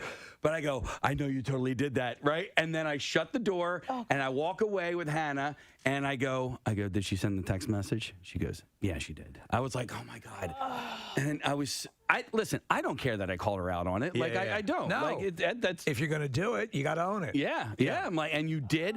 I don't know what the text to Hannah said. I don't know if it was like, hey, get this guy. Can you get this guy? I don't know if she was nice Please about it. get him to talk about pretzels again. Oh my God. But I mean, we're closer with Hannah than them. You should really ask I want to know what the text said. I would, you know what? I will ask her, but she confirmed that no, there was nobody out there to take pictures with me. So now I'm standing outside of this room, and there's a step and repeat background. Nobody's there to take their picture with me, and now I'm like, oh my gosh, now you're thinking. I was a child at this point, I was so embarrassed, and I was like so inside my own head, and I was like, this is terrible. I am so embarrassed. I almost felt like crying, and then because I was depressed, I was like I legit got depressed at who I am as a person, and then I was like a little bit mad. I'm like, but I was being nice, you know what I mean? Like I'm a nice person, but like, God, Case, you're a 46-year-old man. You should freaking know. You have met a celebrity before. Stop being such an a-hole. You were just excited over time. This is sunny Wednesday morning. Clouds are going to be making their way in, so it's not going to be sunny all day long. And it's quite chilly, too. High of about 55. Tomorrow, sunshine 61. Warmer on Friday, 66 degrees and sun. And then Saturday, a beautiful day at 70 degrees and sunny. And, man, the colors are popping. Yeah. Right now. I was out driving around yesterday and came across some vistas of sort that were just like kind of breathtaking. Gorgeous. These beautiful reds and yellows and the kind of when they're like in between colors, just stunning right now. So nice day to be outside. Next couple days, this weekend will be perfect for that. All right, lesson question time. We are going to give away a pair of tickets for the Philly Burger Brawl. It's now been moved to November 6th, Sunday, November 6th. All the information, everything's still the same. You just had to move the date because the Phils are going to be playing in the National League Championship Series. So cool. So we had to scoot things. So just a heads up on that. So the question I have for you is, FDR had the pool installed at the White House. Which president installed the slip and slide? 215-263-WMMR. Do you know the answer? Call us if you do. FDR had the pool installed in the White House. Which president installed the slip and slide? 215-263-WMMR. The trash business is a gold mine. 93.3 WMMR with Preston and Steve's Hollywood Trash. Brought to you by SEPTA. Day or night, SEPTA is the Philly way to go in and to and out of all around the city. Plan your trip at iseptaphilly.com. What's going on, Steve? Well, Kim Kardashian and Kris Jenner finally responding to a classic criticism that they are famous just for being famous. Yes, said Kris, with Kim adding, that sounds about right. So there you go. Oh, my God. 81-year-old Robert Kraft wowed a few hundred guests at a huge party by marrying his 47-year-old girlfriend, Dana Blumberg, in a surprise wedding. Kraft said it was the ultimate happy ending. And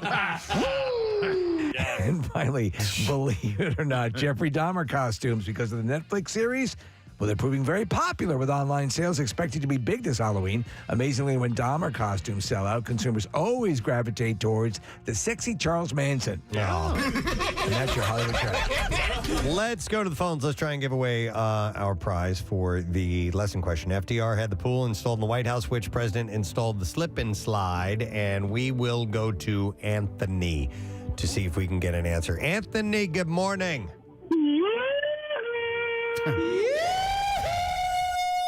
All right, Anthony, who installed the slip and slide? Woodrow Wilson. Yes. Woodrow Wilson is exactly correct. Hang on, Anthony. Got tickets to the Philly Burger Brawl.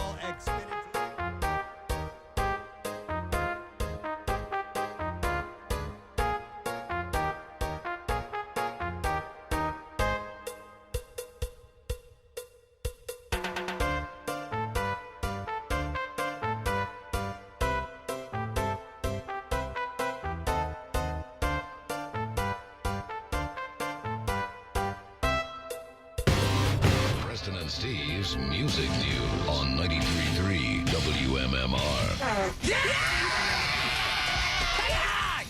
Brought to you this morning by Dillon's RV Center. You're going to find the hottest new deals of the year on thousands of RVs from New Jersey's top dealers at the Wildwood RV Show. It's October 21st through the 23rd at the Wildwoods Convention Center.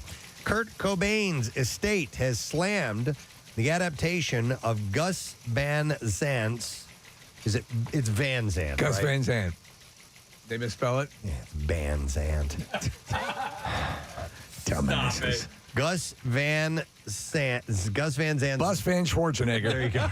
Dramatized film Last Days by London's Royal Opera House, saying that the production is an unauthorized attempt to continue exploiting the fictionalized story of the late singer's final days. The estate said in a statement, Last Days has been created and written without permission. This show, just like the movie, is an unauthorized attempt to benefit from the brief meeting set up with Kurt and Gus Van Zant. This one meeting has been exploited for profit for 30 years now, and enough is enough. Spokesperson for the Royal Opera House issued a response that said the Royal Opera's production of Last Days is adapted from Gus Van Zant's cult film of the same name. Released in 2005, it is a fictionalized account and was produced with the permission of Gus Van Zant and HBO. So they're going to do it. Avenged Sevenfold's NFT project, the Deathbeds Club, has partnered with Iron Maiden's Legacy of the Beast video game. When asked about the video game, M. Shadow said it's important to us to continue to bring exclusive, unique opportunities to our Deathbats Club members. And hang on a second here. Yeah, okay. So when Iron Maiden and Navigator Games reached out, we were stoked to work with them on a unique concept for Legacy of the Beast. He added, I love seeing our fans stoked on the chance to have their custom Death Bat NFT being selected out of 10,000 and then brought to life in Iron Maiden's game. What a cool experience, he said. The jury remains out on the whole NFT thing for me. This is the first I've heard of one in a while. You were hearing about them every day, like a year or so ago. Mm-hmm. They're still there and they're still a thing, but it's not. It doesn't appear to be all the rage as it once was. It's like buying a cloud. Wawa did it a few months ago, and every NFT that you bought came with like a T-shirt. So at least you got something tangible. I'd rather get, you actually get something. Yeah. For what you paid for. AC/DC frontman Brian Johnson has listed some of the most important records of his life. Johnson, who just published his long-awaited memoir, The Lives of Brian. I assume his powerlifting records, stuff like that. Oh, I don't know about that. But he appeared on BBC 2's Tracks of My Years program and picked records by Black Sabbath, Led Zeppelin, Little Richard, Roy Orbison, Ike and Tina Turner, Dire Straits, and more. I have the top 10 list of his. Yeah, please. Tutti Frutti from Little Richard. Some of these you would not expect Brian Johnson to be into. Born to Be Wild by Steppenwolf, Paranoid from Black Sabbath, Jumpin' Jack Flash from the Stones, Rock and Roll from Zeppelin, Jailhouse Rock from Elvis Presley. And it says here, and here you go, Rocky Mountain Way by Led Zeppelin. Now, it's either Rocky Mountain Way by Joe Walsh or it's Misty Mountain Hop by Led Zeppelin. Yeah. I'm going to guess it's Misty Mountain Hop.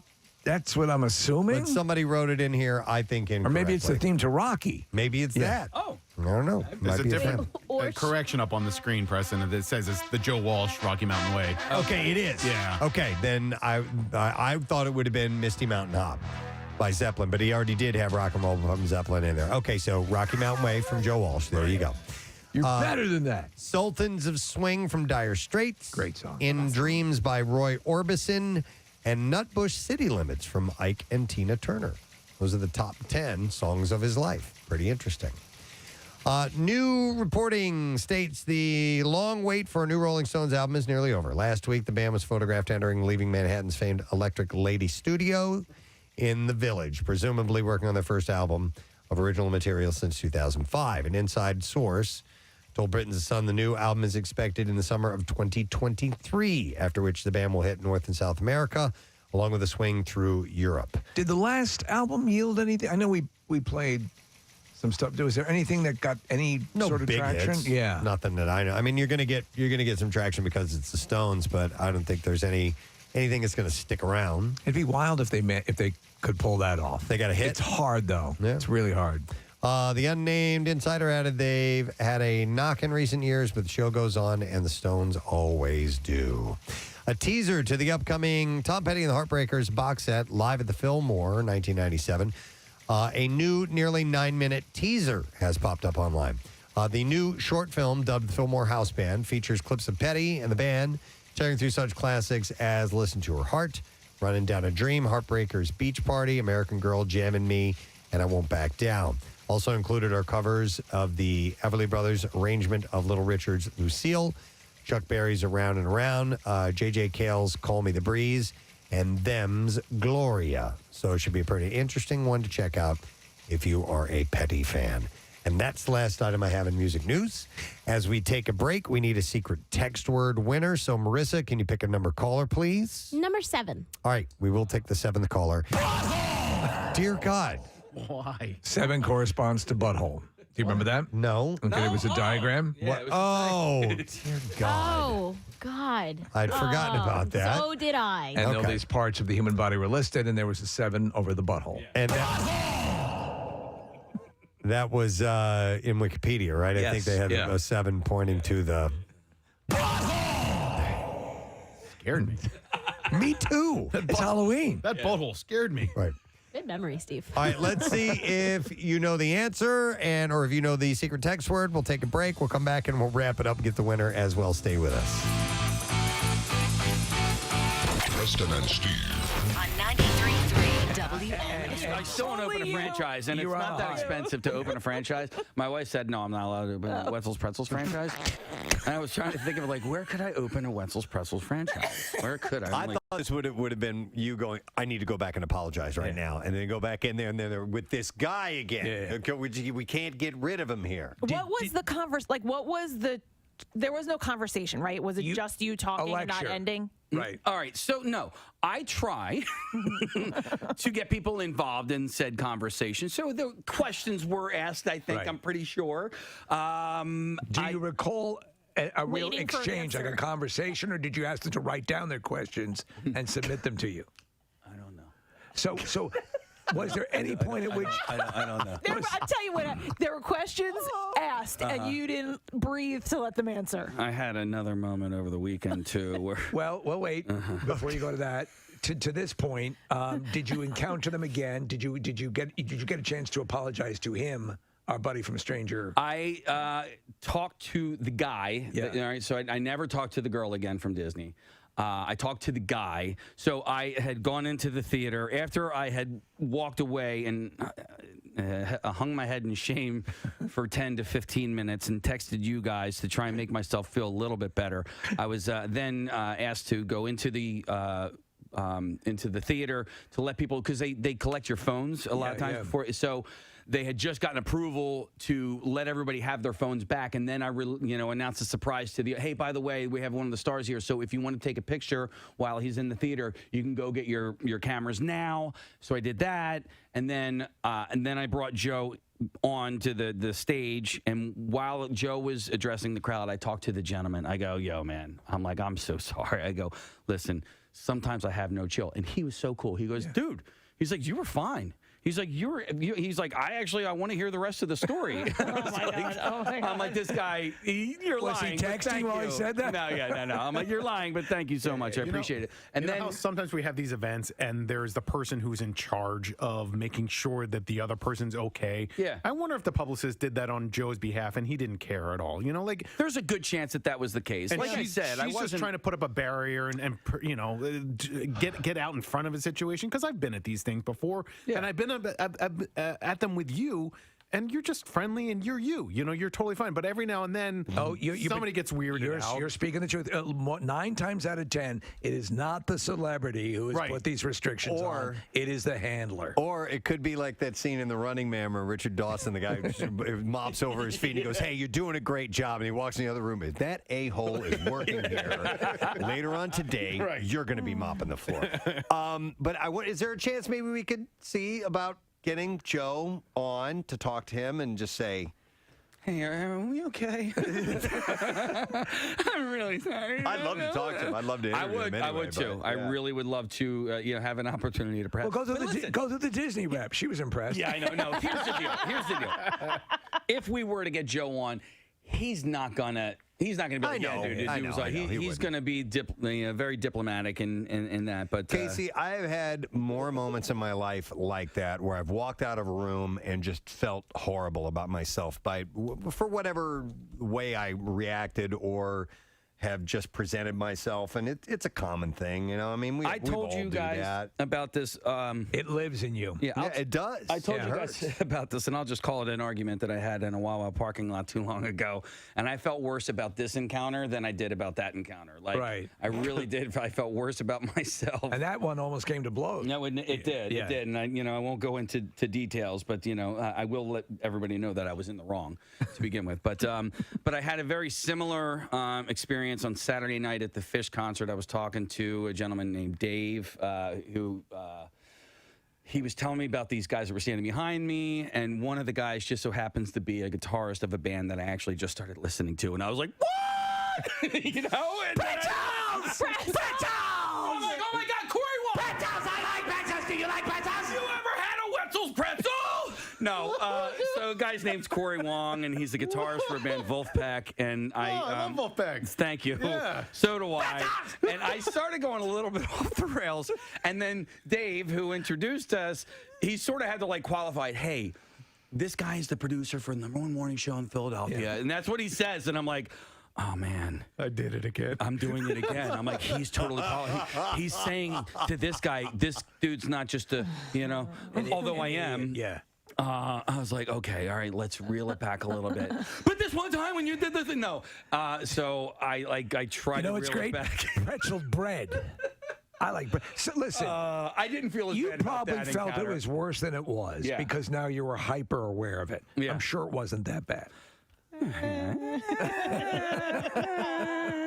It's challenging though too, because when you're with friends, when you're with loved ones, everybody smiles and nods and it's cool. When you're with strangers or somebody you've never met before, it changes the dynamic. And you have no idea what was going through Joe Keery's head. I'm sure he's fine and probably hasn't thought about it since then. Right.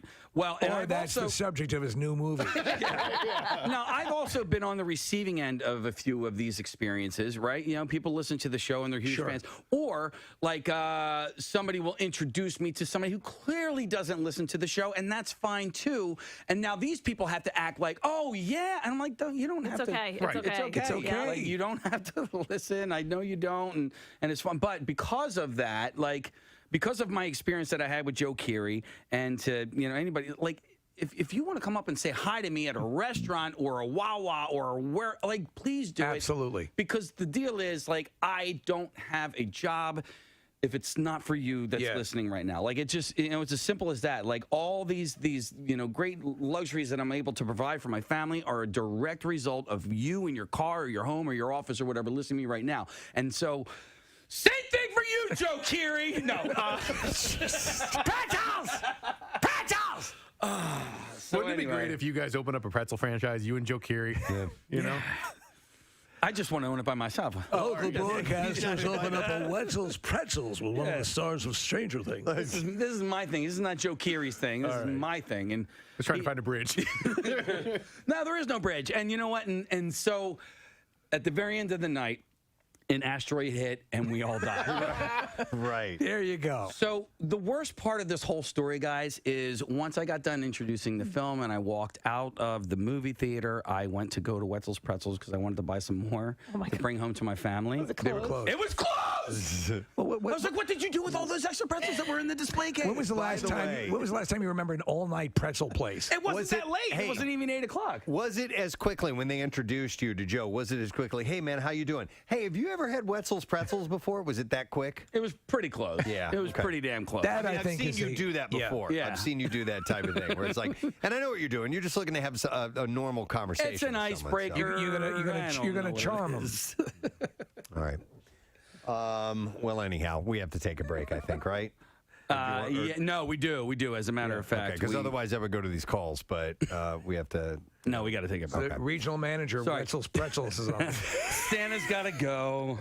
He's Pretzels got to go. The Northeast region and wants to talk to you about franchise opportunities. Listen, the closest one here is at the Fashion District. I already checked, and they're in North Jersey, but that's the only one that is around here. All right. So I can't believe the winner in all of this is Wetzel's Pretzels. Right, big time. You know? You kidding me? Kate Middleton and Prince William are opening up about their family life and what it's like behind palace walls. We enjoy swinging. The pair joined baking guru Mary Berry for a Berry Royal Christmas. I love her. On the BBC. Do you really? Yes, I do. Oh, okay. Sharing his perspective on how he has been talking to his kids about the causes they champion. William noted that when he drives Prince George and Princess Charlotte to school, they point out homeless people and ask questions. Daddy, run over them. They frighten me. Will do. He said on the school run, I know it sounds a little bit... I killed that one. Got one. Keep score back there. Do you all have a pad and paper and pencils and such? 1-1.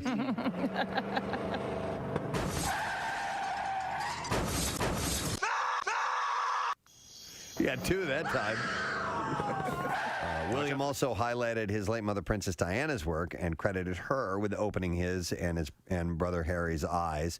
And he said that a visit to the Passage Homeless Charity was one of the first places I came to, actually. It must have been between 8 and 10 years old, something like that, and it had a profound effect on me.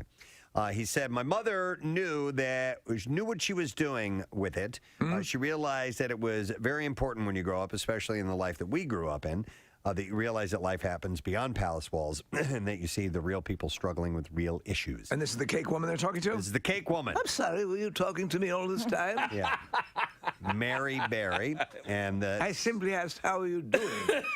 The special aired yesterday on the BBC, by the way. There was a throwaway line that made a lot of press. I guess it was in the Daily Mail. She said to Kate Middleton, basically something like, would you like to squirt on the cake? Oh, geez. And so there was actually ice age, and they thought that was rather amusing. Why don't you lift up your skirt, hop up on the table, and squirt on the cake? Squirt. You know, like they do in pornographic films. Royal jelly. Royal jelly. Wow, you're like a geyser. Okay. Kevin Costner has set a new drama at ABC. ISB will tell the story of elite special agents of the Investigative Services Branch, whose job it is to solve the most complex and heinous crimes committed in national parks in the Pacific West region. ISB? ISB. He is going to produce and write this. It's a procedural. Former The Flash showrunner Aaron Helberg and Costner will co-write and executive produce. And Helbing will also be, act as the showrunner. I don't think he's planning on acting. He's producing in the whole thing. He's also producing a series for NBC called DVDA. Oh, really? Yeah, which and it's another division, Preston. I guess that is. There's 2 openings in that particular division. Jesus. Oh, and there's 2 different divisions, right? Yeah, exactly. Okay. So 4 openings total. Yeah. No, 2 openings, just 2 4 openings. positions. Wow. I'm with DVDA. Any openings there? 2. You guys are talking about the Delaware Valley Dance Academy, right? Yes, of course. Yeah, 4 positions. 4 positions for 2 openings. Right.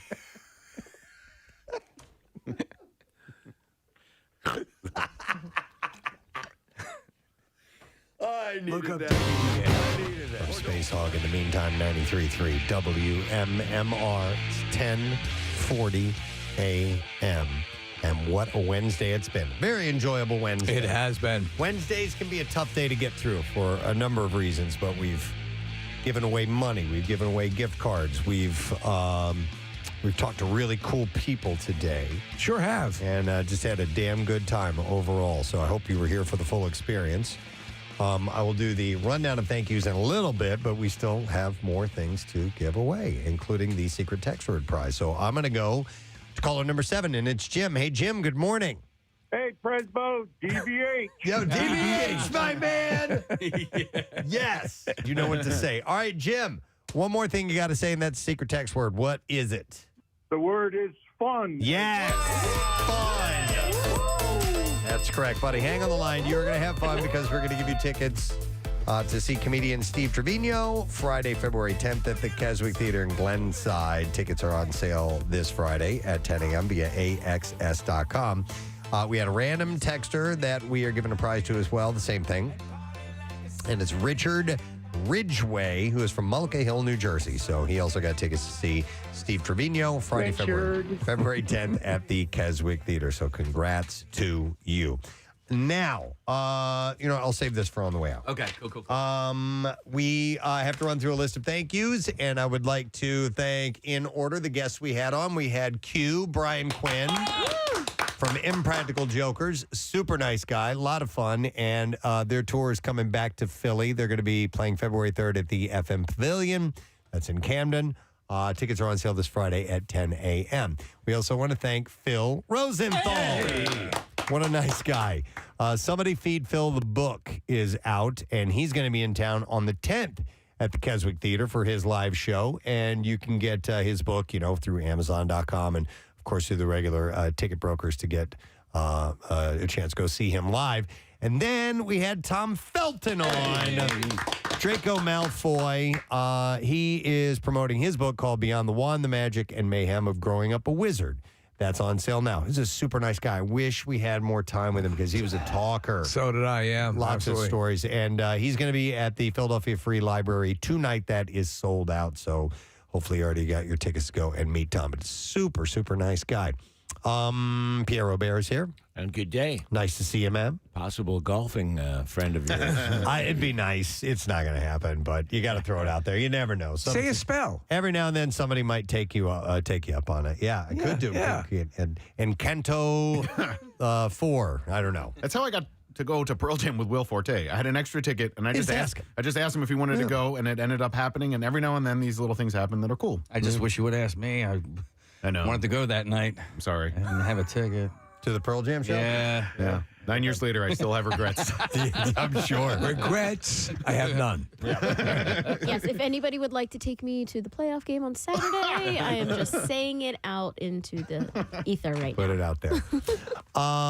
Well, we should do the letter of the day, I guess. Certainly. All right, here we go. Preston and Steve on 93.3 WMMR. Now, the Daily Letter. The Preston and Steve Show is brought to you today by the letter G as in glad, a great song from Traffic. That is a great song from Traffic.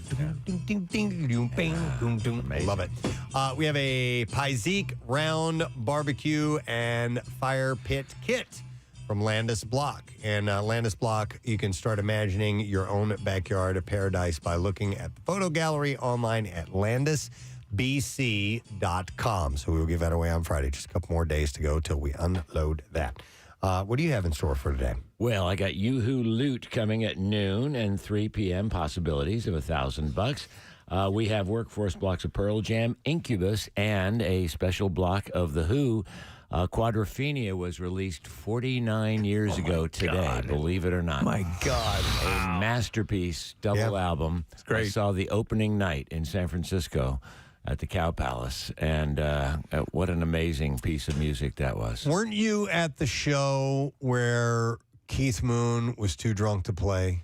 That was the show. That was the show? Yeah. That was the Quadrophenia show? It was opening night of the whole tour for Quadrophenia. God. And it was in an arena somewhat similar to the Spectrum. I think it's still there, called the Cow Palace.